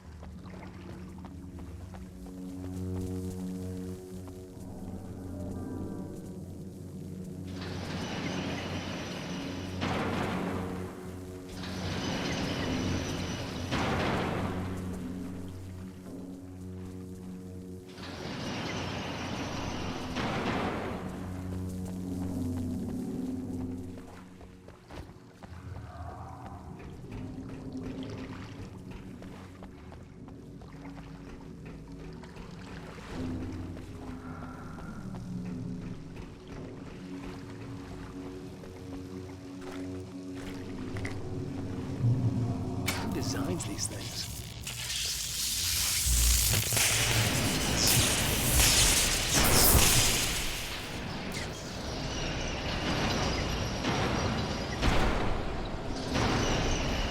The transformer yard went dark and dead.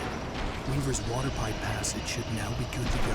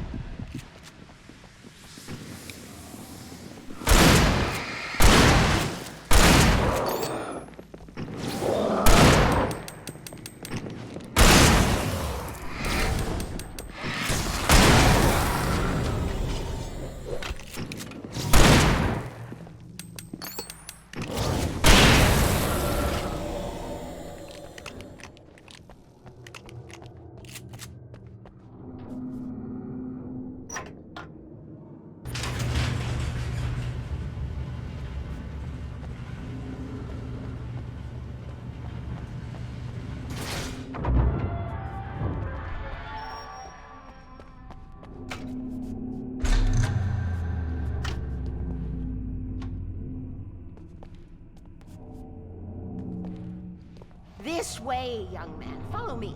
Come, come, the pipe's empty now. We're ready to go.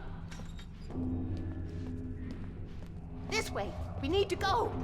I knew them both, Tom and Barbara. I had such a crush on him. Such a beautiful man. I was jealous. There was a part of me that was maybe a little glad when she had the accident. And then Tom started writing and woke the darkness up. He tried to bring her back, but you can't do that. There are no free rides like that. I'm starting to realize that. In that case, young man, perhaps you're a smarter man than Tom was. The witch looked like her, but it wasn't. Barbara was sweet. He didn't understand until it was too late. He tried to undo it, wrote himself, her, everything he'd ever written out of the world. Oh, he was so famous. And afterward, no one knew. Oh, Tom. He left only one thing behind in my care, in case it happened again. Insurance. He trusted me. Or perhaps used me a little. Tom knew how I felt. Knew I wouldn't refuse him. I built the well-lit room and put it there. It's been waiting for you. We are characters trapped in a story you have written, and none of us will survive to see the end of it if the darkness isn't stopped. She'll twist the story to her own dark ends. How do you know all this? Tom, that's the way he wrote it. He still talks to me, you know, in television, beyond, from below. We have both been touched by the darkness, young man. He saved us both with light, but the darkness stays with you. Leaves a stain. This pipe will take us directly to the well-lit room. Okay, I need to call my friends, tell them where we're going. Hello? Al! Barry, we're headed to the dam in one of the pipes. Meet us there. Okay, I'll tell Sarah. It's Sarah now? Whoa! No! For the sweet love of... Barry! Barry! We gotta go see if they're okay. They're probably dead. You must reach the well-lit room. This is no time to be a selfish idiot. That's my best friend!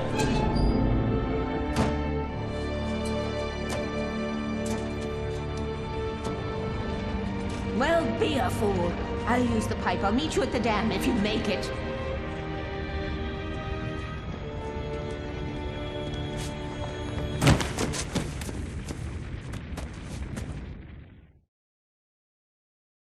At least I didn't have to worry about her. She knew how to stay safe.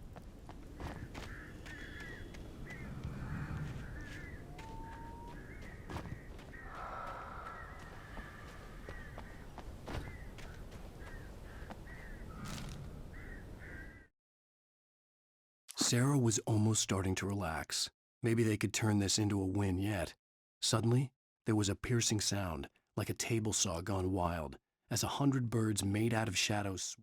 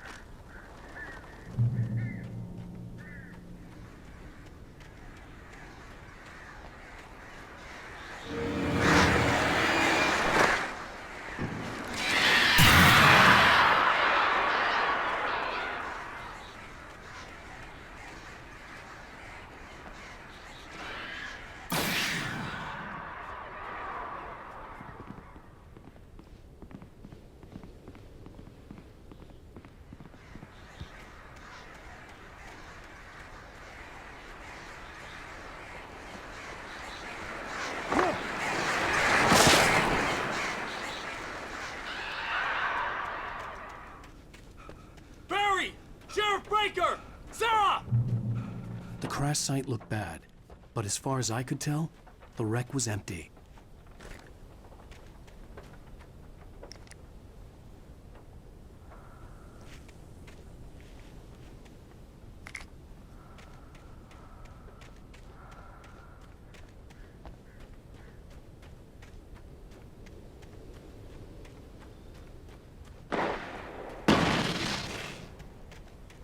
Barry! Barry!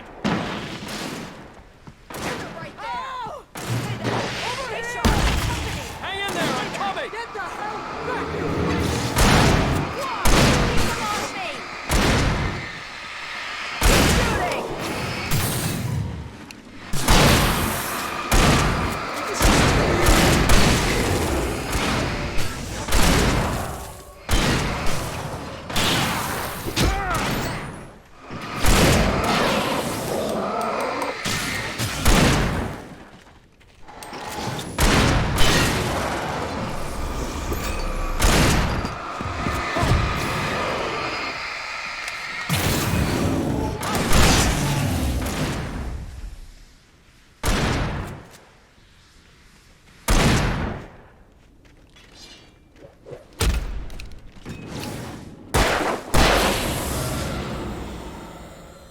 You know when to make an entrance, Wake. We were ready to make like Butch Cassidy and the Sundance Kid. I have a different ending in mind. Yeah, I'm fine. Thanks for asking. I knew you'd be all right. How's that? The flaming eye of Mordor? Ah, laugh it up, funny man. Didn't we have somewhere to go? Weaver will meet us at the dam.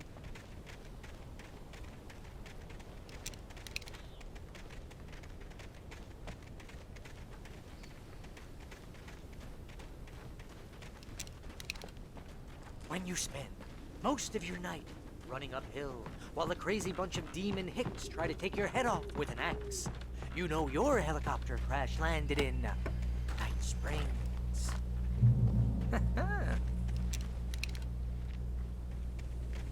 Ooh, I should have kept that gym membership.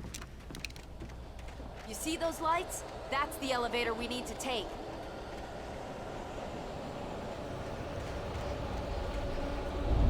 You can't beat a good mind.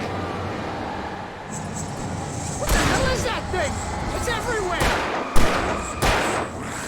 Oh crap, there's more than one of them! Nothing moves like that, it's impossible! Ah! Al! Do something! He's too fast! I can't get a shot! Al, they're all over the place! How many of them are there? Where'd that one go? Ah, this can't be happening! Over there! That's far enough! Look out! One of them slipped away! Was that it? Are we safe? That was... wow. I think we're okay. Be careful, huh? Wait, call the elevator. Hey, I'm Al, keeping I got watch. a bad feeling. I think I hear Let's something keep moving our eyes around. open.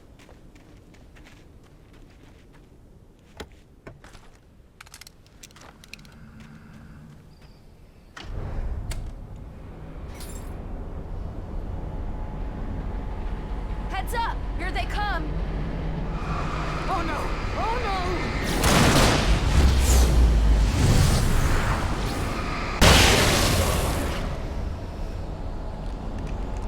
They're coming! We have to hold them off!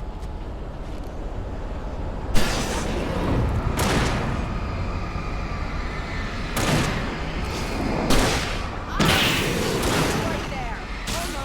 Oh no!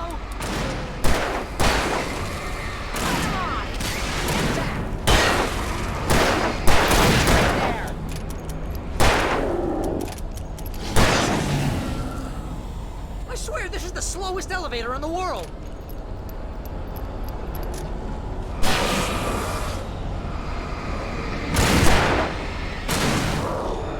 It's almost here, Wake. Just hold on. Right there.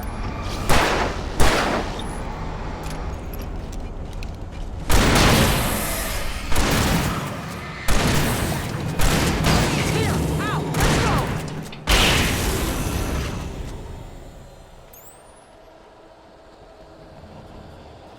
Al, hit the button.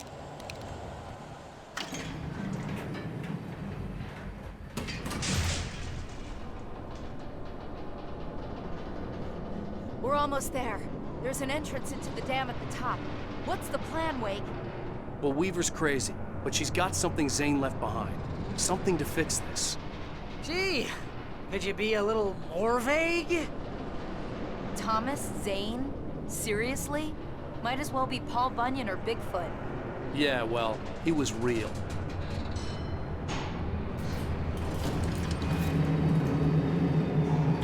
Let's be careful, okay? Oh, jeez, I hate this.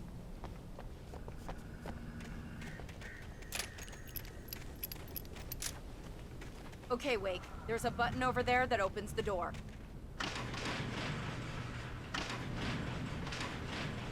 I think something's broken. Hold the button down so we can get in.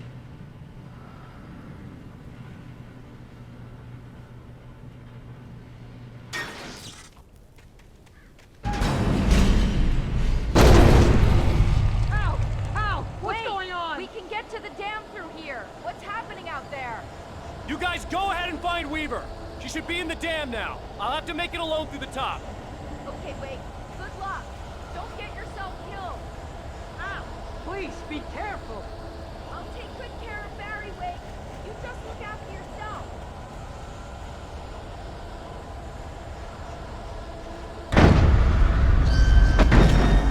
You gotta be kidding me.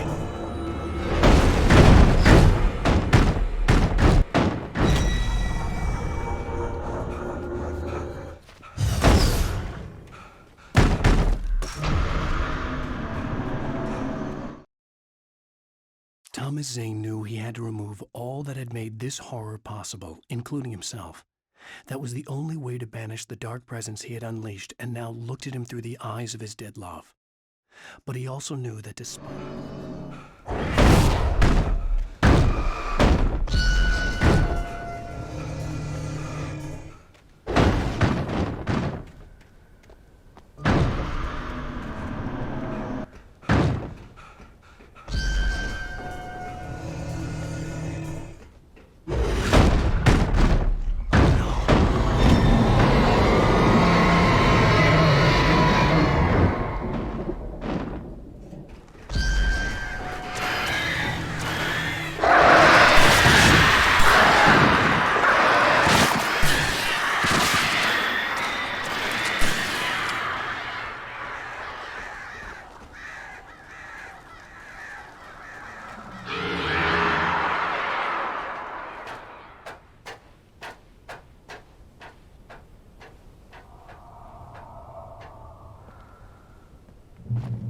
Fishing can be a hobby or a job. I was ridiculously outnumbered. The searchlight could even the odds.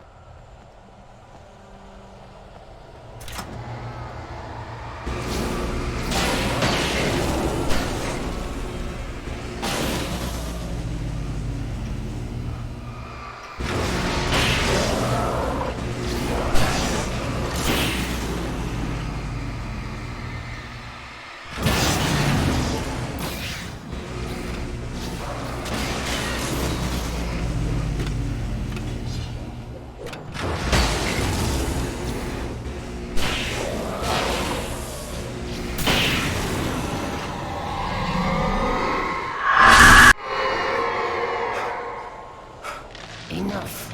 You will go no further.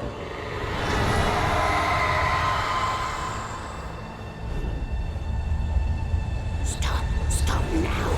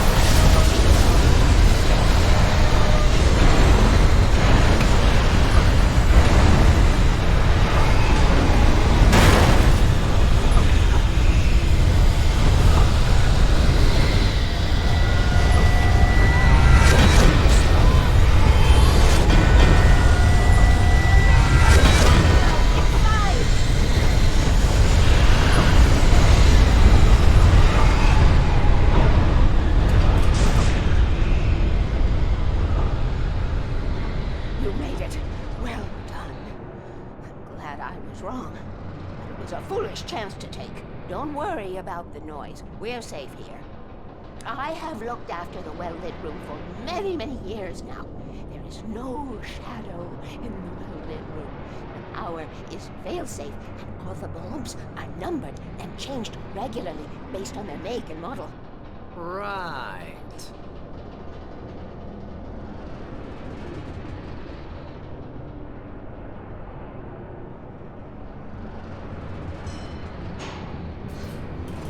There's an old army base at Raid Cove Point, north of here. It was active during the Second World War. They operated here back then.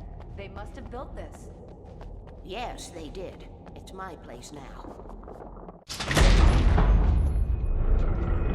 Take it, and I won't need to worry about the room anymore, because 6 and 33 and 118 need changing soon, and I don't want to climb up the ladder to change them because it's very late, and I'm tired. And if you take it, I won't have to do that anymore. The page was autobiographical, a memory from my childhood. But I didn't write this. It was a page written by Thomas Zane. None of them were supposed to exist anymore. Alan, 7 years old, would fight sleep to the bitter end. When he did sleep, he soon woke up, screaming, the nightmares fresh in his mind. One evening, his mother, sitting by his bed, offered him an old light switch. She called it the clicker, and flicking the switch would turn on a magical light that would drive the beast away. To imbue the talisman with all possible power, she added that it had been given to her by Alan's father. Alan never knew him, and anything of his took on mythical proportions in his mind. With the clicker firmly in his hand, Alan finally slept like a baby. Now, almost 30 years later, Alan thought of this as he stood on the rim of Cauldron Lake, the clicker in his hand. He took a deep breath and jumped. My mind swirled. I'd given the clicker to Alice, yet it was here. Zane had written it into existence in a story I had written. I can get to her now. I can finish this.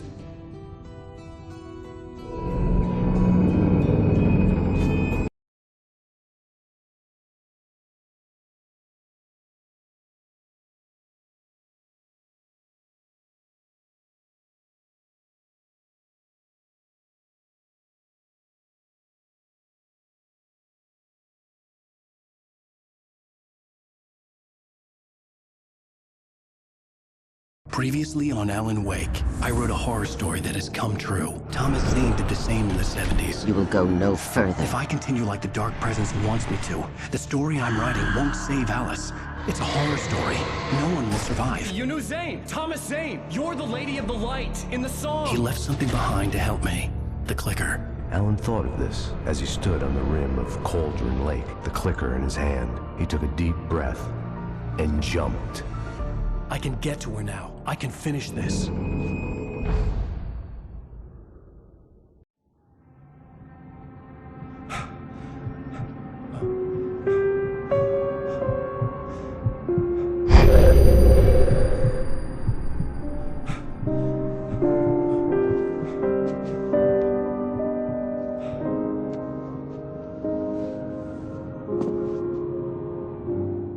I had a hangover. My head was about to explode and the light hurt my eyes. I needed my sunglasses and painkillers to dull the pain. In one of my finer moments of self-deception, I swore to quit drinking.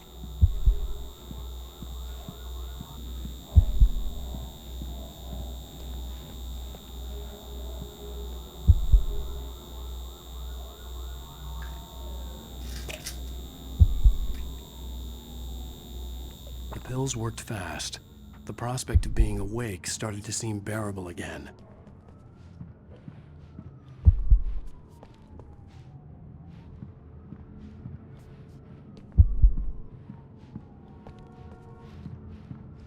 The lights were like needles in my eyes. I needed my sunglasses.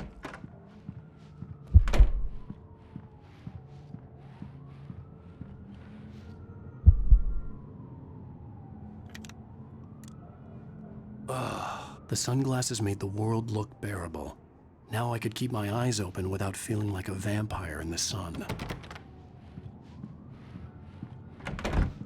There was a message waiting for me on the machine.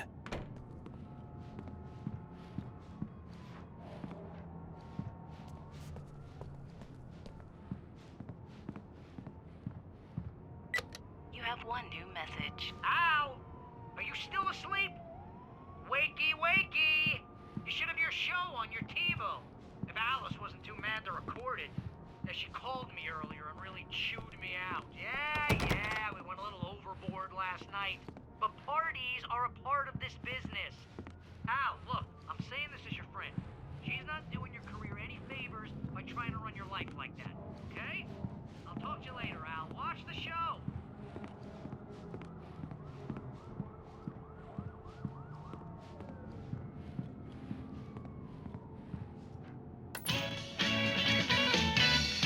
Ladies and gentlemen, welcome back to the Harry Gallic Show. Thank you. Thank you, everybody. We have a great show tonight. I've been talking with the best-selling author Alan Wake about his new book, The Sudden Stop. Yeah, good read. Go buy it.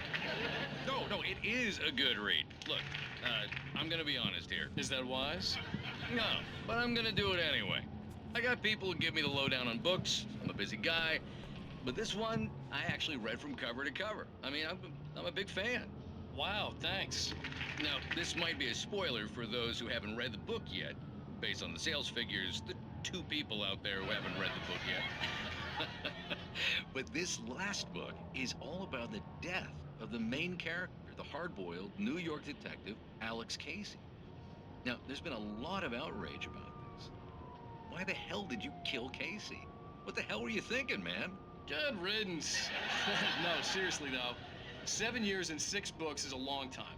He was a gloomy guy to spend all your working hours with, and it was a good run.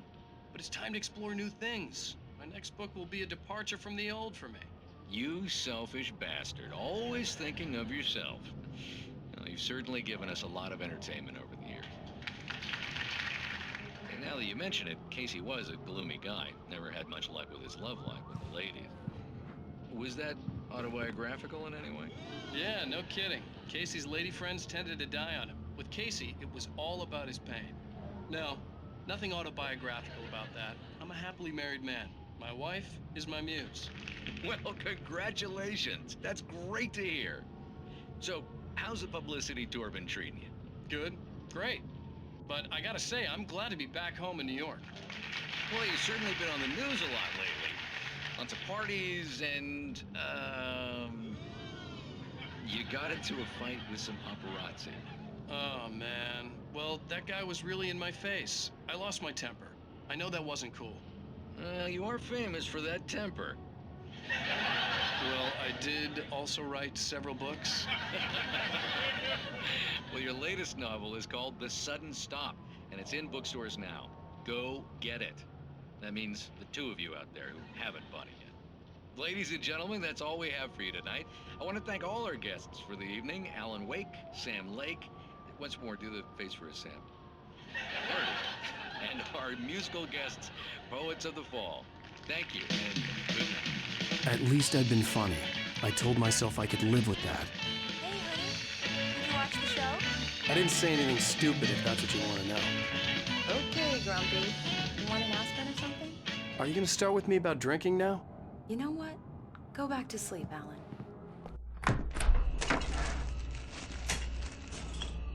What? Now you can't even talk to me? Well, this morning I was angry because you said you'd be home at midnight and you showed up at 7 a.m. and passed out in mid-sentence. Now I'm over it. Are you angry? This goddamn tour. It's gotten out of hand. Oh, honey. It's almost over, right?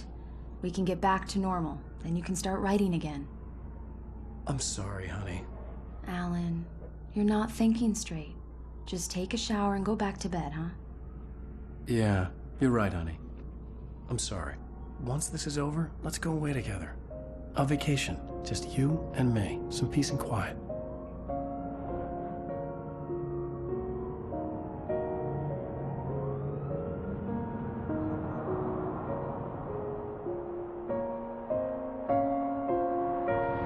Somehow, the clicker was the key to the cabin. I had to return to Cauldron Lake to save Alice.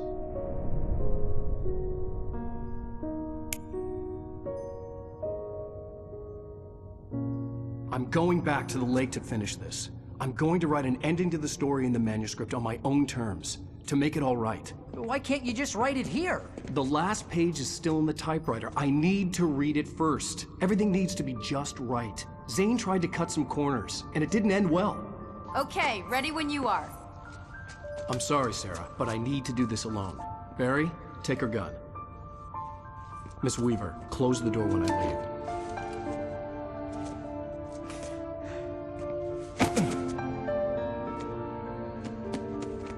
Good luck, Al. See you later.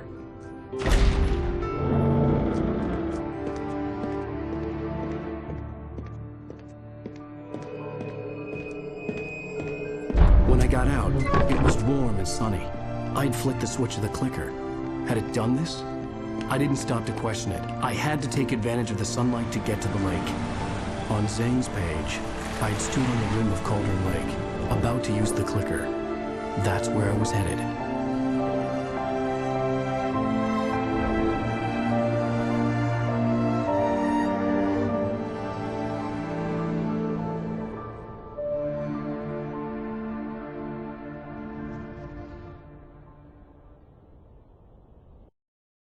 Alone, in daylight, surrounded by the beauty of the Pacific Northwest landscape. It was hard not to let doubt creep in one last time. I could still chalk everything up to a dream, a delusion. I had enough imagination to make up something like this, having been in the cabin all this time, trapped in a story inside my head, gone mad from grief over Alice's death like Hartman had claimed. There would be no way of knowing. I told myself it didn't really matter. My course was set.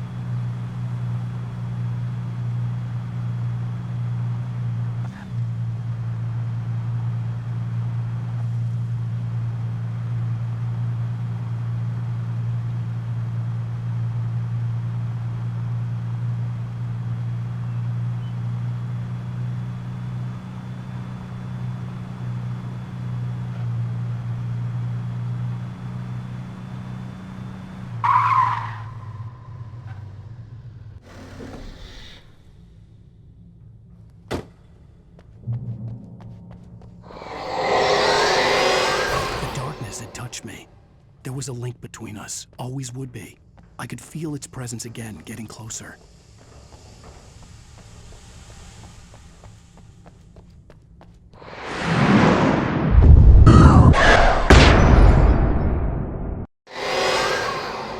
I will kill your wife.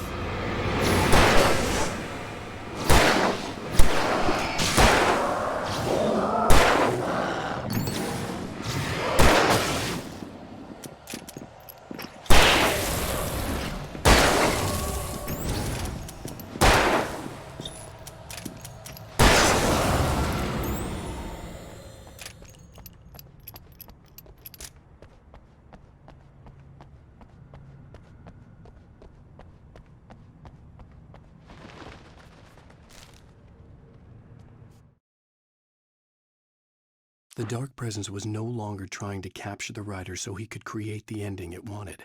The writer knew too much. He was too strong. And he carried a weapon left behind by Thomas Zane, something that could hurt it. Now, the darkness was doing everything in its power to simply stop the writer from ever reaching Cauldron Lake.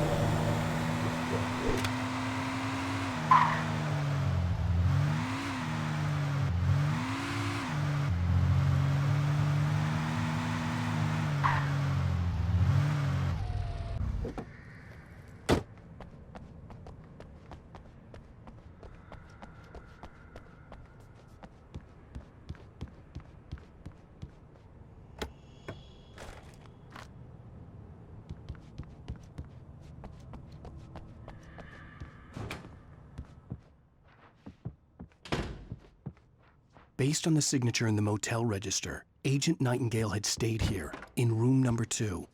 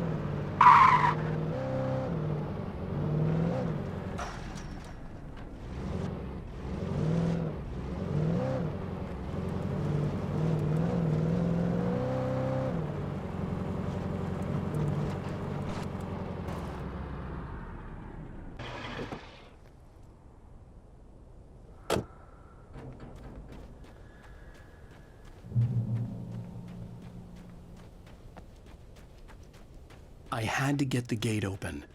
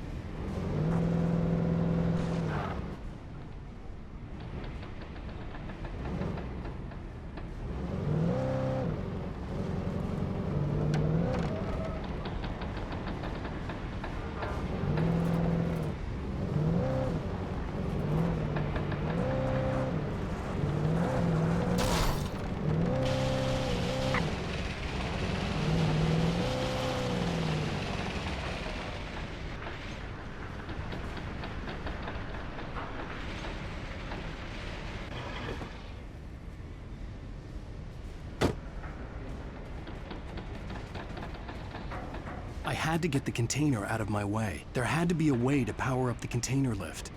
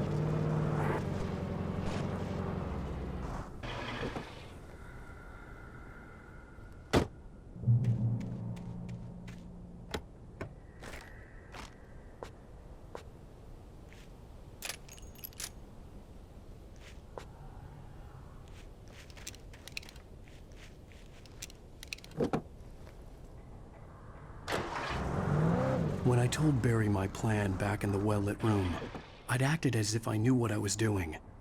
I didn't. I was operating on the shifting logic of a dream. I had to fight my way to the lake through the horrors of the night. I had to flick an old battered light switch imbued with childhood magic. I had to write a happy ending to a horror story. I had to save my wife from the dark prison she was being held in.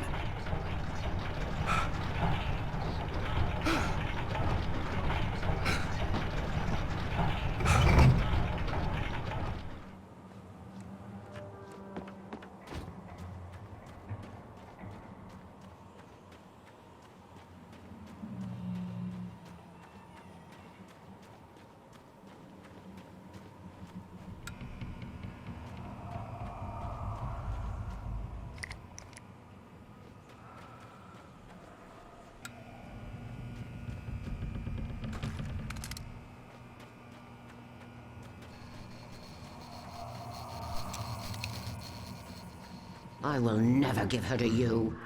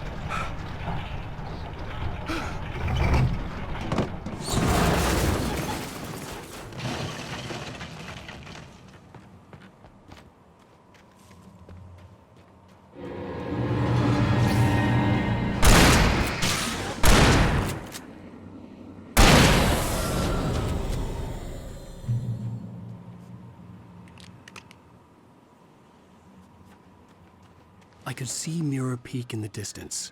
That's where Cauldron Lake was.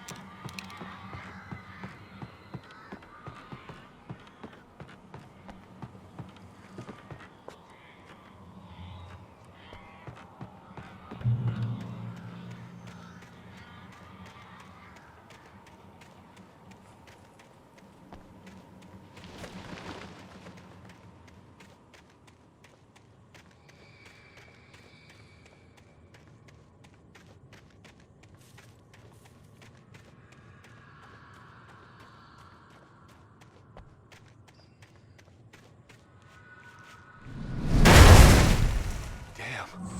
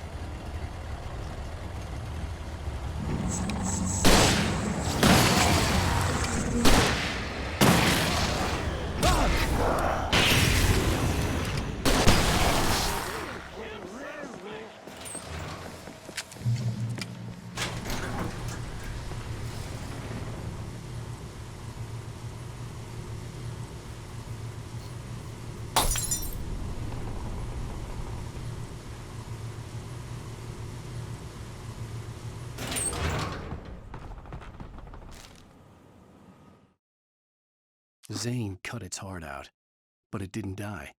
The thing that wore Barbara's face kept crooning sweet nothings sugar-laced with poison. He put on the suit, untied the monster from the chair. The thing in his arms thrashed weakly, but he held fast. He stepped outside. After Zane had gone, I stood alone in the shifting dream that was the dark place. I had to find a way to the cabin. I'd written myself a way through this place in the manuscript. I followed the idea of a path. I'd written myself across the ocean that blocked my way, and with that, there was a bridge to the...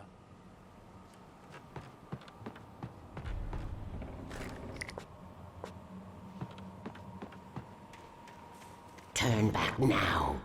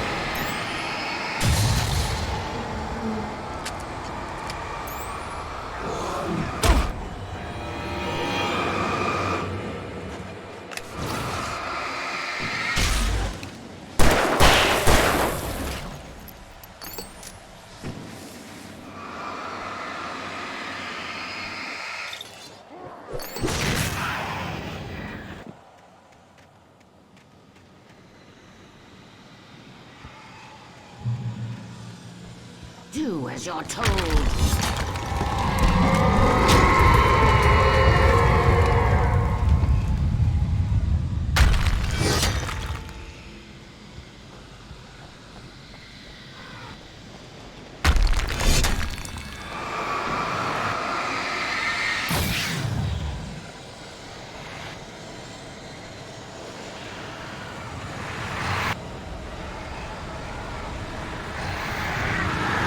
Never loved you.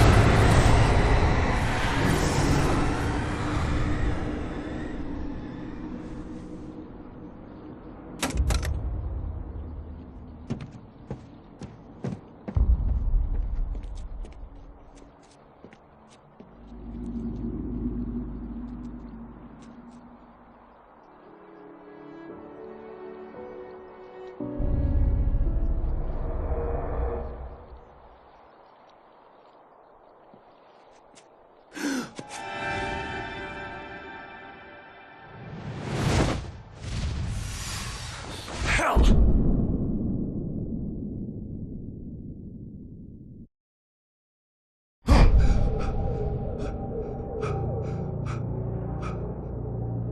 Shh, baby. You were having a bad dream. It was just another nightmare. No. Everything's fine. You're home. It wasn't a dream. Everything's fine. Turn the lights on. Turn the lights on! Shh, baby. The power's out. There's no light. Come back to bed and I'll make you forget all about your fear of the dark. My fear? It's your fear.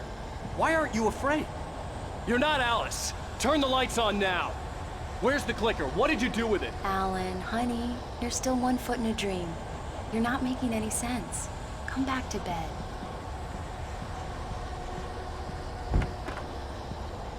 Alan, you're scaring me now. Come back to bed. Have you taken your pills? Do you want me to call Dr. Hartman? I read your manuscript. It's brilliant. Departure is your best work yet. You're a genius. I'm so proud of you. Come back to bed. We'll talk more about it in the morning. Come back to bed, Alan. Come back to bed, Tom.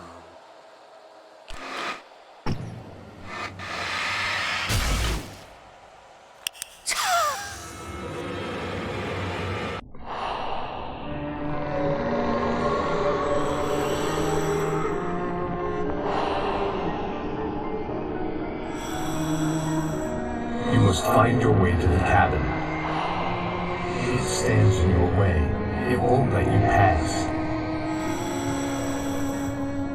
It has no heart. It's filled with darkness. You must fill its heart with light.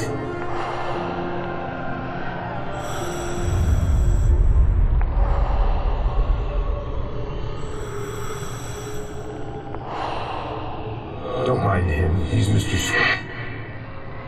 Your friends will meet him when you're gone.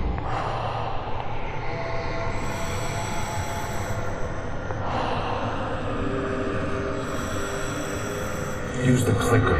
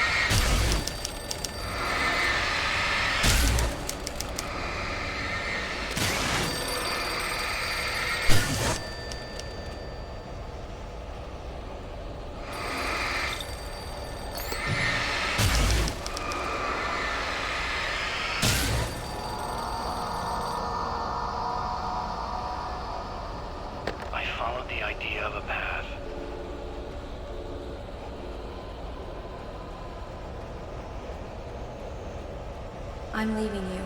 What? I'm leaving you, Alan. I met someone. I'm in love with someone else. Alice? No, what are you saying? You can't... You don't love me. How could you? You don't even love yourself. All you do is torture yourself in work you can't do anymore. No, I love you more than anything in the world. You're my muse. I'm not. Who are you? What have you done with my Alice? Alan? What are you doing? Put the light back on. What are you doing, Alan? Stop! Put the light back on! It wasn't true. Nothing like that had ever happened. You're not my Barbara. Tom, let me go. I promise to be good. Please, untie me, you naughty boy. I will help you write your masterpiece. I will love you forever. No, you're not Barbara Jagger. I made a terrible mistake. I should have never written you back. You came back wrong. Your heart is filled with darkness. Put that knife away, Thomas. Put it down. Heart is filled with darkness. Cut it out. Take you back to the depths of caveman.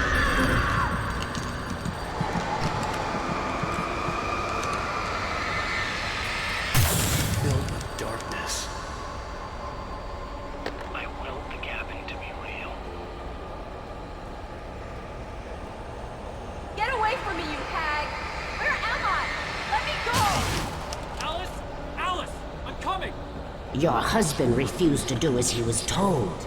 All he had to do was write what I wanted.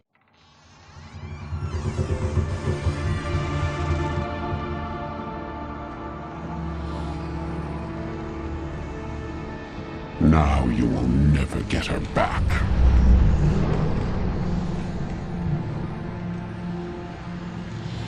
I am much older than you. Older than your first work of art. I will find a new face to wear. Someone else to dream me free.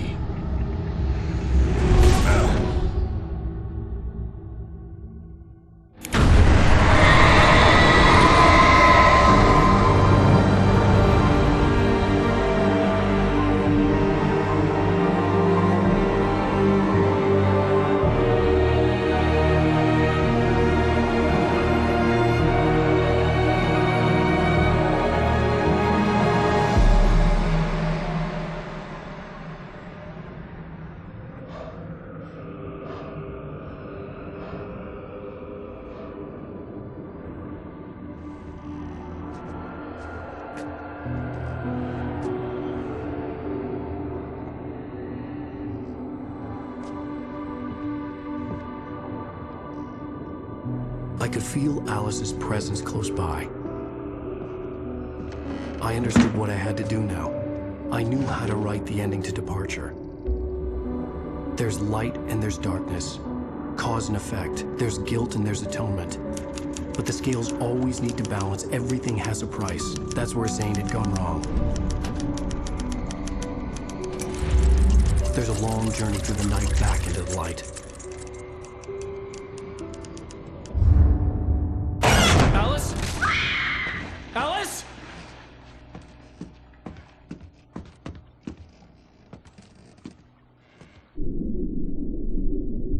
Oh no!